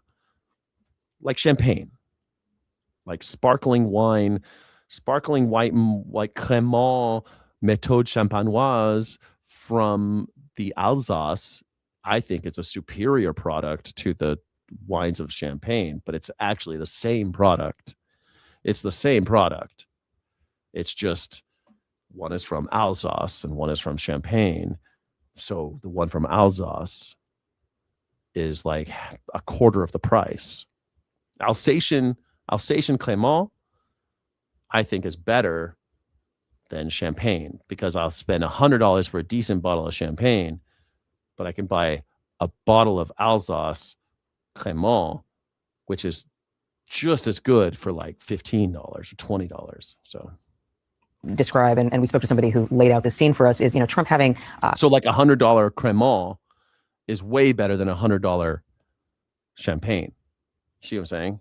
Because you're not paying for that premium name. You're not paying for the word Champagne. A highly classified briefing in the Oval Office, and then in comes the guy with the stone samples for the Rose Garden. Sure. This was last year. Cortina, he's always talking about like their specific stones. Yeah, and these Terrazzo. Right, and so these are. Yeah, I read I'm reading Twitch chats. Yeah, for sure. These are moments that all sort of collide into each other. There is just this sort of sweeping meeting that takes place all day long, and it means that people are pulled into something, as we say, that probably they shouldn't be listening to. I mean, the stone guy, the paper guy, had essentially walk-in privileges to the Oval, and that's just the way this White House works. There's an interesting contrast. That's all true, of course, and there's sort of this no delineation, no structure. But what's also true is it's actually a very secretive White House. Much more so than the first administration. But much more so in some ways than even the Biden and Obama administration. I'll give you an example. This memorandum of understanding that has just been published to end the war in Iran, the number of people who had seen that document in the White House and the US government, microscopic, tiny number of people before it was published. People, you know, you have people in the intelligence community that we talk to who are essentially trying to monitor this White House almost like it's a foreign government. Wow. They have no idea what's going on. And there are conversations that are happening within such a small group that's running the government. When you have people like Steve Witkoff and Jared Kushner, you know, doing business, they're really unstaffed. They don't rely on staff much. They basically are these sort of free agents. Which is I mean, it's really unheard of from other administrations. Normally, if you're a negotiator, you would have a team of experts in the field traveling. Okay, this is a great question. Dreddy Knott. What do vegans think about eliminating invasive species, for example, lionfish? Okay, so first of all, veganism is a word that doesn't mean anything anymore, unfortunately, but and even if it did mean something, it's not a monolith, right? So speaking for all vegans, look, if you take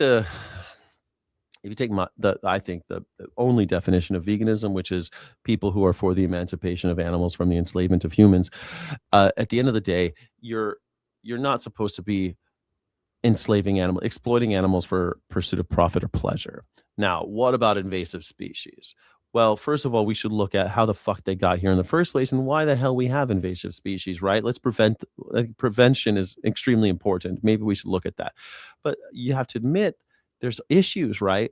Why do we have what's the problem with invasive species? Why is it a problem? So, for example, John Oliver did a whole hour, like a half hour on feral pigs, and they're like, oh, they're so bad, they're really dangerous, and they're okay. Well, they're dangerous to the cattle industry, so I say leave the pigs alone, let them do their thing. What do you care? If you don't want pigs in your yard, build a fence.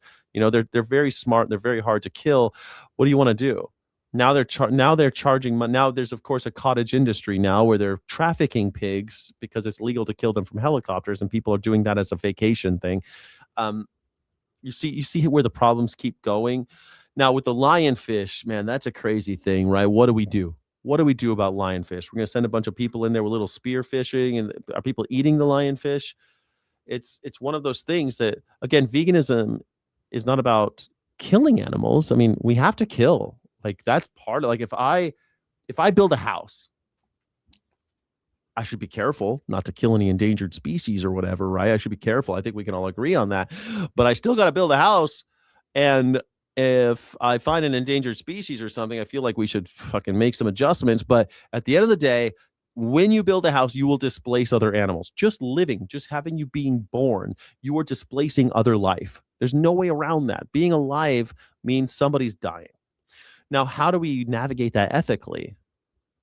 Well, I don't really think about life and death as much as I think, because death is part of life. Suffering is part of life. I think about freedom, liberty, these values that I thought that we all shared, principles, freedom and liberty and pursuit of happiness, all the good stuff, self-determination, autonomy. And do I have the right to limit that autonomy from somebody else? And when it comes to the lionfish, it's almost like this utilitarian consideration has to come in. And so you're right. There's some sticky points there. There's some stickiness there, right? There's some things where you might end up in even a contradiction. You might do the wrong thing. You might fuck it up. But again, I would say, let's go back to the original principle. What's the principle? Don't exploit others for pursuit of pleasure or profit. Can we address the lionfish issue through that? Can we? I mean, these are the questions we should be asking. You're asking a good question, but it's not what do vegans think about eliminating an invasive species or controlling an invasive species. But what do we do as ethical humans who are against slavery and limiting the autonomy of others? How do we as human beings, because what is a human, right? A sapien. Sapien means knowledge. Sapien means knowing shit and being responsible for our actions, being held accountable for our actions. And if we're the species who holds itself accountable for its actions, how will we control invasive species? It's not about veganism, really, at that point. Thanks for the question, though. I like it. And with you going over documents behind the scenes. But that's how you get these. I mean, we have a scene in the book where so Witkoff goes to meet Putin alone, which is stunning, right? He's sitting in the room with Vladimir Putin. Steve Witkoff has no experience in diplomacy. The ambassador's not there. Right. He's a real estate friend of Trump's, and he's suddenly the Russia envoy. Spends 3 hours with Putin alone. And then we have this scene in the book where he's sitting with Putin in Moscow, and Putin is drawing this doodle of a 3+2, which is the territorial arrangement giving territory to Russia, freezing certain territory. And Witkoff says, "Can you sign that for me?" And Putin signs his signature, and Witkoff takes it home and gets it framed. But again, it's this. There's a contempt for expertise. There is a contempt for. It's deeper than contempt for the deep state. It's basically anyone who's been doing this for a long time. You're probably, not up to it. Well, it gets to the next paragraph, which I want to just read to people. You say, to the extent he still cared, this is the difference of this term versus the last. To the extent he still cared about polling at all, he was seeing far fewer polls than during his first term. His advisors knew he was not receptive to being briefed on harsh realities. In his second term, unlike his first, he was willing to take breathtaking risks that could throw not only his presidency, but the Republican Party and the entire world into chaos and carnage. More than ever before as president, he was operating on pure gut instinct, which makes what happened with Iran, it makes sense. Yes, I mean, and we really describe that in great detail in the book, just about the lead up to the Iran war. Talk about what you've learned, because it's not as if I see people talking about deer, right? Why do we have so many deer? The reason why we have deer, so many problems with wild deer, is that also we're farming deer, by the way. We're farming millions of deers, but we farm deer and then we kill all of their predators. We keep killing their predators, and then we keep feeding them with these giant farms that we grow for livestock. So the livestock industry is causing the deer infestation, if you want to call it that. Stop feeding the deer. Stop growing all of this extra food for them. We put out the silver platter for them, and we're like, how dare you eat all this corn and make all these babies? That corn is made for cows. You know, they're all we played endless montage. Oh, we killed all the wolves? Why'd we kill all the wolves? Well, because they were killing cows. Why don't you guys just build a fence? Well, because it was free to have the cows out here. It was easier to kill the wolves than it was to build a fence. Oh. So you killed all the wolves. Now we got too many deer. You feed the deer, so then we have even more deer. So now what? You got a deer problem. Of him saying, "Oh, nobody briefed me on that." Nobody suggested that. Well, he was briefed. It's not true. I mean, a couple of things are the case. Number one, he was always more hawkish about Iran than members of his own team. Now, we do not see a world where he would have gone to war against Iran in term one, but he has always been different about Iran. That's why there was the Soleimani strike in 2020, which many people around him did not agree with, not think was a good idea, thought it was too big a risk. Now, he was much more aligned with Benjamin Netanyahu than members of his own team wanted to see, and yet the evidence was there throughout 2024 and then afterwards. He was informed of the options. There was really no one on his team who thought this was a great idea. The person who really was very vocal about it with the president was J.D. Vance. And it cost J.D. Vance with the president. But the president was informed of various scenarios of what could happen and downsides by Dan Kane, the chairman of the Joint Chiefs of Staff, one of which was munitions depletion, one of which was the possibility that the Strait of Hormuz would have been closed. The president and the president's own Secretary of State and CIA director examined these scenarios about regime change that Benjamin Netanyahu had portrayed in this remarkable meeting in the Situation Room to President Trump on February 11th. And one of them said it was farcical. The other said, I think we can say this on air, is bullshit, was of Marco Rubio's quote.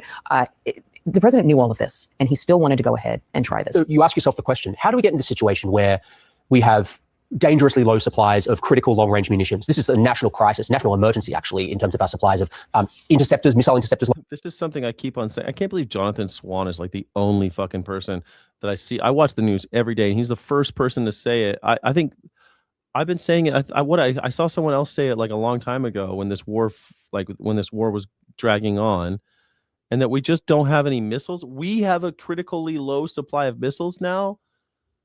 So if China just went to Taiwan right now, we couldn't do shit about it? Is that what we're saying? Long-range weapons. Well, if you're Donald Trump and you have a gut instinct this war is going to be over like that, those questions become, who cares? Yeah. You asked the president if there had ever been an American president as powerful as him. You're kind of setting a nice layup right there. He brought out a list of historical figures. This is from the book. Alexander the Great, the Caesars, William the Conqueror. They didn't have airplanes. I'm so sick of fucking people. Look, man, who said this? William Talent. Oh my God, William Talent. You again? My freezer is full of venison, steaks, sausage. Good for you, man. I don't know. Like mine is filled with the children of my neighborhood. I filled my fucking freezer up with them. But the problem is, you can fill your freezer up with whatever you want. You get to be whatever kind of person you want to be, William Talent. If you're kind of one of those guys that has a bunch of dead animals in your freezer, I can't do anything about that. But what makes me sick is that I hear that all the fucking time. All the time. I got a freezer full of all these dead animals. It's full. And I keep killing. And then I give those dead animals to my friends and family. And I keep killing. And my freezer's always full of dead animals. And I keep killing. But the thing is, every time I hear that shit, every time I drive by a fucking McDonald's, there's a line around so if all these freezers are so full, then why don't you, what the fuck are you doing at McDonald's? What the fuck are you doing at Chick-fil-A? What are you doing at Burger King? What are you doing at Pollo Loco? How come there's so much fast food in America everywhere you go? How come there's so many cheesecake factories and Chili's? And how come there's this whole giant industry if everyone's got a freezer full of dead animals? You always hear this shit, and yet none of y'all know how to cook. None of y'all know how to fucking turn on a stove. That I'm supposed to believe. All of you say this shit to me. My whole life I've heard about this shit. This mythological freezer filled with dead animal. this mythological freezer like the fucking cabinet in Narnia. It's like the wardrobe in Narnia, and it's just animals coming out of it all day long. And yet there's still a line around the block at Whataburger. And there's still a line around the block at fucking Chick-fil-A, the most disgusting places in the world to eat. Every time I walk by I go to a mall and there's a cheesecake factory at the mall. I never go to the mall, but every time I go, there's people waiting in line to get in. They're waiting in the lobby. They're begging for a table. And yet, I'm supposed to believe all of you have freezers filled with dead animals. Incredible. It's right. You can travel around. This is the president talking. Genghis Khan, Attila the Hun, Tamerlane, Napoleon, he said with relish. Hitler, Mao, Stalin. These leaders maintain power through fear, he said. Who would ever do a thing like that, right? Trump lingered on the document's central argument that each leader, however fearsome in his day, had no global reach. Their power was local, but his was not. It's remarkable. So we asked the question because, number one, the war against Iran had started just a few weeks earlier. And number two, he had been boasting publicly about how no other president would do the things that he had done. And he had said to Tucker Carlson, "Are you fucking kidding me? I know they are. I've traveled America as an advocate. I went to almost every city. I went to almost every state in America, crisscrossing, talking to people. I went to universities and spoke about mostly animal testing. But when you talk about animal testing, you end up talking about veganism too and animal rights. So it's all you end up talking about it all. Yes, I know they are. How dare you be so dishonest? How dare you be so dishonest? Oh, yeah. Oh, you think they're the same? Yeah, I fucking know they're the same people. My ex-wife, her parents were cattle ranchers. I've lived in Virginia where everybody wanted to tell me about how many animals they killed, how many fish they done caught. They always want to tell me. They all want to tell me because once they hear, they all got to tell me how much fun it is to slit the throat of a deer who's breathing his last breath so that they can cut him open in the field and have the guts pour out and then field dress the deer and drag him in. I've been told by all of them. And guess what? Normally we're at a restaurant when they're telling me as they eat a fucking hamburger that was a dairy cow who was exploited for her short life, usually about 5 years, raped once a year, every year, had a baby was killed. And when she couldn't have any more babies or not quickly enough anymore, they killed her too and turned her into a hamburger. And yet I'm supposed to believe. I'm so sick of this. If you don't fucking be so dishonest, please. If you have a different opinion than me, that's fine. But don't fucking lie to me. I'm so sick of you lying sacks of shit. At some point, I'm the most powerful president, that ever lived. I'm paraphrasing. So we put the question to him about how he sees it. I think both of us found it one of the most astonishing moments we've ever had with Trump because he hands us this document and he says it was written by a historian. And the opening line says, Donald Trump is the most powerful man who's ever existed on the planet. And it goes on to compare him to all those people you named, some of the great monsters of history, the most ruthless dictators and conquerors of history. And there was no moral dimension to it. The only point was power. And the point was he has power, but it was something he wanted us to understand a slightly more subtle point, which was in the document, which was it's not just that I control the US military and the most powerful economy in the world, the most powerful technology in the world. It's that I'm willing to use the power. And that was the assessment. And it was very interesting because he was relishing that company. And one thing that we've been toying with in our reporting and sort of trying to understand as we go through this book is just to try to understand why is this term so different from the last term? And there are many reasons for that. But one of them is Trump himself is far less reactive to domestic politics. Like his aides are trying to get him interested in the midterm elections. He's not looking at polls in the way he used to. Not the way he used to. It's not totally binary. It's not black and white. He really doesn't care that much. It's small stuff. He essentially told this. I mean, it was. By the way, the historian he's talking about. He said he doesn't care about gas prices or Americans' financial situations. Is the golf caddy. Former golf caddy, right, for Gary Player. Right. Just a couple of the details I just want to get in. You go in to talk to him on the 13th day of the Iran war. What's on his desk? What is he poring over? Yeah, so I think it might have been 17th day. But yeah, but so when we walk in, he's got he's holding these pictures of maple trees, and he starts talking about how he's installing maple trees around the. I'm good at buying trees. I'm good at buying trees. Then he wants us to look at his ballroom designs, which he shows lots of people, and he starts talking about the columns, and one side is in honor of Athens, another is Rome. This is what he's focused on. The great empires of antiquity. On. I said, how many are you looking for? 10, 15, no, 15? 15,000. So that's a lot of trucks. For more than 100 years, this legendary company has been making trucks right here in eastern Pennsylvania, building the heavy-duty machinery that keeps our economy rolling. What, Sky? I do want the Epstein files released. How could you ever joke about having kids in your fridge? That's fucked. No, I mean, it's the same as you. You've got kids in your fridge, Positrack. Are you the one who said that you got kids in your fridge? Is that you who said that? You got a fridge full of dead animals? Is that you? I don't know why people like to tell me this. I've got a fridge full of dead animals. Cool, I got a fridge full of dead kids. Oh, you're offended by that? Fucking cry more. Get a fucking wet floor sign. You're offended by? Are you? Oh, that's fucked up? But it's not fucked up to kill an innocent animal, slit their throat in the field, drain the blood, empty their guts out. You know what's crazy, man? You know what a lot of people don't know? That these hunters, they take off their clothes when they do it. They take off their clothes because they don't want to get their real tree messed up. No matter how cold it is, they'll take off all their clothes because they don't want to get bloody. And then they'll cut open the deer and empty the guts. And they'll leave the guts to all. We don't eat the guts, so we leave the guts for the wild animals, and then we pull the carcass in. That's okay. I'm not supposed to be offended by that. Cry more. I'm not supposed to be offended by what you actually do, but you're offended about a joke I made about babies in freezers. That's fucked up. A joke about babies in freezers is offensive to you, Snowflake.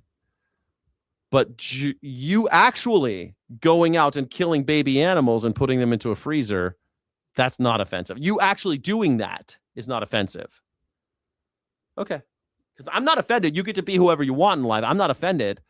You could kill me and put me in a freezer. You kill anybody and put them in freezers. I can't be offended by that because, hey, you just do it. You know, what can I say? You're just doing it. You're just doing you, buddy. You're just doing you. Kill whoever you want. Put them in freezers.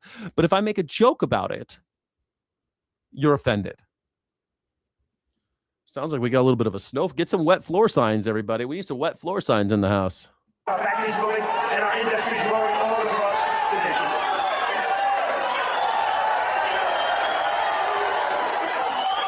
And you are the men and women who put your pride and spirit into those beautiful words, stamped on every backdrop that said, "Made in the USA." It's made in the USA. And I want to especially thank the president of the backdrops, Stephen Roy, who I just met, who's a great guy, a great patriot, very Republican too, which I like. He's a very strong Republican. Stephen, where are you, Stephen? Stephen. I love people who are in my party. I serve the party. Meanwhile, people were screaming, "You're a pedophile" at that rally, which I think is fun. I think it's fun. Man, this scares the shit out of me, bro. I've always said, why do people go to these fucking volcanoes? That looks so dangerous. If a piece of this hits you, it can melt straight through you. It's so hot. It could melt through you. If it hits you in the head, you're fucking dead. Just melts straight through your skull. And people are there. I never understood why people go this close to volcanoes. Look at this. Yeah, bring the dog. Bring the dog. It'll be perfectly safe over at the volcano. No mames. Wow. Güey, vámonos a la chingada. No mames a la chingada. That means no, fuck, no, holy shit. Yeah, look at this. Did they die? Forcing hikers to duck and run for safety. Imbeciles. Holy shit.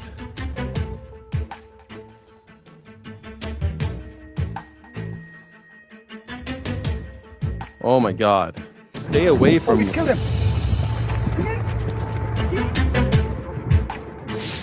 Oh my god, they died. Oh, they died.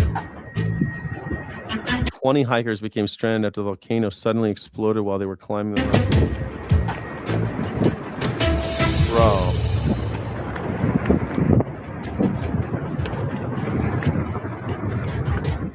This is Darwinism right here, right? I mean, your gene pool is now your genetic information is now out.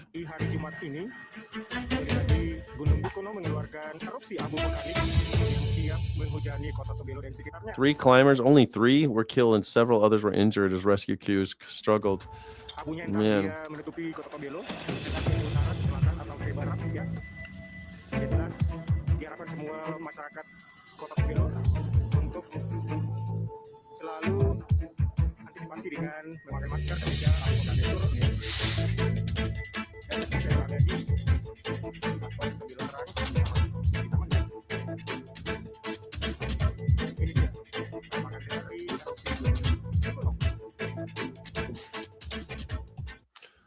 Yes.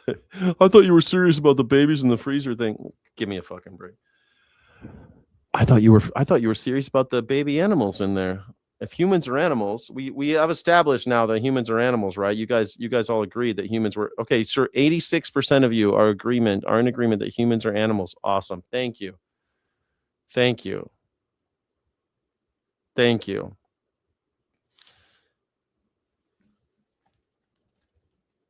Is Trump a pedophile?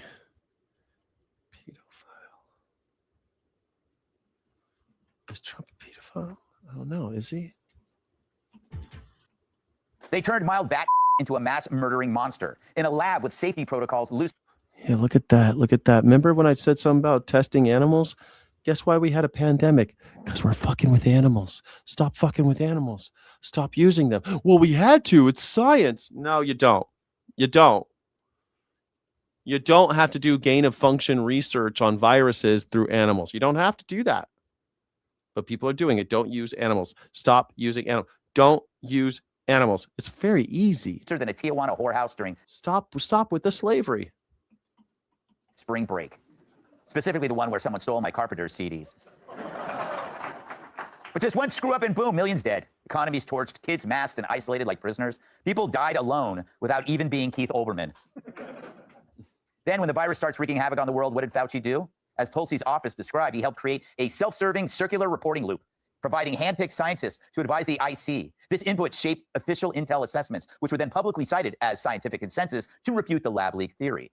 And the press jumped right in. They censored doctors, destroyed lives, cheered the lockdowns, and instead of Lockdowns. Remember the lockdowns on Donald Trump? Remember when Donald Trump was okay with lockdowns in 2020? Remember when he was president and he and Fauci were on TV every day? Remember that? And now they're blaming it all on Fauci. Isn't that funny? I'm confident my cat would kill me if they had thumbs.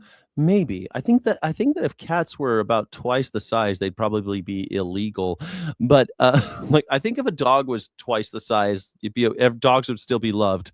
But I think if cats were twice the size, I think they'd make them illegal. But it's funny. Everyone always says that about cats, but lions and tigers and shit, they mostly just want to be left alone. They usually don't fuck with humans. That's why like a man-eating lion is very rare and very scary. They got the taste of flesh, human flesh, and now they want it. It's actually quite rare. You build walls, and all of a sudden you don't have lion problems anymore. It's pretty easy. Figured that out in the Serengeti. You just in the Stone Ages figured out, hey, you build a wall and no more lion problems. Everybody, hey, look at that. blaming the lab leakers, they blamed eating pangolins and bats, which ruined my tasty pangolin and bat fondue.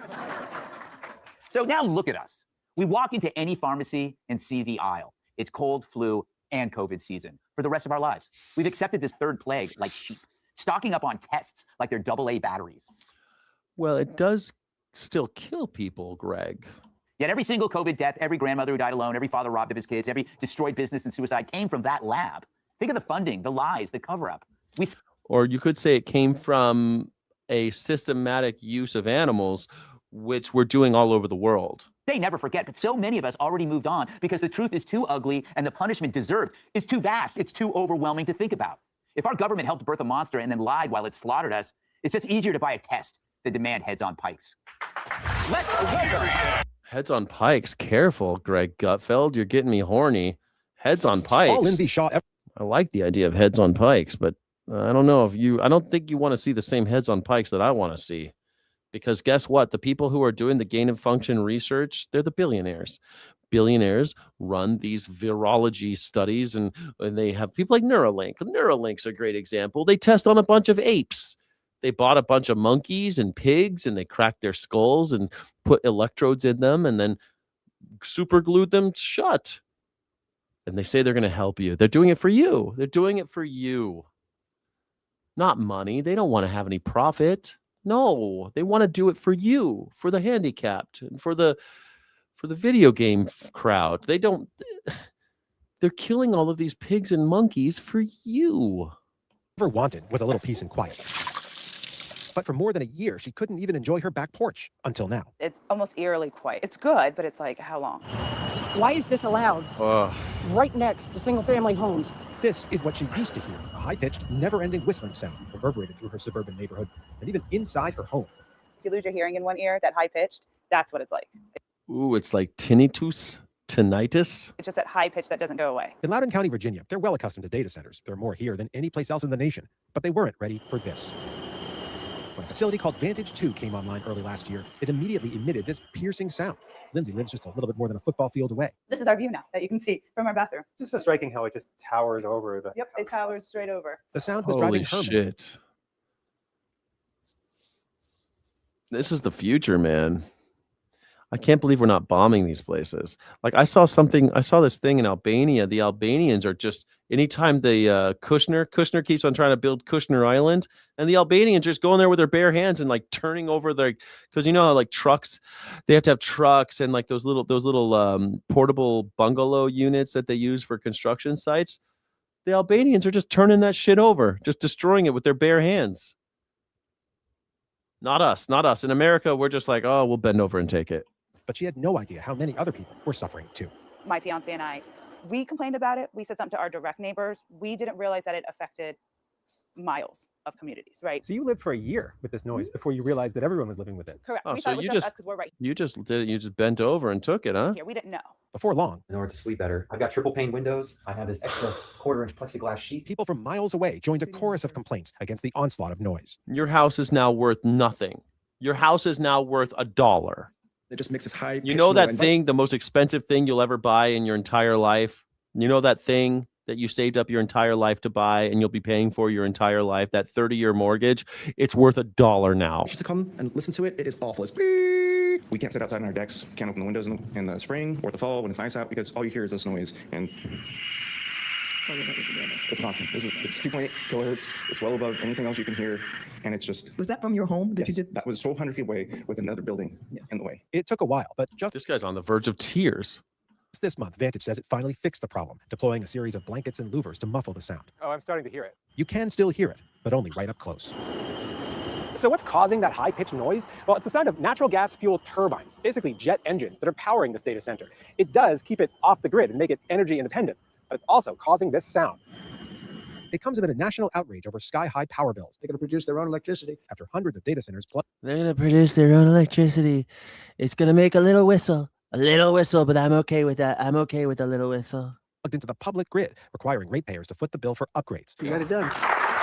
The White House and tech CEOs Way to pledging to go. generate their own power moving forward. We're going to win in AI, and we're going to stop the rise of electricity prices because of the 7 leaders that are sitting around this table. There's not been a single day in 16 years in Loudoun County where a data center was not under construction. Every morning you wake up and it's a whole new set of problems. Mike Turner sits on the board of supervisors of Loudoun County, known as Data Center Alley, thanks to the region's plentiful power grid. With at least 250 already online and 100 more proposed, Turner says the power company ran out of capacity when Vantage 2 broke ground, delaying a hookup to the grid for years. So Vantage found a plan B, 8 natural gas turbines to power the systems that keep the computers inside cool. We're fucked. I don't know. Like I'm so surprised this happened so quickly. Virtual reality for me, the American dream of owning a house. Thanks AI. Thanks federal government. The federal government allowed this shit. Your municipal governments allowed this shit. The state governments allowed this shit. They were supposed to protect you from the oligarchs. That was their job. But they're working with the oligarchs. The government fucked you. They took kickbacks. The fox is in the hen house. And now you can't buy. I mean, I find this truly tragic. I'm actually astonished how quickly it happened. I feel like we've just started talking about AI and now it's like, oh, it's here and none of us, all our houses are worth $1 now and we have to listen to this noise all day long and it's fucking with my brain and I can't stop. Oh my God, I'm having seizures because this sound is fucking making me insane. Like, that's what we're dealing with now? I'm so sad for America, man. Houses like mine are going to be worth $3 million in 1 year. I should just stick it out. I should stay here and try to sell later, huh? But I won't be able to sell because I won't be able to go anywhere. It'll be like, hey, we're nowhere near the data set. That'll be the next thing. You know how they say like how close you are to the highway or how close you are to whatever. That's like how close you are to the local high school or whatever. They'll try to sell you a house. It's going to be like, we're miles away from the nearest data center. Our water is clean and you could barely hear the humming. It was supposed to be a temporary fix. But Turner says county regulators simply didn't understand the nuisance the turbines would cause. and they approved it. Our zoning ordinance was not written to address jet engines running 24/7. They were there before we even understood how they were being used. I'm not even sure the company knew what they were going to do with it at that point. He says it's something states across the country desperately need to understand. There's a lot of focus on affordability, and people are angry that their power bills have gone up because of the demand on the grid. If not the grid, is this the only answer right now? The industry right now is changing so fast, and they're realizing they're coming up against real grid constraints on the power grid. And so they're trying to figure out what is our option to power grid power. Right now, technologically, the only option they have is gas turbines. So that's going to air pollution then. County seem like the guinea pig in this whole enterprise. I think the better metaphor is we are the canary in the mine.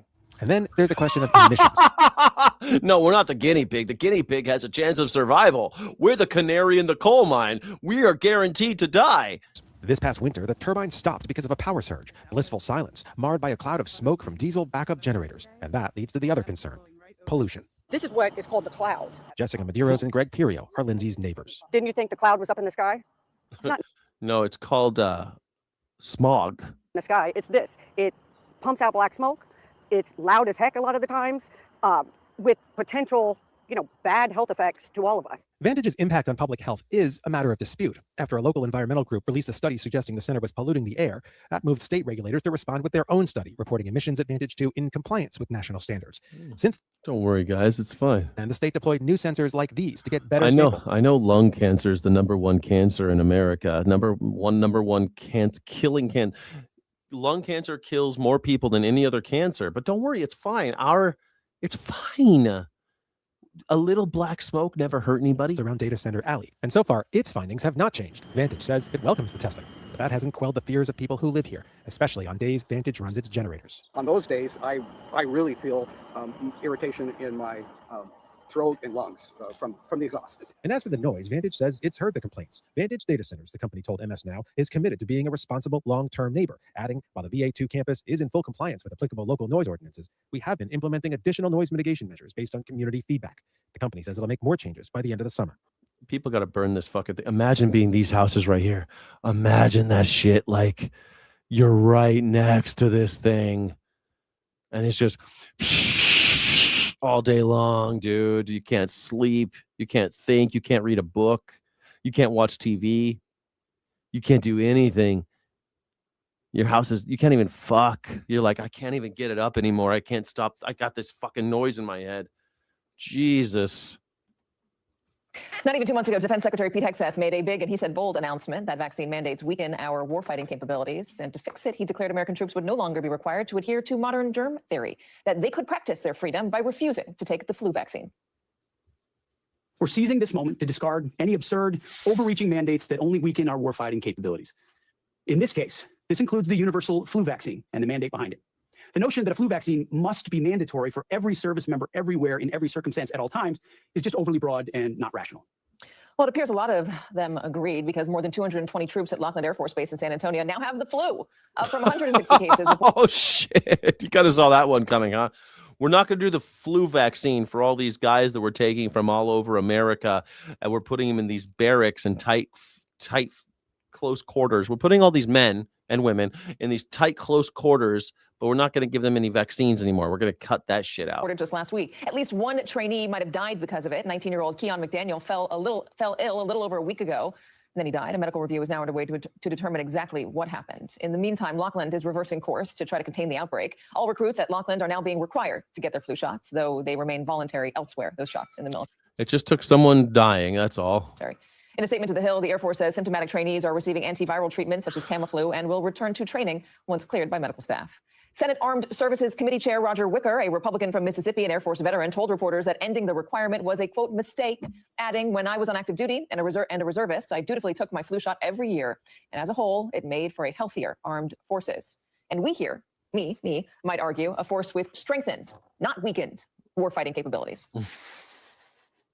War-fighting capabilities. Bartlander, we came on the air just a couple of minutes ago as the numbers were still coming in your race. I'm going to do something a little unusual here, so I want you to bear with me. Not many candidates are on CNN when they hear this music. But we do have breaking news, and we can now project that Bartlander will defeat the incumbent Congressman Dan Goldman in the Democratic primary for New York's 10th congressional district. And sir, obviously, since we have you live on air as we are making this call, what is your first reaction to this? Well, thank you. First of all, obviously, I'm thrilled. I did not expect to be on air when the Jubilation. race was called. Look, I love Election Day. I like that voters get to go out and cast their ballots and say, here's who we want to represent us.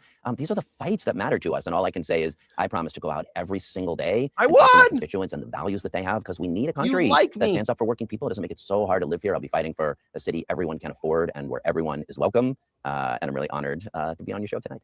Depending on how the rest of these races go tonight, everyone's going to be looking for through lines and what this means for the Democratic Party come November. We know at least one candidate who is endorsed by Mayor Mamdani and not endorsed, obviously, by the minority leader here in Washington, Hakeem Jeffries, is one, which is you. What do you think it says about the Democratic Party tonight? Look, I think it says people want fighters. They want people who reject corporate PAC money from private equity, Wall Street, crypto, and APAC. It wants people who center the real felt needs of working families and go out and fight and deliver for them, like I've been doing for 30 years, protecting tenants and building affordable housing. And I do think it says Democratic voters want to reset the U.S. relationship with Israel. They don't want a foreign policy that compromises on anyone's humanity. Do you think that's become a litmus test in your party to a degree? Well, I don't know that it's a litmus test. There's still a majority of Democratic members of Congress who take money from AIPAC, and a majority of Democrats, in the House at least, have continued to vote for military aid. I think it says Democratic voters want to see that change. Do you agree with how Mayor Mamdani described AIPAC when he was out on the campaign trail? Look, there are voters have a lot of concerns with AIPAC and the way, but it's, that's true of other super PACs as well that spend money in dark ways, that don't even talk clearly about the issues that they're focused on. It was an important part of my campaign. At the same time, I'm a proud Jewish New Yorker. Anti-Semitism is surging. It is important for us to be clear that the Democratic Party is not going to compromise on anyone's human rights, not Palestinians in Gaza, and not Jews in New York City or the United States of America. That's not two separate jobs. That's the same job. Sounds good to me. He won New York. They're all going socialist now.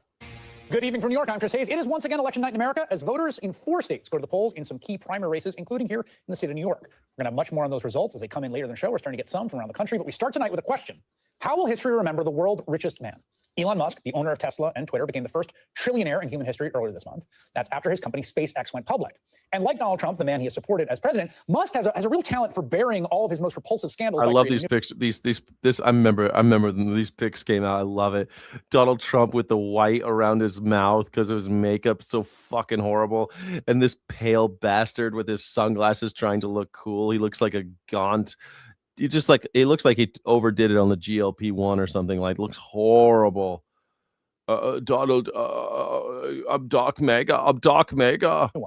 He's a businessman with a trail of false and broken promises. He's also responsible for hundreds of thousands of global deaths, possibly millions. I know that might sound outlandish or improbable, but stay with us here. Because as his wealth reaches new heights, Musk is now trying to retcon what may very well be, I think likely could be, his most lasting impact on humanity. His turn as the chainsaw-wielding head of the so-called cheekily named Department of Government Efficiency last year. Do you remember that? It actually happened. We all watched it happen. It wasn't a fever dream. Seems like it happened in another universe, but there it is, just over a year ago. Directing the slashing of jobs and programs throughout the federal government, as well as accessing and downloading Americans' personal info in violation of... Look, he has his Dark MAGA hat on too. Doc MAGA. I'm Doc MAGA. Chainsaw. Constitution and federal law. Even promising that their work, remember this, right, would bring Americans Doge dividend checks that never quite... That was his Rasputin era. Quite materialized.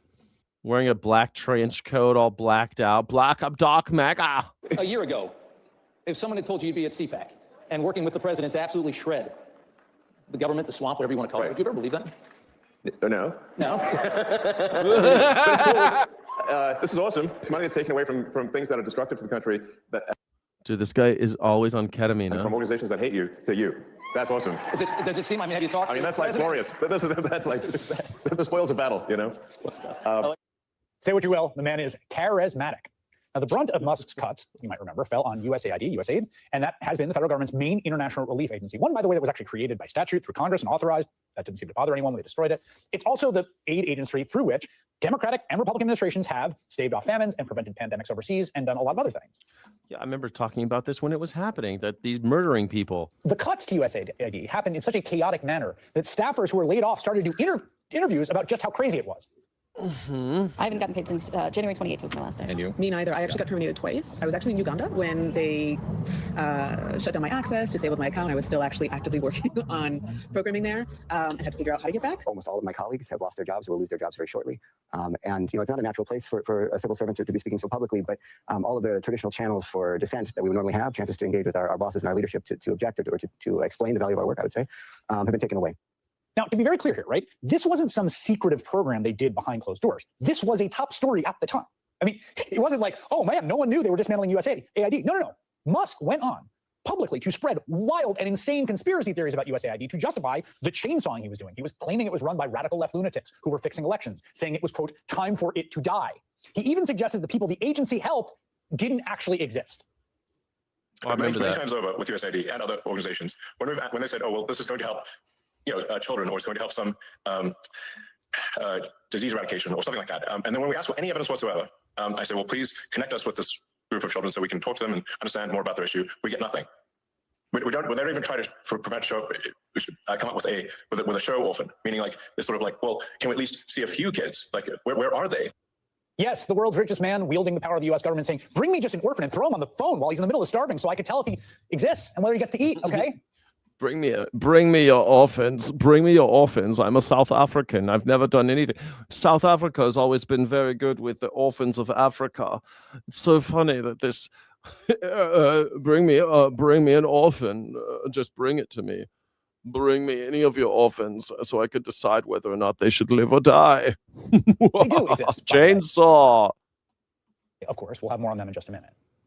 Again, it happened in such a strange time in all our lives and feels so remote, it's difficult to recall just how chaotic and also unpopular Doge. I'm surprised that 100% of you just think that Donald Trump is a pedo. That's great. I'm glad that we're all on the same page there. 100% of you, not one of you said no, that Donald Trump is a pedophile. Wow. I'm glad we're on the same. At least, I know you guys got a little scared about all that talk about animals and slavery, but I'm glad we're on the same page with Donald Trump being a pedophile. There's a little solidarity for you. Is Elon Musk a mass murderer? I think it's a given, but thank you, Chris, for the suggestion. If you guys have any other poll ideas, let me know. Also, it's a call-in show, although it's about to be over. I'm about to go play guitar, so we're almost done with this segment. His work was. I mean, at the time, workers in multiple federal agencies protested after finding themselves just haphazardly locked out of their buildings. No explanation. I mean, I talked to a guy who'd worked for the Parks Service for years and just got fired for no reason. He didn't know why.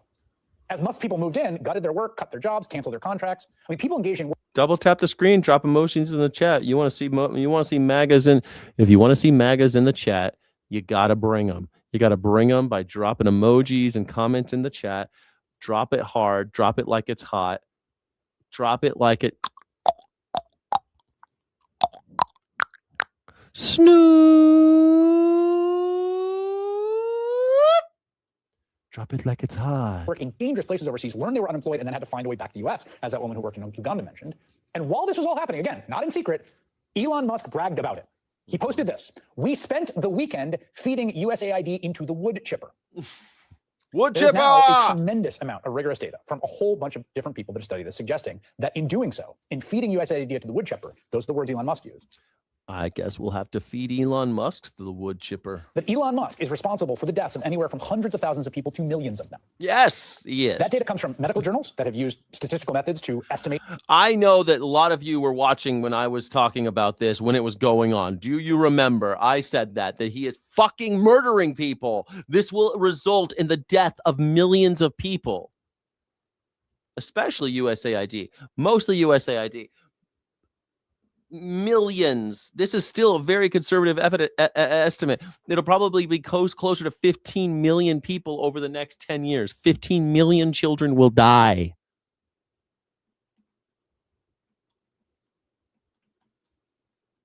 Play. The total effects. It comes from news reports, of which there are many. Record-keeping websites. Most recently, a new memoir by USAID veteran who worked under 4 administrations titled appropriately Into the Wood Chipper. And all of this is newly relevant, not just because the world's richest man hit a new wealth milestone or because the U.S. government is becoming increasingly reliant on his companies, but because he is now trying to lie about this legacy and threatening a congressman who wants to investigate it. There needs to be accountability for Elon Musk. They're celebrating that he created 4,400 millionaires, but they don't talk about the 4.5 million children around the world who he possibly sentenced to death by dismantling USAID. He needs to answer for that. They're saying that he's going to get sued for this, but he said, listen to what he said. He said possibly sentenced to death. That was California Congressman Ro Khanna, a Democrat who once gave Musk and Doge the benefit of the doubt. The Atlantic even called Khanna the Democrats' Musk whisperer early last year. But on Twitter yesterday, Musk posted, quote, "It's time to sue this liar." In another post, he called the Congressman Ro the robber and said he should be thrown in prison. But that number that Is it okay for a trillionaire to talk like that? on a site, it didn't just come out of nowhere. He didn't just make it on the spot. It is from a peer-reviewed study by the Lancet Medical Journal that found, quote, the Doge cuts USAID could lead to more than 14 million additional deaths by 2030, averaging more than 2.4. There you go. More than 14 million deaths over the next 4 years. What did I just say? I said 15 over the next 5 or something like that. What did I say? 2.4 million deaths per year. I've been saying this for fucking a year. I've been saying this. And just now everyone's waking up. Welcome to the fucking party, everybody. You know, I hate that nobody listens to me. I hate that no one listens to me. Million deaths per year. These deaths include 4.5 million among children younger than 5 years, or more than 700,000 deaths annually. Yeah. And again, this all makes sense. The U.S. was spending billions of dollars doing things like giving people life-saving medication, particularly around HIV and AIDS, and feeding people who otherwise would starve to death. It's not like... And don't forget, if you don't keep AIDS under wraps, under fucking control in Africa, it will come here. We will die of AIDS in America because people have airplanes and they move around and they get places and all of a sudden, and they fuck and they share needles. They do all sorts of stuff. Human beings, we're a bunch of messy little animals. And if you can't keep AIDS over there and keep kids from getting AIDS, keep it under control, then we will have AIDS epidemic here. It's not just going to be 15 million. It'll be way more than that. Whoa, how did you get that? No, there's lots of very, very poor and desperate people in the world. And one of the things USAID did was get them food and medicine at scale. So as Elon Musk jumped around with a chainsaw and bragged about wood choppers, experts and laid off aid workers at the time were telling us very explicitly what would happen. Mm-hmm. It's very clear that there are going to be huge, significant gaps. People are already suffering and dying as we speak because of the lack of aid that we took out of nowhere. They have cut 80, 90% of the life-saving programming going on overseas. At the end of the day, kids in places like South Sudan are still dying, still not getting their nutritional support, not getting their AIDS medication. And that fundamentally is what has to happen to keep people alive. Again, he and a bunch of folks that came work with him, they pulled the plug on all sorts of programs with no warning whatsoever for the poorest and most desperate people in the world who are relying on it for everything. Because that was the problem. The poorest people, the poor people are the problem, not the rich. Like Elon. Elon Musk isn't the problem. Just so we're on the same page, Elon has to go, right? Like he has to, like, just so we're on the same page. Like I mean,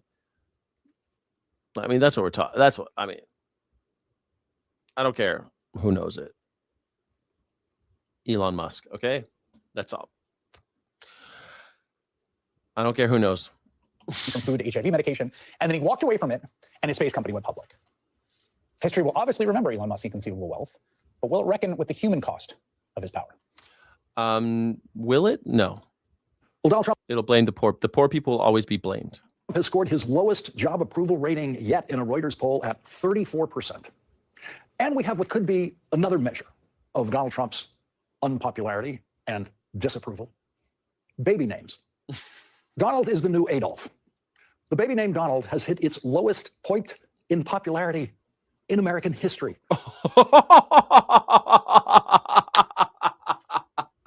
When he said Donald's the new Adolf, I think that's so funny because no one names their kid Adolf. When I was a kid, I had a Mexican friend named Adolfo.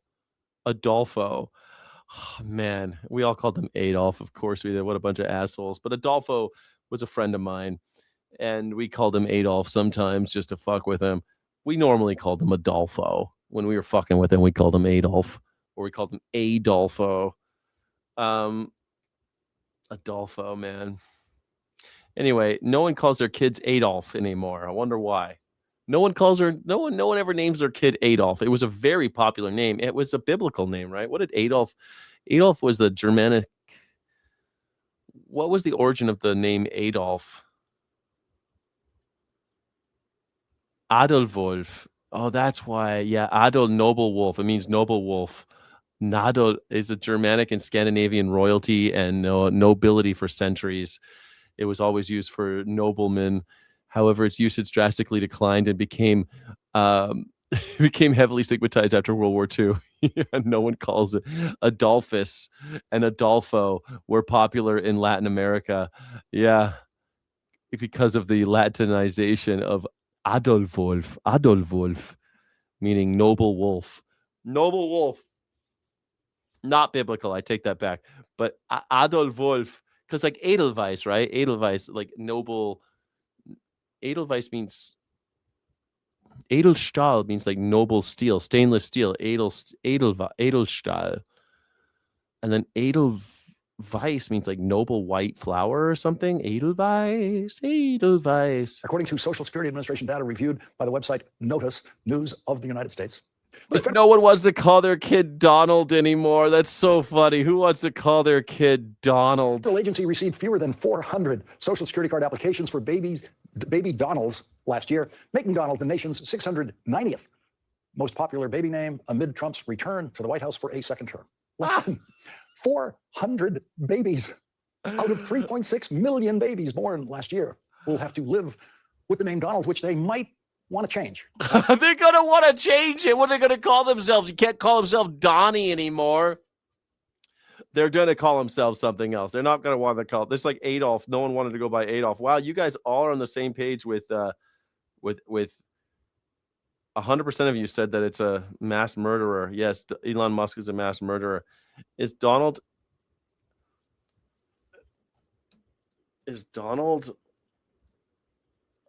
a good baby name? Is Donald a good baby name? I mean, I thought it was falling out of fashion because of Donald Duck. I mean, no one calls their kids Mickey anymore either. Although I had a cousin named Mickey. I wonder what I don't know what her real name was. Mickey. We called her Mickey. I had another cousin named Chick. His name was Chick because his dad's name was Charles and his name was Charles. And Chick, like Chuck, is short for Charles. Just like people call me Jack because my father's name was John. So they call me Jack. Or they call me by my middle name, Sky. For taking elementary school history classes, more people named their babies Lawrence, a name I would not wish on anyone, than Donald. More babies were actually named Princeton last year than Donald. Princeton, a name I've never heard for anything other than a town in New Jersey. And, oh yeah, university. Adolf dropped rather dramatically in popularity after Adolf Hitler executed 6 million Jewish people in death camps while he was losing World War II before he took his own life. And we learned last night from the reporting of Maggie Haberman and Jonathan Swan in their new book, Regime Change, Inside the Imperial Presidency of Donald Trump, that Donald Trump happily compares himself to Adolf Hitler because a caddy for a retired professional golfer wrote an assessment of the most powerful people in history in which the caddy concluded that Donald Trump is more powerful than Adolf Hitler was. Great, man. That's a good thing. You're more popular than Adolf. That's cool. You're more powerful than Adolf Hitler, says my caddy. My caddy says that I'm better than Adolf. Or Joseph Stalin, or any of the other mass murdering, hateful, sociopathic dictators in history. And Donald Trump is proud of that. Donald Trump is so proud to be compared to Adolf Hitler that he actually gave that document written by the caddy to Maggie Haberman and Jonathan Swan from page 412 of their book. The evident pleasure Trump took in the company of Mao, Hitler, and Stalin. He drew no distinction between those who built and those who destroyed, between those who liberated and those who enslaved. I love that the book cover is just gold. It's just gold. It's fucking great. I know they had a conversation about what they should put on there, but regime change, gold, like Saddam Hussein, like Donald Trump, like the Romanovs, like the Louis, regime change. What mattered was that they had had huge power and that he had more. It is all in their remarkable book, which serves as documented confirmation for what many of you have assumed is happening in the Trump White House. Stupidity, impulsivity, no homework, and no one able to stand in the way to save the world from Donald Trump. With a new poll showing only 24% think Donald Trump's war with Iran was worth the costs, and just 23% think the United States is now in a stronger position with Iran compared to its position before the war. But even those people are not naming their babies Donald. At 7:20 a.m. today, Donald Trump, who has lied about... That's how I know you're not a real MAGA. You're not a real MAGA if you don't have Melania coin or name your baby Donald. You're not a real MAGA. I don't believe you MAGers. MAGers, if you're a real MAGger, then you should name your child Donald Trump, Donald at least, and then also buy Melania coin. His war in Iran, every day of that war, posted something on social media that just based on Donald Trump's past record alone is probably not entirely true. And so we will approach this with the standard that Maggie Haberman and Jonathan Swan of the New York Times told Jon Stewart they use for statements from the Trump White House. We assume, I mean, we've got to a point where we just assume false until proven otherwise. I mean, you assume what you're being told is false until proven otherwise. You just assume that he's lying. God damn. I can't wait to read this book. Take anyone's word for it. There's no, what is it? Reagan, trust but verify. There's no trust. And so on the assumption that this is false until proven otherwise, this is what Donald Trump posted at 7:20 a.m. today. Iran has fully and completely agreed to highest level nuclear inspections long into the future. Infinity, three exclamation points. This will ensure nuclear honesty. If they did not agree to this, there would be no further negotiations. Based on this and other major concessions being made by Iran, I have agreed to allow the Hormuz Strait to remain open with no further naval blockade. However, all ships are remaining in place should it be necessary to reinstitute the blockade, which seems at this point highly unlikely. Secretary of State John Kerry, in the most important diplomatic achievement of the 21st century, obtained an agreement with Iran on behalf of President Obama to allow what Donald Trump would clumsily call the highest level of nuclear inspections in Iran.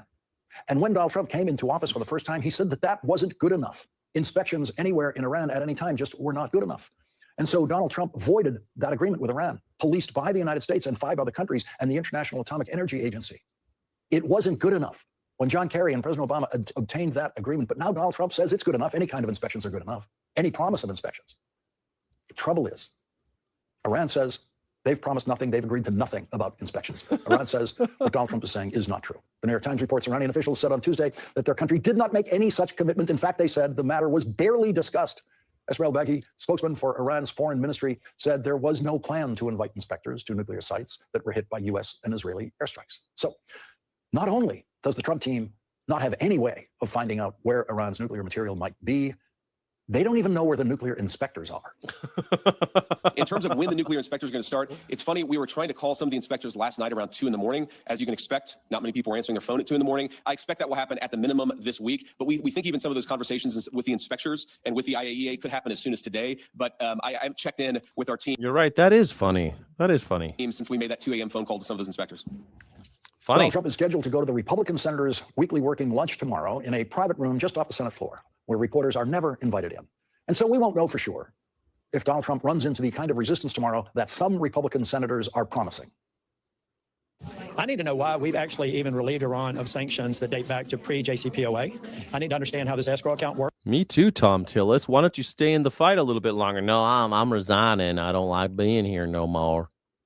Mr. North Carolina, he resigned. Now he has the balls to talk about Donald Trump. It's going to have roughly $10 billion coming in, where literally a U.S. refiner can legally now purchase Iranian oil, I guess if it's a lower price than some other jurisdiction. I need to understand why that's a wise strategy before the Iranians have actually signed up to some fairly stringent requirements. I think they're probably going to get $40-50 billion in revenue, and this is not likely to end the way the president wants it to. So giving them a lot before they actually demonstrate they're negotiating in good faith is concerning to me. With the oil sanctions being eased right now? Yeah, I mean, my gosh, we're back to pre-JCPOA relief on oil sanctions. And so I'm just saying, maybe the president's just got more of a trusting vibe with these folks. I think they're stringing them along. Yesterday, Republican Senator Tim Sheehy put it another way. He said that he thinks Iran has now made Donald Trump the victim of Iran's rope-a-dope strategy. What we're seeing now is what the rope-a-dope they usually perform, which is buy time, try to lead us along till hopefully President Trump and his team's out of office and they can re-up their campaign. Someone on the senator's staff should remind Senator Sheehy that the World Heavyweight Championship boxer Muhammad Ali coined the phrase rope-a-dope to describe what he was doing to his opponent in the boxing ring. Muhammad Ali's opponent was the dope in the rope-a-dope. And so Republican Senator Sheehy just made Donald Trump Iran's dope.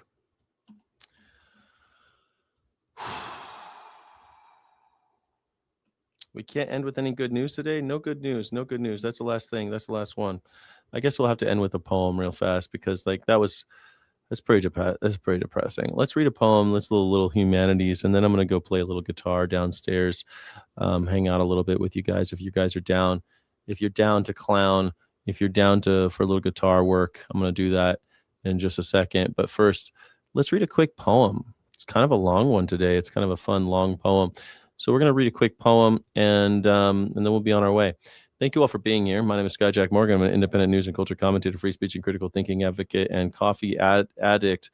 If you already have figured it out, we have Sky City Rebels, where you get extra content, extra streams, and extra love in the chat. Please become a Sky City Rebel and support independent media and this channel, Skyjack Morgan, and this show, The Morning Sky Show, the #1 news reaction show on YouTube. No, please. You're so kind. You're too kind. You're too kind. You're too kind. All right, a little tenderness by Carlos Andres Gomez. Above us, night opened like a well hungry for any tossed coin, not made to touch water. At 15, we were in free fall, infinite, before time had touched those we'd survived summer, afternoons and after school, classrooms alongside. It was late on a Saturday, and we were armed to the teeth with alibis, meaning free for now. Before Slim sing-songed the letters to his moniker, the bass of Peaches and Cream pulsed my rib cage like a second heart as we rolled up 4 deep, intercepted by Jay Silver's grandma, 5 foot negative, some odd change, rotating a massive blunt between her teeth like a dial on a long-saved bank safe.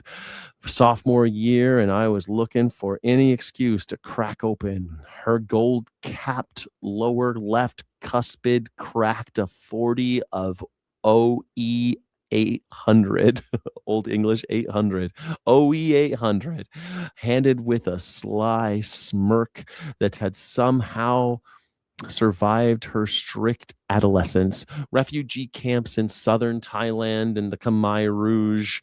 I was peach fuzz swagger, a frown I confused for a mean mug, some kind, any kind of armor.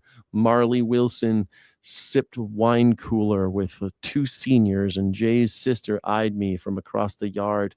I had finally arrived, roadmap muddled, but the goals tonight were certain. None of which included the abrupt scattering, cops spilling in from every corner like a sudden swell of seawater inhaling our busted, overcrowded dinghy. The memory is now a mostly strobe light blur, blue and red popping floaters across the frame. I jumped 3 chain link fences and barely broke in a sweat while a single clumsy cop fumbled his way over the first. And you know what? It made me want to slow down, high step it, steal one more look before I turned onto Smith Street, maybe take a little shit too loud to later sweeten the story. JB had an earlier birthday than any of us, just gotten his license, and 2 hours earlier guilted his mom into lending him the car. He was idling in the parking lot of the 7-Eleven off Mount Pleasant. Trunk popped, the 3 of us nearly colliding as we dove in like we did into everything, head first, clenched eyes. Then JB lowered that trunk like a needle on some granddad's cherished vinyl. Eyes bloodshot, he pulled out of the lot like a pull of something expensive and forbidden, his slightly slurred speech now smoothed into the silk drawl of a steering wheel scored by Motown as he carefully accelerated to an exact 25, rolling both windows all the way down like a well-dressed ghost, accessorized by a pair of middle fingers to every drop job bystander. I don't remember the song, but I want to say it was Otis singing Try a Little Tenderness, full-throated, 67 live version, the chorus arriving as the cop asthma huffed into JB's sightline, cop's eyes scanning for something, anything to catch. We wheezed and gasped, smuggled laughter, stowaways to an immortal youth we clutched like a parachute we expected would open every time before hitting the ground.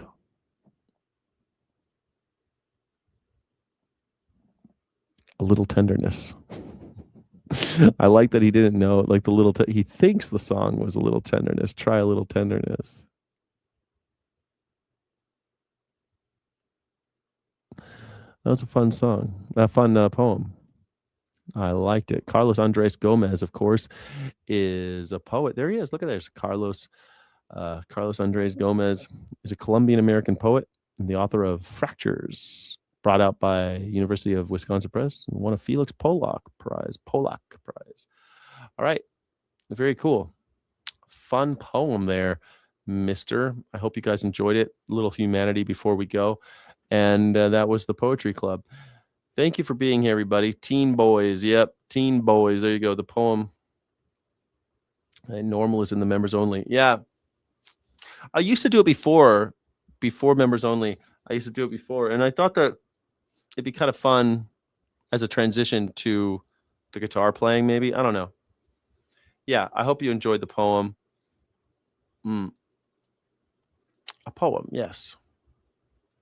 I was reading a poem by, it's called A Little Tenderness by Carlos Andres Gomez. Here it is right here. There it is right there. I normally just use the Poetry Foundation. Poetryfoundation.org has the poem of the day, and they usually do a good job of editing them, and it's always random, or else if I pick it, it gets a little boring because I kind of like a certain type of poem usually. So I like the fact that it's a little different. I appreciate you guys so much, and I hope that you'll have a great day. If you're going to hang out for a little while, dude, earthquake. Did you have an earthquake? Thank you so much, and I'll see you on the I'll see you in the, I'm going to play guitar. I'm going to shut this down for a second, and then I'll play guitar in just a second. Thank you all for joining. Illegitimate non-carbon. Don't let the bastards grind you down. I'll see you in a second, everybody. Thank you so freaking much.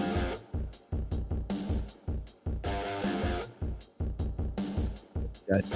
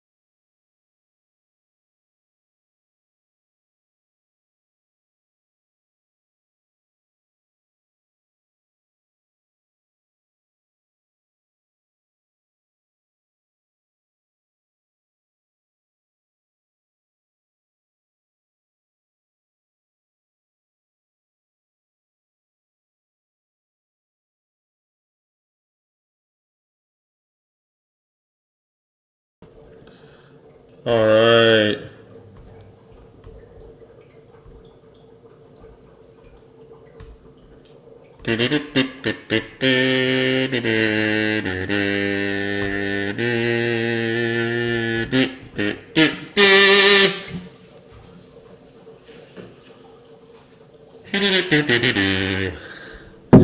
Hey everybody, welcome back to the Morning Sky Show, where I play a little guitar at the end.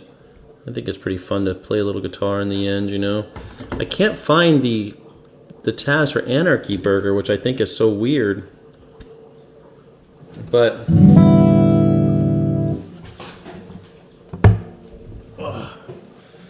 God bless, I have long arms, thank God.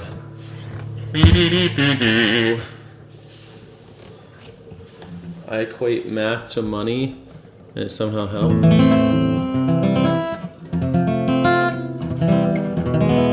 Sky, are you using yeast for your bread, or do you use sourdough? Right now I'm using just active dry yeast. I used to have a sourdough starter and stuff, but at some point I killed it somehow. It just wasn't producing, so I never did it again.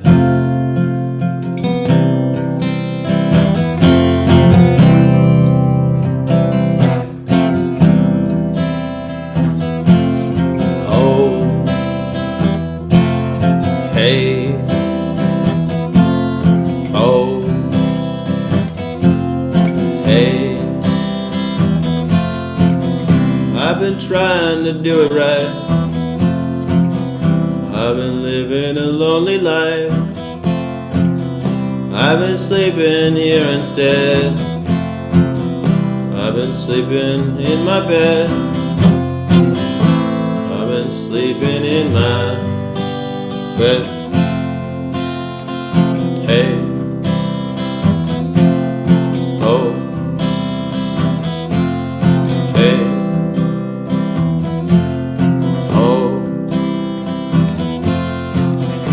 Show me family, all the blood that I will bleed. I don't know where I belong. I don't know where I went wrong, but I can write a song.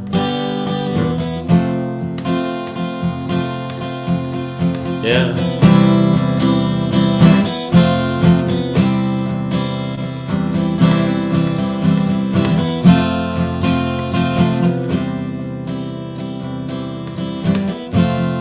I belong with you, you belong with me. You're my sweetheart. I belong with you, you belong with me. You're my sweetheart.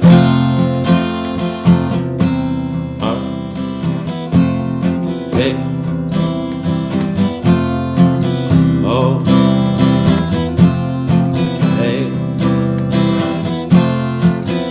I don't think you're right for him. Think of what might have been if we took a bus to Chinatown, and I'd be standing on Canal and on Bowery.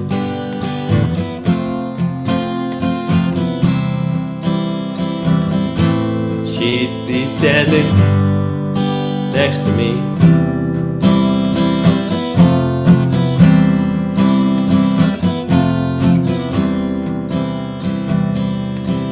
I belong with you, you belong with me, my sweetheart. I belong with you, you belong with me, my sweetheart. And love, we need it now. Let's hope for some. We're bleeding now.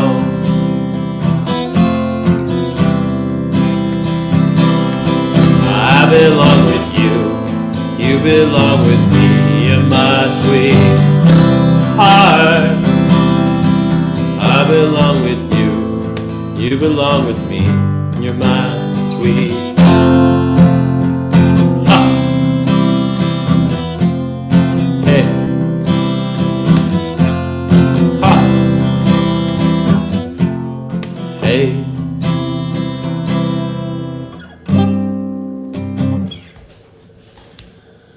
That was a song by the Lumineers called "Hey Ho" or "Ho Hey," "Hey Ho" or "Ho Hey." I forget I forget the name of the song.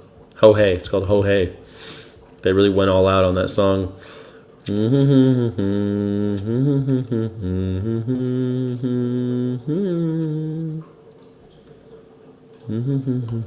Thank you, Chai Pixie, for that. I appreciate it.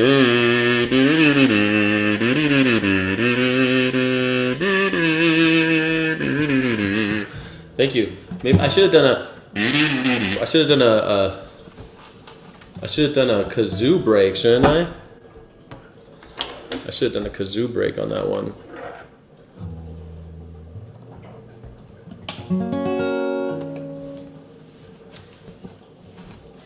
Oh, your body don't like bread? That's too bad. It's great.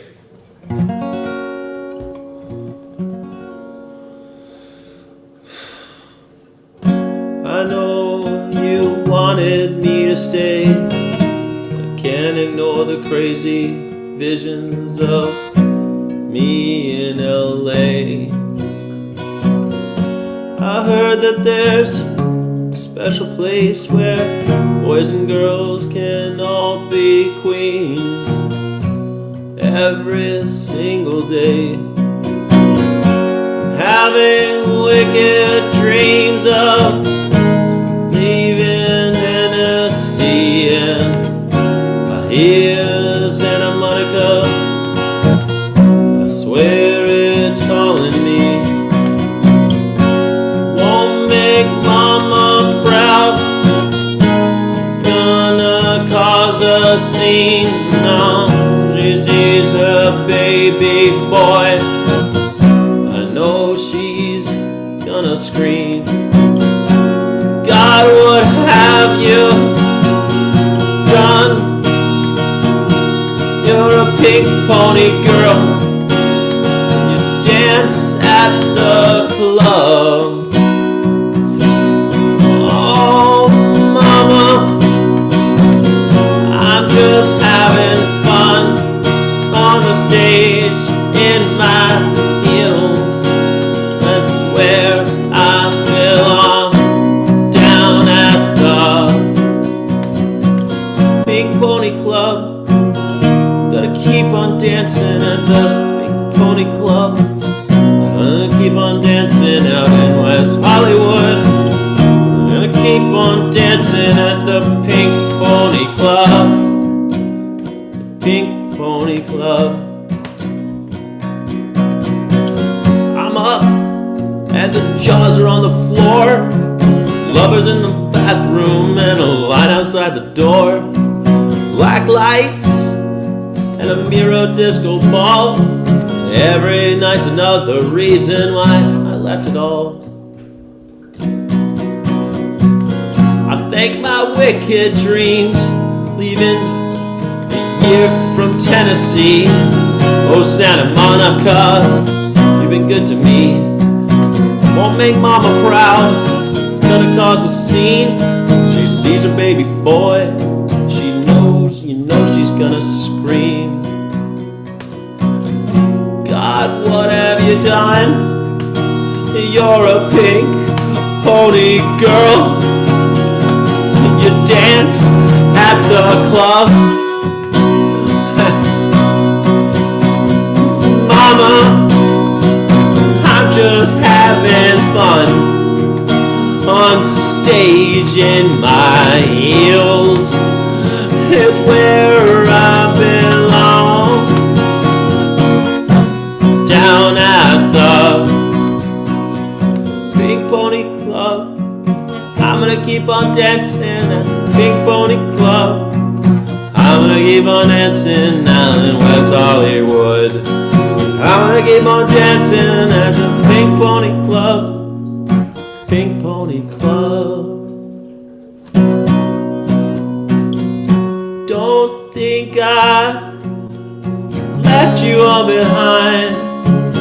Still love you in Tennessee. You're always on my mind. And mama, every Saturday I can hear your southern drawl 1,000 miles away saying, God, what have you done? You're a pink pony girl. Dance at the club. Oh, mama, I'm just having fun on the stage in my heels. It's where I belong at the Pink Pony Club. I'm gonna keep on dancing at the Pink Pony Club. I'm gonna keep on dancing down in West Hollywood. I'm gonna keep on dancing at the Pink Pony Club. Pink Pony Club. I'm gonna keep on dancing. I'm gonna keep on dancing. Gonna keep on dancing. Gonna keep on dancing.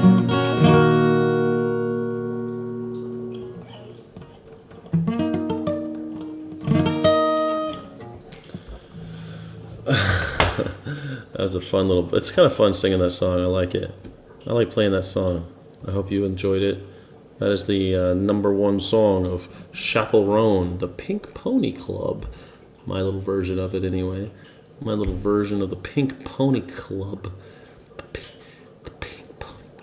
Pink Pony Club.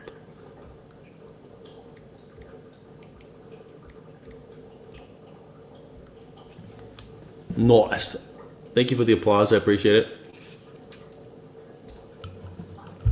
You love the Pink Pony Club. Thank you, Frankie Berry. I appreciate that. I'm gonna keep on dancing at the Pink Pony Club. I'm gonna keep on dancing in West Hollywood.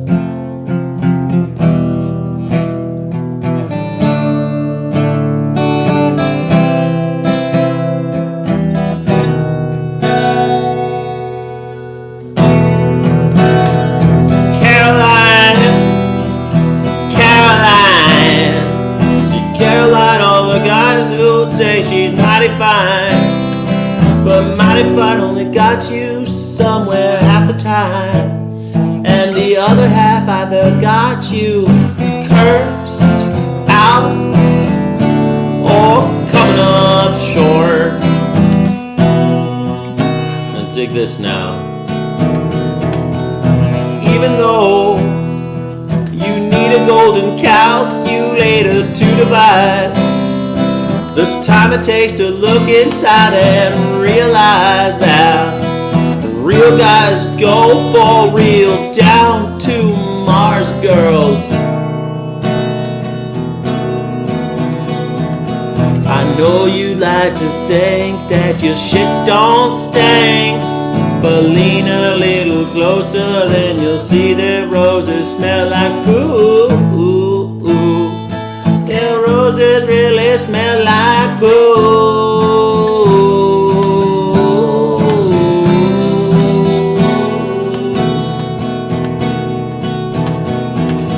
I know you like to think that your shit don't stink, but lean a little closer and I'll show you roses smell like poo. Yeah, roses really smell like poo.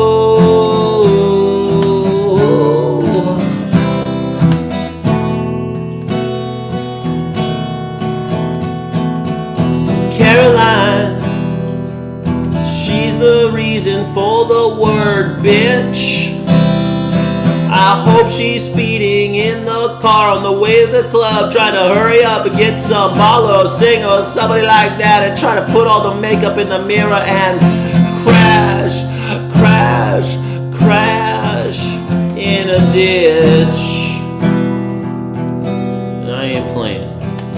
She needs a golden calculator to divide the time it takes to look inside and realize that guys go for real down to Earth to Mars girls, yeah.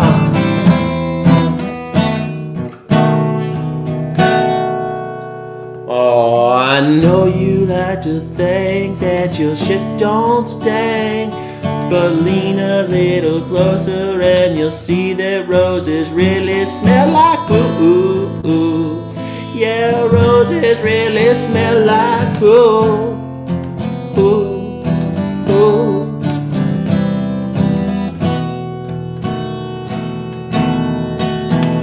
Ooh, I know you like to think that your shit don't stink, but lean a little closer, see that roses really smell like ooh. Yeah, roses really smell like ooh.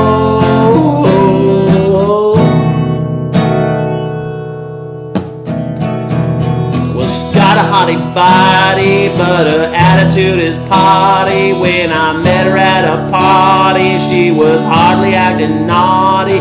She said, shorty, what you call me? She said, pardon me, are you ballin'? I said, darling, you sound like a prostitute pausing now. So you're one of them freaks, gets geeked at the sight of an ATM receipt, but game been peeped, dropping names, she's weak. Tricking off this bitch's license, take me for a geek. A quick way to eat, a nice place to sleep, rent a car for a week, trick or treat. No go on the raw sex, cause my AIDS test is flawless. And regardless, we don't want to get involved with all them lawyers and judges hold grudges in the courtrooms. I wanna see your sport bra, not support you.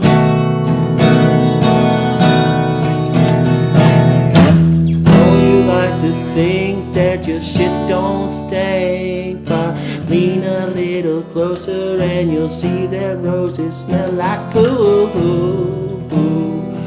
Yeah, roses really smell like poo.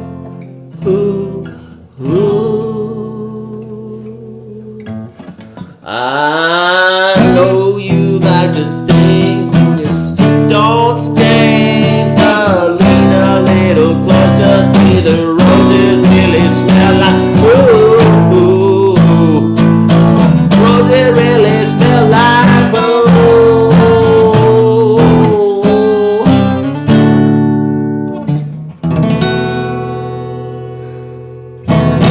Better come down to Mars, girl, quit chasing cars.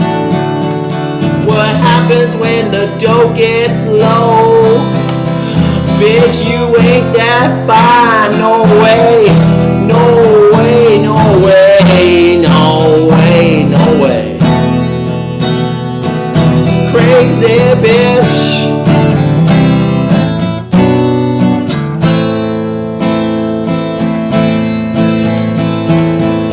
Why can't you pay attention to me? I just got a bus pass, I wanna get a piece of that ass, but you won't pay attention to me, cause I ain't got no money, so no honey. Oh, I know you like to think that that shit don't stink, but I ain't got no money, baby, can't you get with me? Oh lordy, I ain't got nothing in this economy. You try looking for love in this economy.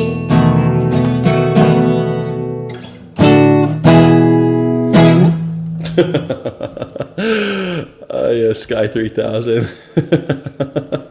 thought that. I'm sorry, Mr. Jackson. I just thought it'd be fun to learn an Outkast song. People always ask me to play rap songs, but I think Outkast has a bunch of those, especially on that Love Down Below and Speakerbox album. That double CD kit, that double CD that they made. I keep on forgetting I have the... That would have been a good song for a... That would have been a good song for the kazoo.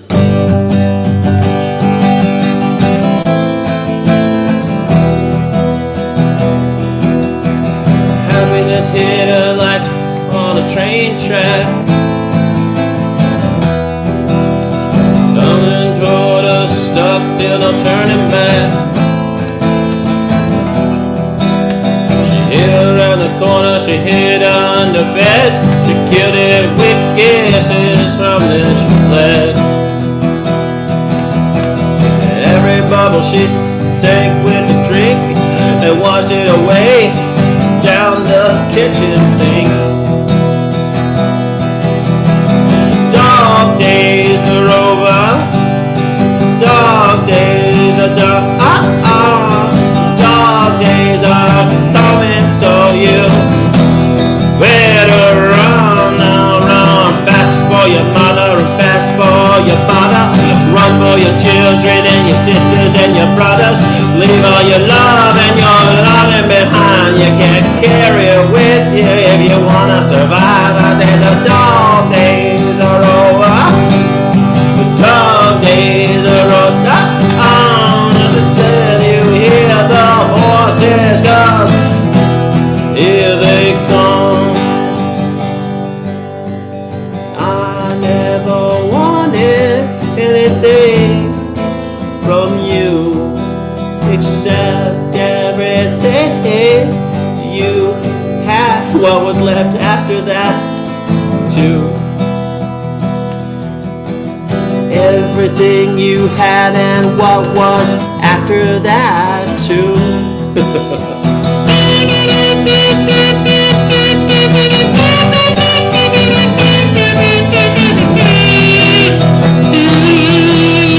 Happiness hit her like a bullet in the back,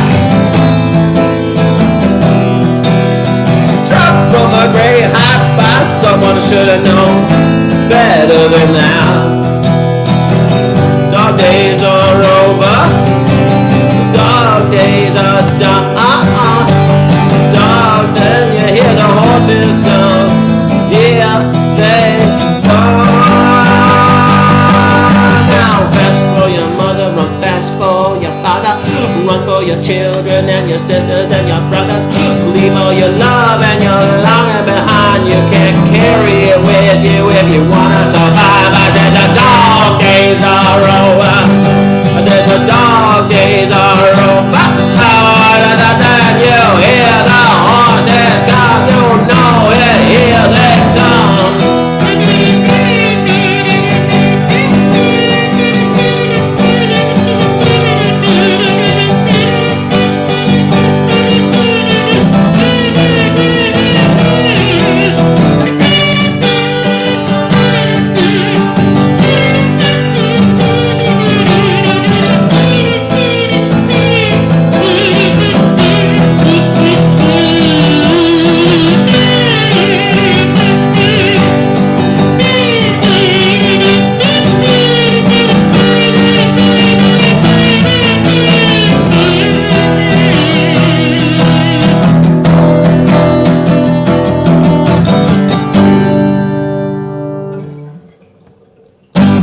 Man, this huge bird, a giant egret, is outside my window. A giant egret just flew outside my window. Massive, big white bird with one of those really long necks. And he's listening. He's just looking at me. He's listening to my guitar. You like guitar, bird? I've seen these birds, but not this close to my house. Massive bird.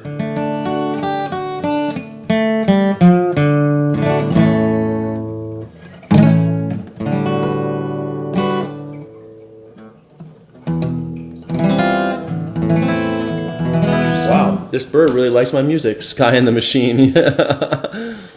He's just listening. This big bird. He's just listening. I take you out to go. I take the whole computer out to see, but I think I'll scare him. He's got a piece of glass between me and him. Massive big white bird looking at me playing guitar.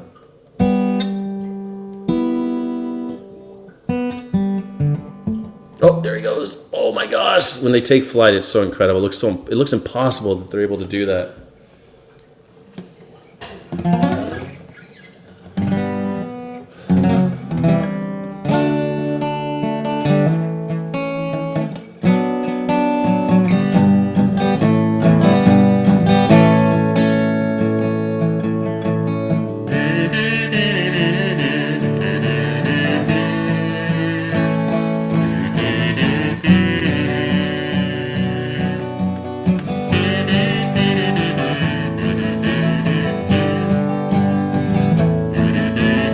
Up on Melancholy Hill, there's a plastic tree.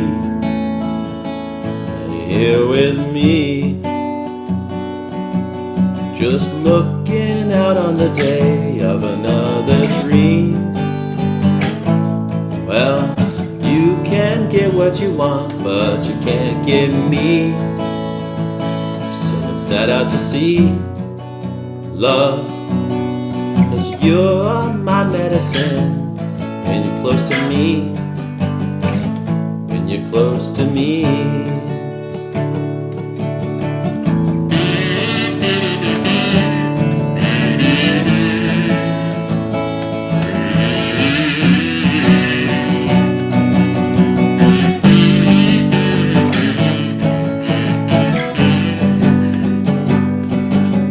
So call in the submarine, round the world we'll go. Everybody knows love.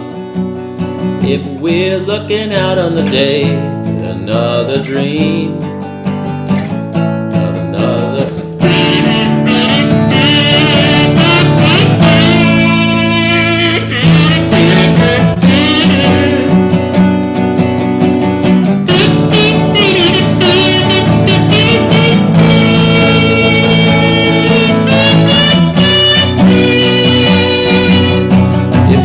Can't get what you want, then come with me. Up on Melancholy Hill sits a manatee. Love, just looking out for the day. You're close to me, when you're close to me.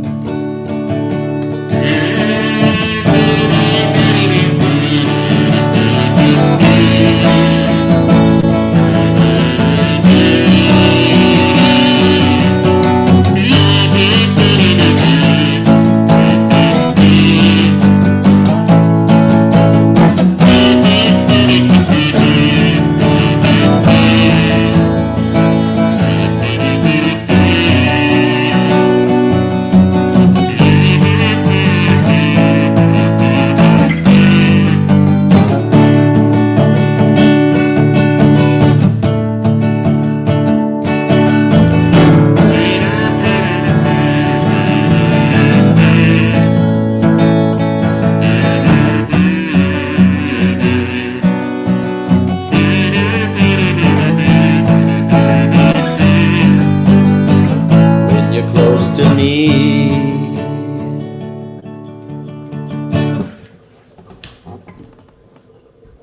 You saw a mockingbird beat up. Yeah, the big ones look like dinosaurs, don't they? These massive creatures, and they're like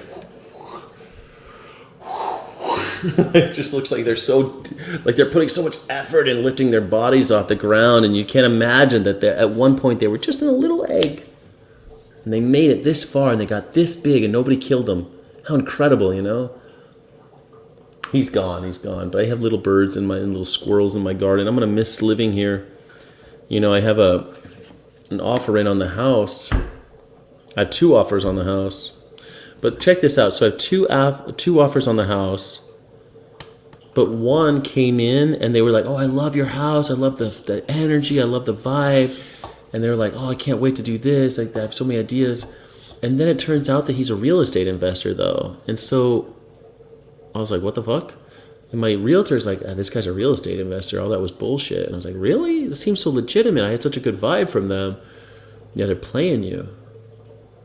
And the other offer's a family, but they offered less money. The offer from the family was less money, and the offer from the real estate investor was more money.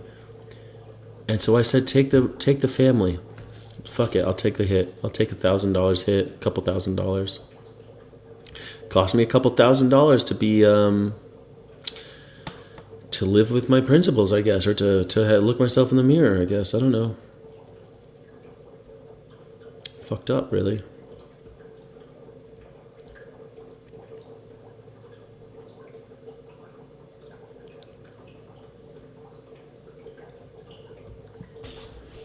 Yeah. Aww.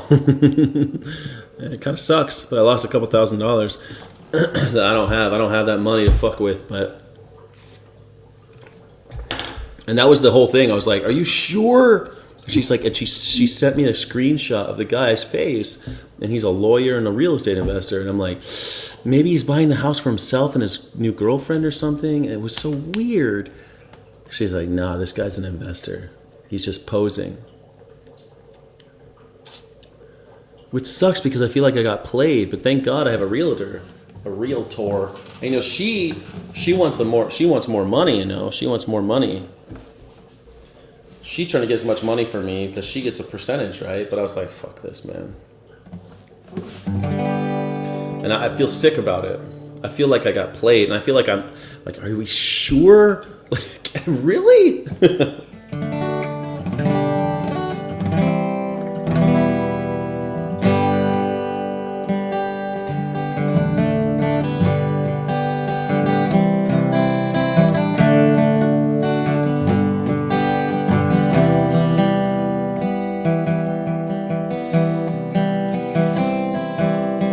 Oh, I am a man of constant sorrow. Oh, I've seen trouble all my days. Wow. Say, why I came back to California,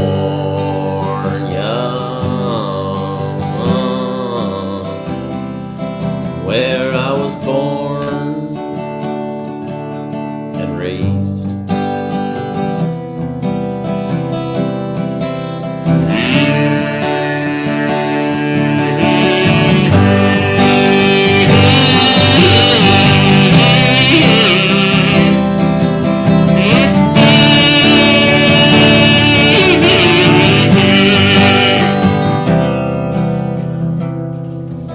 My mother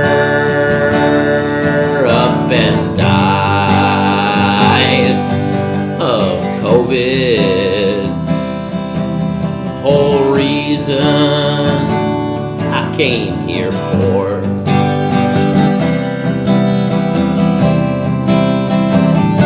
There's one promise, oh, darling.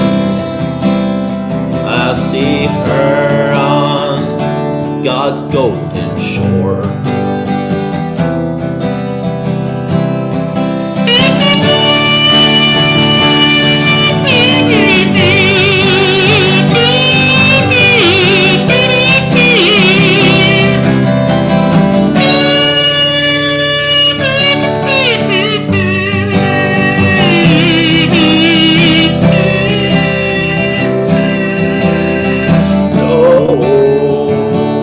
This open world, I'm born to ramble. I've been through ice and snows and sleet and rain. Oh, I'm bound to rhyme.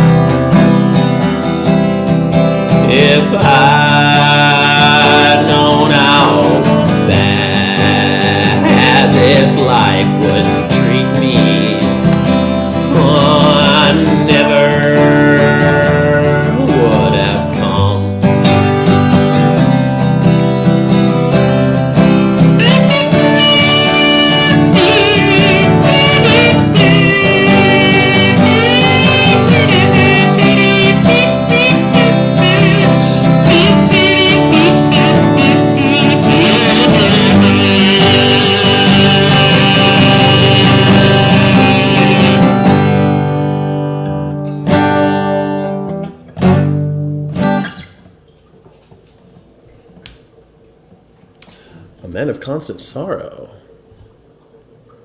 An oldie but a goodie. Everyone knows that song.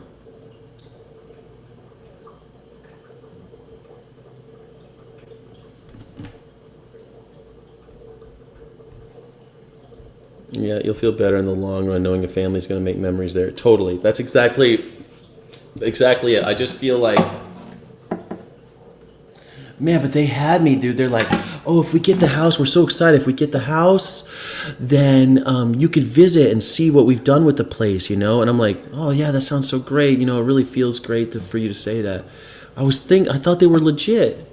Man, they were playing me this whole time. That's why I felt like maybe this is all bullshit. Maybe we're wrong.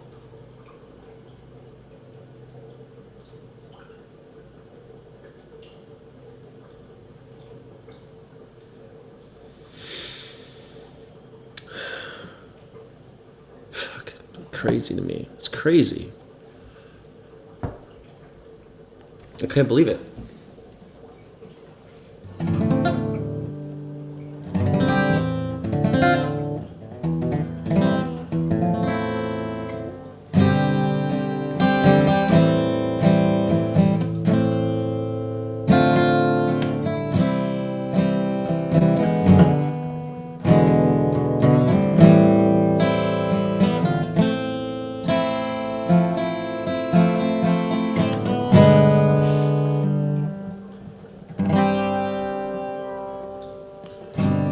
I let go of everything I ever had.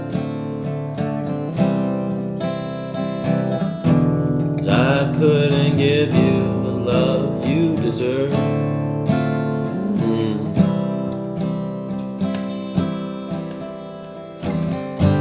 By the gunner you shouted, oh my God.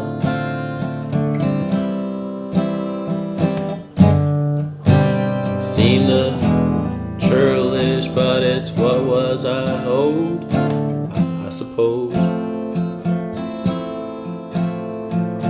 Every flagstone this town bears your prints,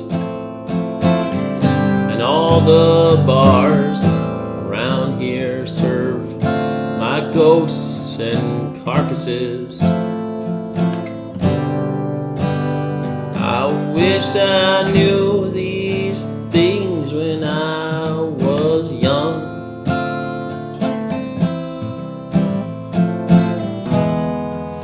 'Cause now I'm just gone so numb. Ooh, hold on a second, my realtor's calling me. Good morning. Is it still morning? Afternoon? Good afternoon. Okay, how are you doing?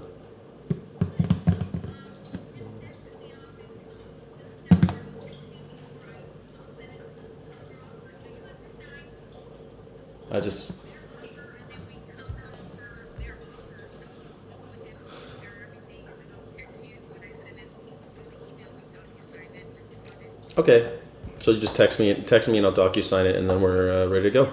Okay.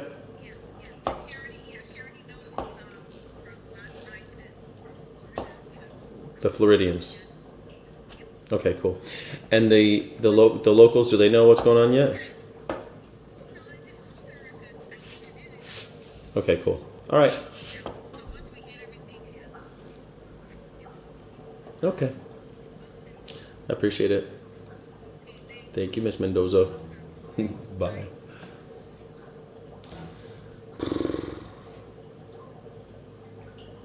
Crazy. It's so weird, it's so weird to be selling a house that was my mother's house, and I'm about to, all this is about to change. My whole life is about to change fucking dramatically. Just everything will change. Everything will change. The only thing that will be the same is that I'll still be doing this show. It's gonna be okay, Jack. Thank you. Go with your gut feeling. Thanks. I hope so. Shy Pixie. It's just some massive change coming. And change is always hard to manage. It's hard to manage through change. It's just the way it is. It's hard to manage through change.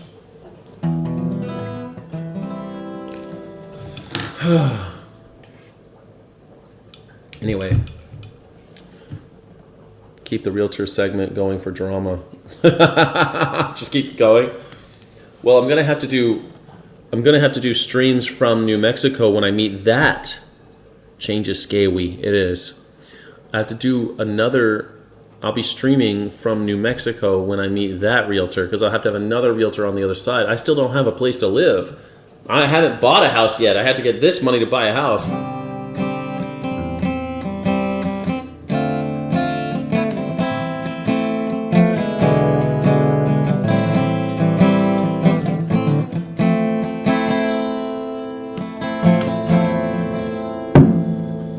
That's why it sounds weird, because it's at the fourth. I missed this part. Sorry.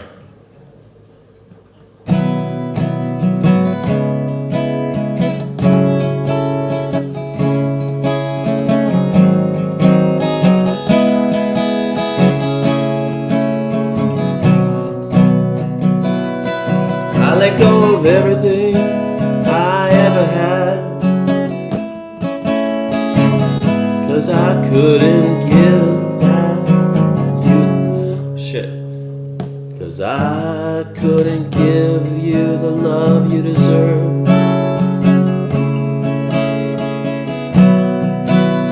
By the gunner you shouted, oh my God. It seemed cheerless, but that's what I was owed, I suppose. Every flagstone of this town bears your prints. All the bars round here serve my ghosts and carcasses.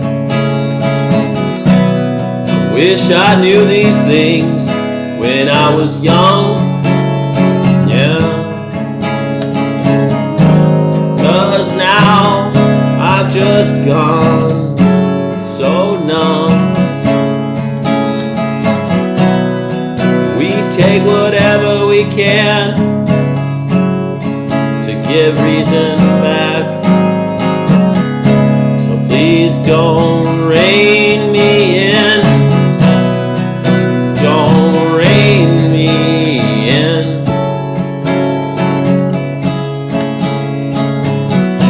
Oh, please don't rein me in.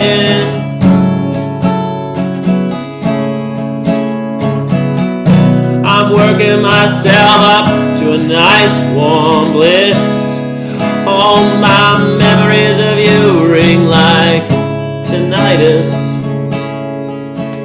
If I stop, it's just pain. Please don't rein me in.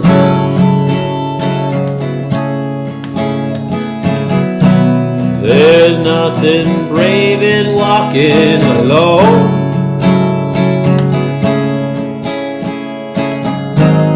Love in exile is nowhere to go. So come on home. Don't run away from my tenderness. You're so afraid of that heart inside your chest.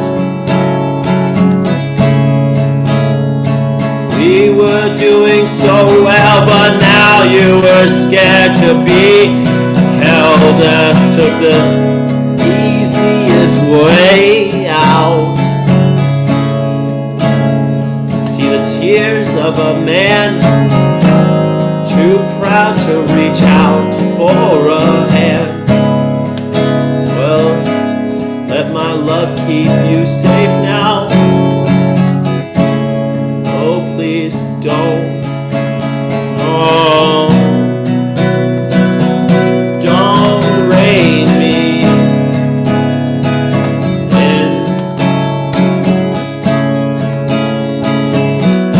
Oh, please don't rein me in.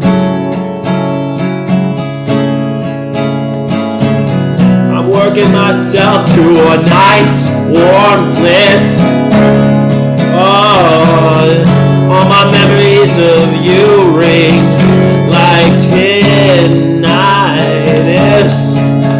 And stop, it's just pain. Now, please don't rein me in.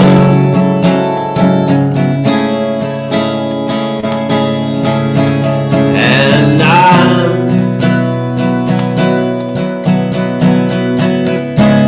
stood here chewing everybody's looks off.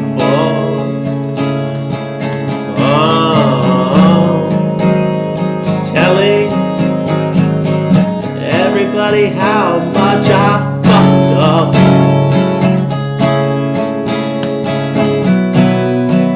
Telling everybody how much I fucked up. I fucked it all up. I'm telling everybody how much I fucked it up.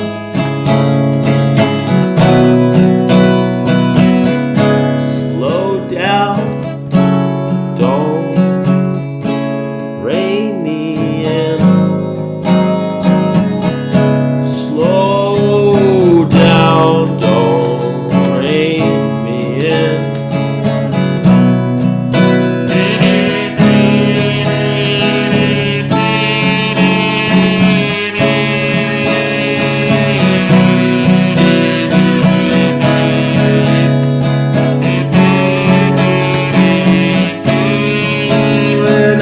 Working myself up to a nice warm bliss. All my memories of you ring like tinnitus.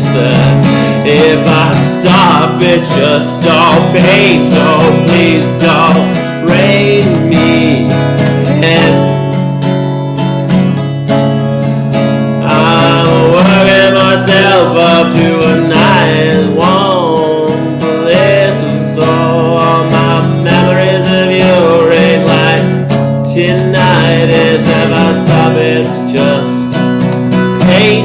Don't rein me in.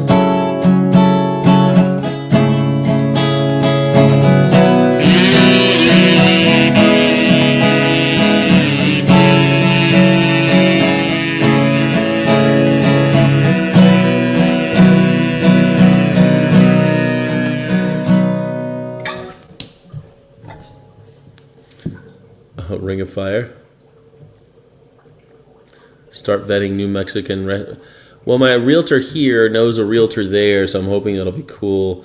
But I'm thinking about just calling someone who's on. Thank you, Chai Pixie. I'm thinking about calling a realtor that's just already on YouTube. There's this New Mexico Albuquerque realtor. I think it'd be kind of cool to try to make some content with that guy.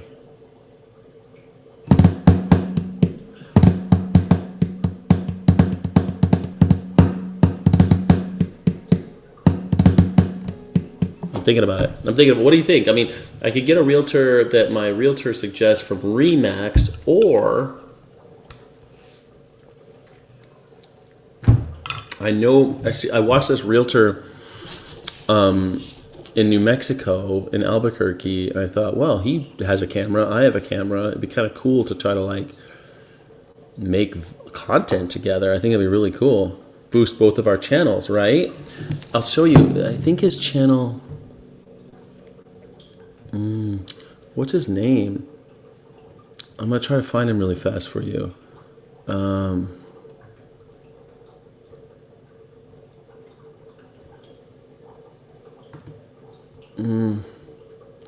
Albuquerque. Oh, I need to give permission. Allow while visiting the site. Albuquerque, New Mexico realtor. Try to find this guy. I can't find him. Damn. I thought this. Oh, here he is. Eli Navarez. So here, I'm going to show you. Here he is. I can't hear him because I don't have headphones in, but I'll show you this guy. He does stuff about like the truth about here. This is the guy. He's kind of young, but he's a realtor. He's called Living in Albuquerque by Eli Navarez, and Albuquerque or buying a home here in the next year, you're probably housing market update. Like he makes these videos. I don't know if that's his drone or if he uses stock, but he's making videos from around Albuquerque, and he's like really putting in the work. And I just kind of like this guy. I just think he's cool. I should call him, right? He puts his at some point he always puts his phone number here. I think he puts his phone number. The average, right? Number one, you're not going to try to. He puts his photo. He puts his phone number on the. Well, it's probably in the. With the steady market that we have, it's probably in the. It's going to be really hard to time that bottom. You can call and text him. What you're going to do is instead of. He's got a free relocation guide that I haven't downloaded yet. Reasonable prices. Is New Mexico still affordable in 2025? So you're going to get. Here, I like this video. You're going to get parks. You're going to get the slower pace. All that stuff, right? So trading all that major city life stuff, you're actually going to get more benefit. When I can buy a home for $50,000 brand new, that's when I start shopping. When I see a home selling for $355,000 when it's not even worth $50,000, I say to myself, thank God for giving me wisdom. By the way, I like your show. Okay. Because number one, maybe the house is sitting a little bit longer. Maybe the house is overpriced. And instead of focusing So anyway, I'm thinking about calling this guy and seeing if he wants to be my realtor. Wouldn't that be cool? I should, right? I don't know. And there's a piece of me that wants to just like, okay, well, my realtor has a person in Remax, but I kind of like this guy. I should reach out now, right?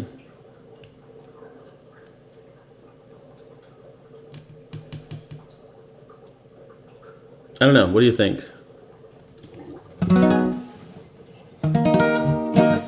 What do you think? I'd love to know.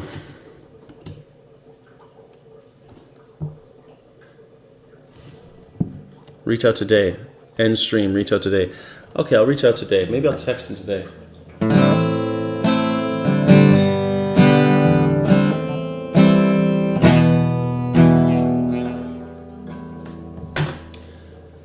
I don't ever know how this song goes, but I really like the lyrics to it, so I think I've heard this song once in my life, but lover of things, won't you agree how the winter could bring the darkest spring with hell on your face, dirt on the walls in the back of the place you grew and complained. Something like that. Pink pony, swear that you will. Bye, y'all. What, are you leaving? Pink pony, swear that you will.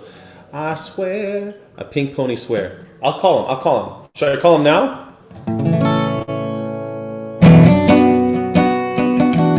I'll tell you what, I'll call him now. I'll call him after I'm done with playing the song.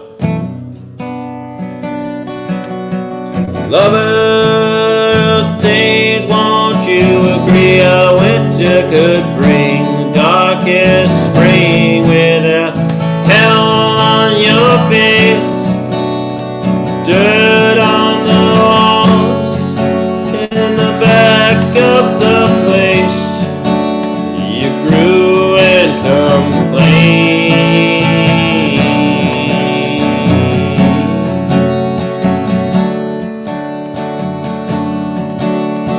Father of three, won't you believe the sons in between, the ones that are blamed of fickle faith, syndics that see that the children are cursed to believe.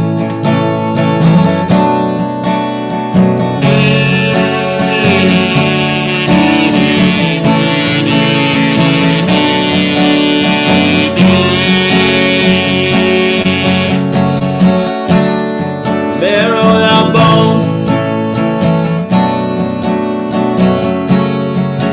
to live in a house with no home, to live in a house with no home, where the sun is the darkest day,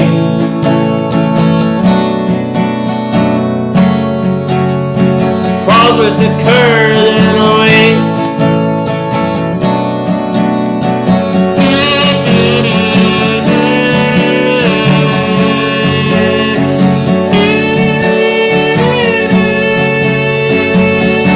Where you been, son? Not in the street, not in the yard.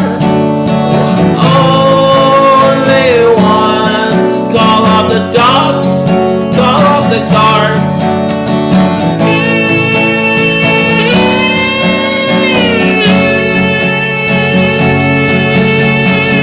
Where'd you go? Where'd you go? Where'd you been?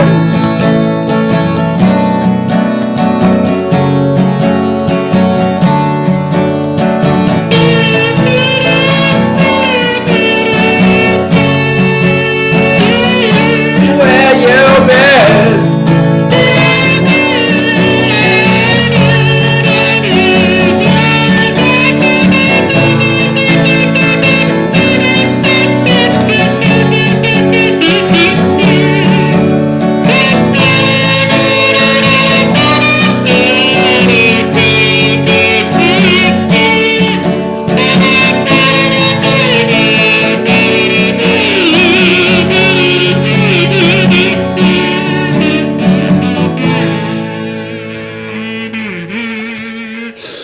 Crazy Jackdaw, jubilations. Crazy Jackdaw, where you been? I haven't seen you forever, girl. Did you see Grumpy Vegan Granddad was on earlier? He came on the show. I was thinking of you. Where the fuck have you been? Where you been, Lady Gray? Where you been, Lady Cray? Crazy Jackdaw. Where you been, Lady Cray? Man, I really like this song. And I don't really know it well. And that's my favorite, is like dissecting a song that I don't really know very well, because then I can kind of just make it my own, just steal it. I really like it. I really dig it. I'm going to call that number. Jubilation. Okay, no, I'm here till you go, because that way I can help. All right, I'm going to do it. Hold on a second. Hold on. I want to play this song one more time. It's such a short song. Lover of things, won't you agree? How winter could bring the darkest spring to hell on your face, dirt on the walls in the back of the place, renew and complain.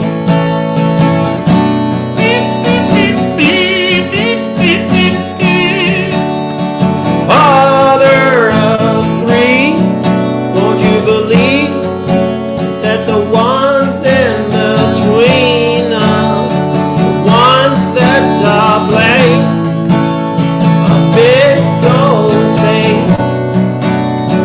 Cynics have to see how the children are cursed to believe.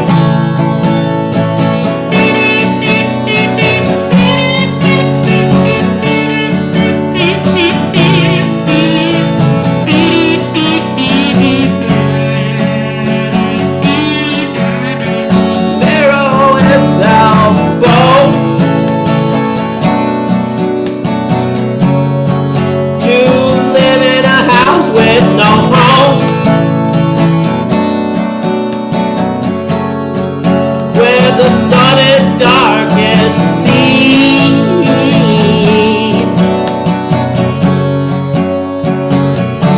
crawls with the curse and no rain.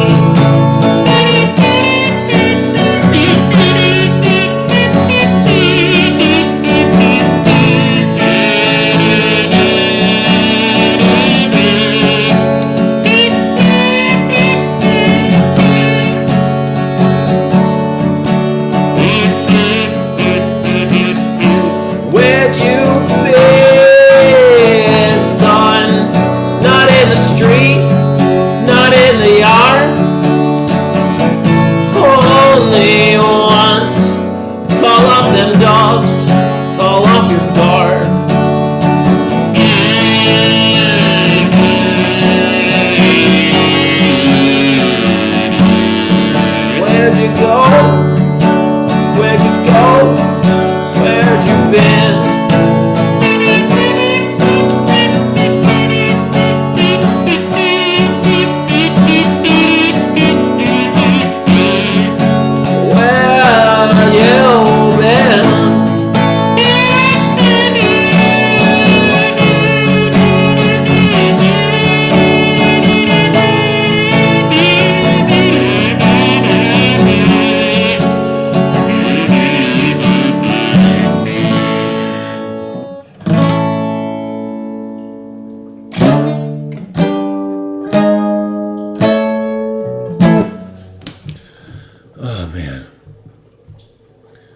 Jubilation. You've been hibernating. That's good. That's good. Hibernating is good. Hibernating in the summer is even better.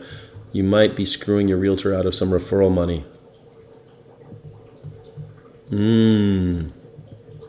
Yeah, but conversation's free. Conversation's free, bro. Should I just call him cold right now? Should I just call him cold?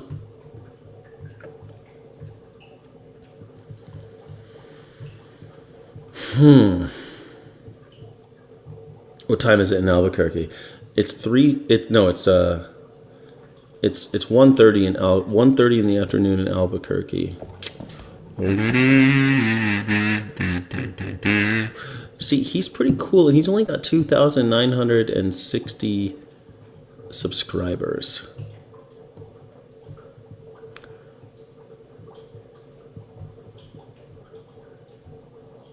I feel like I should call this guy. What do you think? Should I call him? It's his job, right? It's his fucking job. That's right. All right, I'm gonna call him. Eli.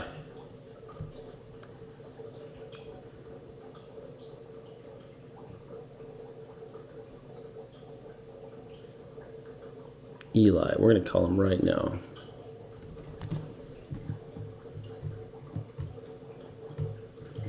(505) 738. That's probably just an answering service. I bet you anything.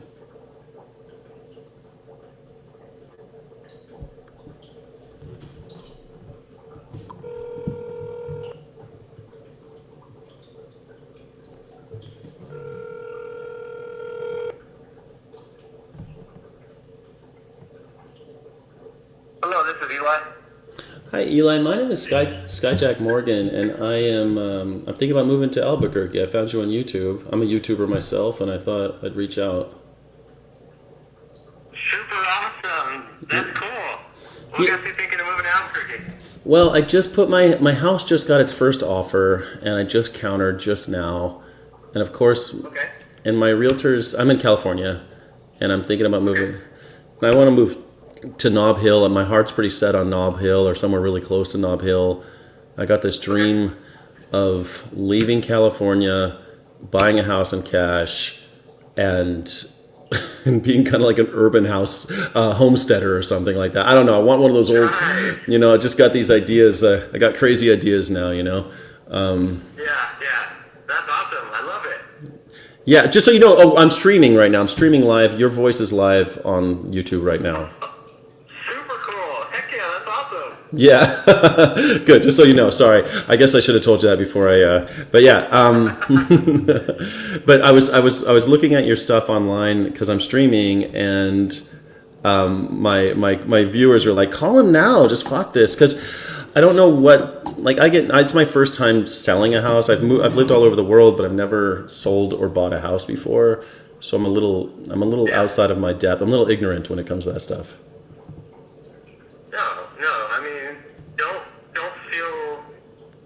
How can I say this?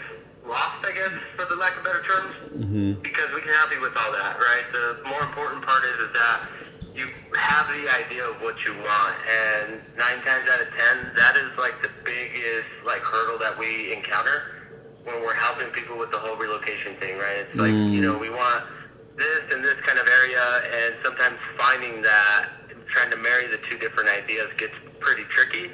We do it a majority of the time, but it comes with some compromise. But since you have the whole idea of urban homesteading, you pretty much have the idea of Nob Hill. I think that's a huge, huge win on your part, because it shows that, number one, you've been watching our content, which I'm super thankful for, and not only just me, but the whole team that helps me put it together. So thank you for that, number one. Thank you for making it. Being able to kind of hone in and just find the right place at that point, right? In Nob Hill, somewhere close in the area, because there's different other little neighborhoods amongst Nob Hill that we try to put out there as best as we can, but they don't get as much notoriety because most people are looking for Nob Hill. But there's El Toro Park, there's Ridgecrest, there's, the EOD, those kinds of things. Yeah. A lot of people aren't really putting out there just because they're harder to put in front of people, just because they're not looking for those kinds of things. But they get looped into into that whole Nob Hill circle. So it kind of just helps out in that aspect that you already have where you're looking. It'll just be a matter of fact of taking a look at a few things, you know, budget concern and all, you know, all the other little nuances when it comes down to the house, and then just helping you complete the mission, right? Yeah. So, yeah, we can help you through the whole process, make it super easy for you, especially with you selling a house out there. That's the other big part. Another big win on yours is that you already are ahead of the ball. Usually when we have this conversation, people are just thinking about it, right? And they're like, well, we might list our house in the next 6 months or, you know, the next 90 days kind of thing. So there's a lot of lag time. You're already in the thick of it. So for you, you know, it's going to be more or less just finding the right place at the right time and making sure that timelines match up. That way, number one, you're not homeless. Number two, it can make it a really easy transition for you to just move in. Yeah, I'm glad you said that, because I've been saying that over and over again. I'm like, man, I just don't want to be homeless. I don't want to be free falling while I'm like trying to like figure this shit out, you know, like. And I'm looking at those places. I'm looking at Nob Hill, of course, because like I love the idea of being able to walk to a supermarket, dude. Like, I live in Southern California. I've been here for a little while now, and I love it. It's beautiful. Weather's great. Blah blah blah. Everything's great about SoCal, and yeah, it's expensive, but you know it's worth it. But it's I can't walk to a supermarket. I can't like meet people and like be around, and that walkable community in Nob Hill is just like what I'm.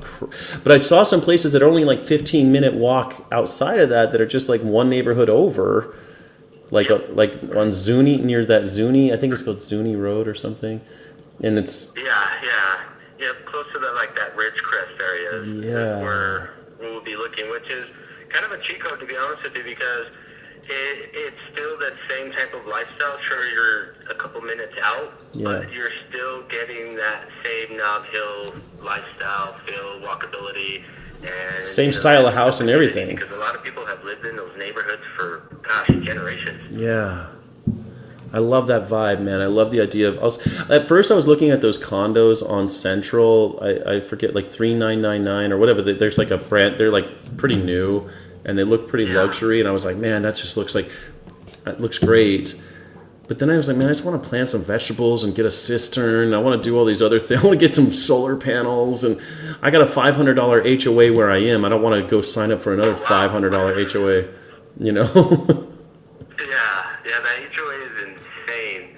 I don't think any of those neighborhoods over there have an HOA. They have associations for the community feel and, you know, because they do different things throughout the community, but that's about it. I don't think you have to pay into it. I think you just have to live within the community. That's rad. Yeah, I mean, I'm really excited about it. So I figured I'd reach out and just introduce myself. And I've been looking at Redfin for ideas, but now that I have an offer, and I literally I'm about to DocuSign the offer. I haven't signed it, but I'm excited. Super awesome. Yeah, I'm excited. I'm scared. I'm anxious. I'm everything. You know, I've got all the emotions right now. Yep. It's like a roller coaster ride. When I tell people, it's like, hey, it's scary until you get to the top, and then on your way down, it's pretty fun. You know, the butterflies are still there, but you realize that, you know, the whole experience, it was a little scary, but all in all, it was pretty fun. So you'll be all right. I'll be aight. Yeah, it's just look back. I mean, what we can do, and if you've been watching the videos, I usually like to do like a quick Zoom call to where we can really kind of get into more of the weeds of the home search. We help you create a custom home search live. That way it's like, hey, we're going at this together. I'm not just kind of generically creating something and sending it to you, right? Yeah. I ask you different types of questions. We take a look at a few different things. Okay. And with you being out in SoCal, the cool thing that we do that not a lot of people are doing, and they tried to do it, but they really haven't perfected it. We just got lucky that we're on YouTube and we kind of figured it out. We'll go out there and shoot the content for the house for you, and we're literally doing like an MTV Crib style of walking through the house. Oh, that's sick. Having a conversation with you, telling you, you know, the different things that we see, and giving you really a room by room walkthrough of the house. That way you can, number one, see it, right, as best as you can in real time. And then we upload it to YouTube, give you your own private link, You can share it with whoever you want. The link will only go to you, so we won't share it on the page. But it just makes it a lot easier because if we do like a live FaceTime call, which we started doing when we first started doing this, and we noticed that with like internet service in some areas, the video gets spotty. You can't really rewind it. So if you happen to miss something, we'd have to go back to the house. So just shooting something for you, putting it together really quick in Premiere Pro or something like that, and sending it to you through a YouTube link, it just saves a lot of time and headache for both people. So I love that. Yeah, cool. I'd love to schedule something like a Zoom call with you, and can I text you with when I figure out my schedule and we can do that? Yeah. Just text me over your best available times, and we'll figure it out from there. I'm pretty flexible, so I'll make sure to work it around you. Awesome. Yeah, I'm really glad I called you. Cool. Is there anything else I should know? No, I'm glad you reached out, and I'm pumped. I guess that I'm on your live stream. You're on my live stream right now. Had that happen. There's a picture. There's a picture of you on my "Living in Albuquerque" by Eli Navarez. The truth about Albuquerque's housing market is New Mexico still affordable in 2025. That's the video. That's a picture. But I've watched a bunch of your videos actually. I left a couple comments. I've been kind of like anybody. I've been like, awesome. Yeah. And I've been like sharing it on my channel because I do a morning live stream every day, and and so there's. Well, you'll have to share that with me. Now I'm interested in what you're doing. Yeah, it's pretty wild to do like news reactions and stuff. Very very political, but that's the other thing. That's why I want to build my studio out. Like I have a studio here, but I'll have a little extra liquid when I sell this house. So I want to pimp out a studio so my YouTube studio is a little bit better and upgrade and just it's really hard to be a YouTuber in Southern California with the prices and everything else. Yeah. But there, it seems to be the sweet spot. I could afford a beer still. Here, if I go to a brewery, it's $11.50 for a beer. And holy crap. Yeah, everybody says that, but every time I'm in Albuquerque or or in Santa Fe even, where it's like a little ritzier, it's like $7-8. It's like, here it's like $11 or $12 for a beer before you tip anybody. So wow, that's crazy. Yeah, that's the invisible tax of California. Everyone bitches about the taxes, but it's like the taxes aren't my problem. It's literally everything else. Yeah. Let's get you out of SoCal and get you down over here so you can just expand on that channel and just continue to grow. I think you'll see outside of just cost of living and living expenses that for what you're doing, just trying to grow a YouTube channel, I think you'll catch fire pretty quick because there's a few people that do it here besides myself, but they're not as consistent. You're coming from a super competitive market. There's tons of influencers everywhere. Here, there's mainly I can count them all on one hand that are major influencers here, or just even have a YouTube channel that is doing something. Totally. So you'll already have the brains and the operations behind it. The only thing you got to do it is in a different city, right? So yeah, that's what I'm looking at. You'll do all right. Yeah, that's what I'm hoping for, bro. And I'm even thinking about looking at UNM and seeing if there's editors I can hire so I can up my game. I'm looking at upping my game. I've been doing YouTube for a few years now, and I'm a full-time YouTuber. But it's just a struggle here. You're exactly right. You read it perfectly. It's struggle. It's not so much the competition. It's fucking expensive, man. It's just and YouTube doesn't pay like it used to. So it's it's a whole thing. But yeah, it's been great talking to you, Eli. I really appreciate you picking up and. Pleasure's all mine. Thank you for reaching out and watching the channel. Yeah, for sure. And I'll text you a link so you can see. Okay. Yeah, so you can see my shit too. All right, man. I appreciate you. Yeah, of course. No, thank you. Thank you, Eli. I look forward to talking to you. All right. Sounds good. See ya. All right. Well, that sounded great, man. Everything worked out, huh? Good thing. I called Eli Navarez. Yeah. Yeah. So we talked to him just now. Pretty sick. I think it'd be fun to have him on the Morning Sky. Just have him in, talk to him. I should get him to. I should get him on the channel, right? He should. Well, now he's already been on the channel. Honestly, I could bring him on the channel. Maybe I'll bring him on the show. You're proud of me. Thank you so much. Thank you. It's been a challenge. It's been a real challenge. Oh my God, it's getting late. Do I have time for one song? Do I have time for one more song before I put the guitar up? I'll play one more song, I think, before I put it away. What's my last song of the day? My last song of this.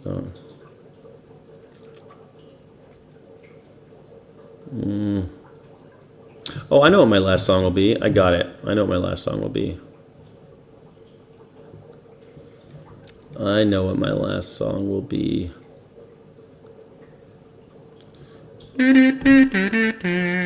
Very promising, right? Thank you. Did we get jubilations for Jackie? She just dropped a big donation. Thank you. I didn't get many. I barely got any donations this time around.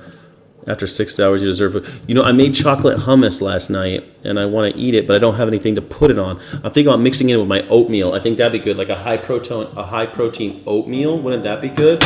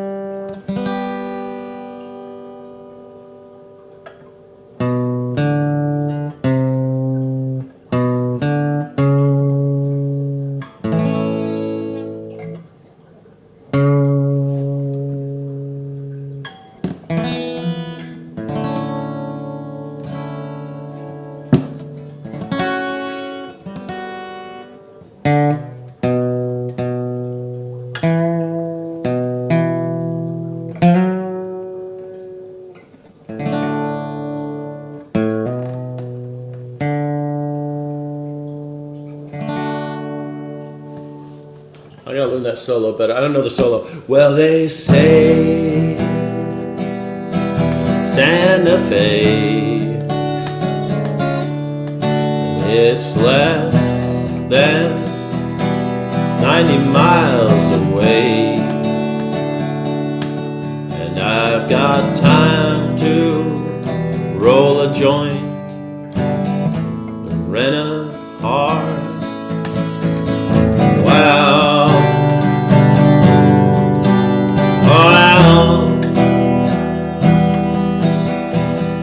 Turkey.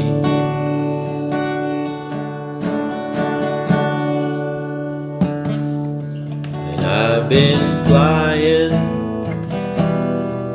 down the road, and I've been starving to be alone, independent from the scene that I've known. Oh wow, oh wow, Bukkirky.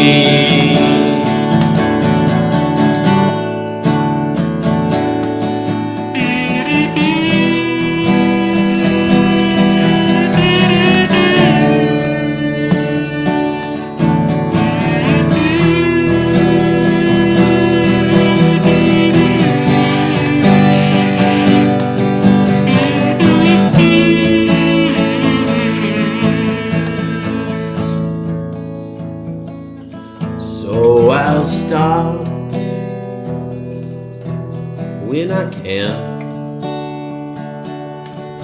try to find a way to be my own man. I'll find somewhere they don't care who I am. Oh well. Oh well. The turkey.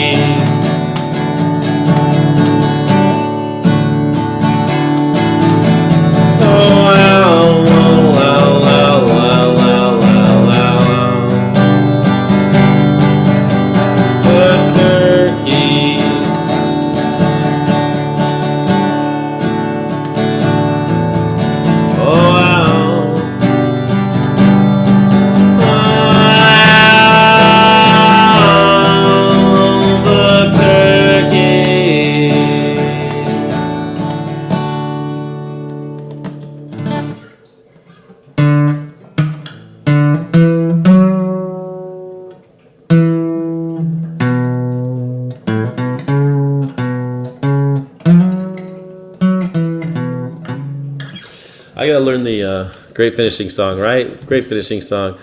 Thank you. I gotta learn the because it goes like.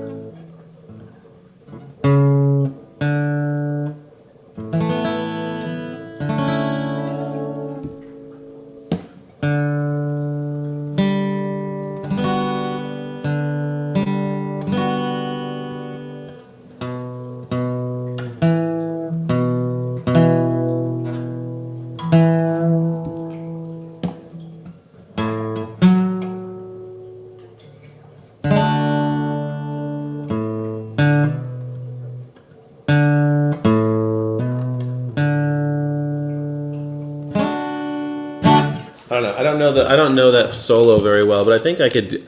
I just got to practice that part because it's such a cool little, and it's a cool way to start that. I need to practice that part a lot. I appreciate you so much, so much, so much, Kathy Skywalker. Hey everybody, how'd your doctor's appointment go? I'm glad I had to convince you. I'm glad you convinced me too. Maybe my real estate agent will be pissed that I reached out, but you know what? She works for me. I don't work for her. She works for me. I have an offer on the house. I do. Hopefully they'll take it. And I'll be on my way. I am fucking freaking out.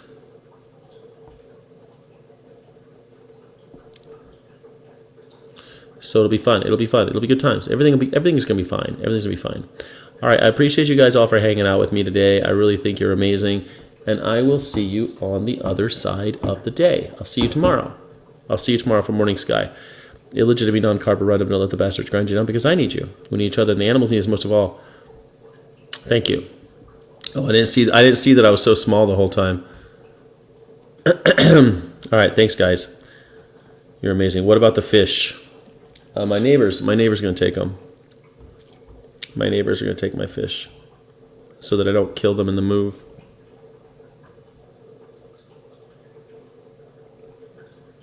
Which is sad.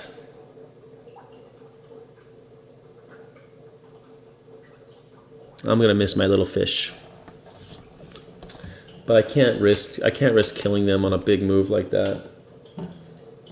I mean, I lost a couple fish when I moved here.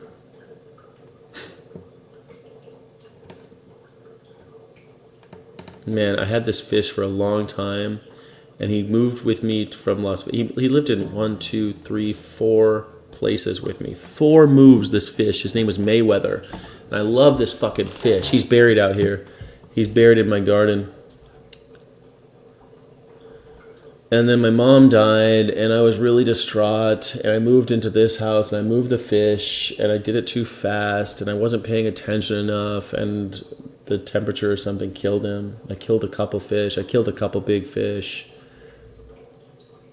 A lot of them lived, but a lot of them died, and I was so fucking sad. My mom died, I'm moving, my fucking fish dies. I loved that fish. And it's like, how much worse can it get, you know?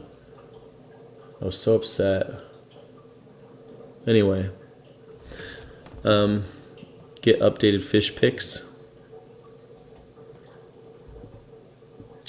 All right, yeah, it's too far. It's 14 hours by car, which means I'll have to stop somewhere. And it doesn't, 14 hours is not true. It's 14 hours by car. If you go straight and no traffic, it's like, it'll be like 20 hours or like 16 to 18 hours with all the stops for gas and food.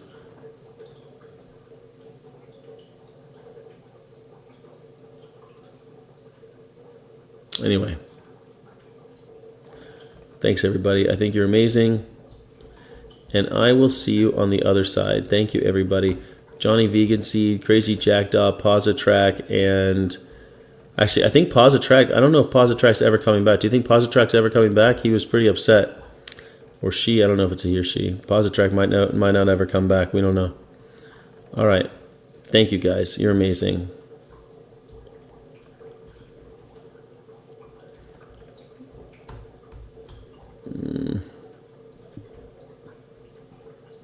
All right. Thanks, guys. You're amazing, and I'll see you on the other side.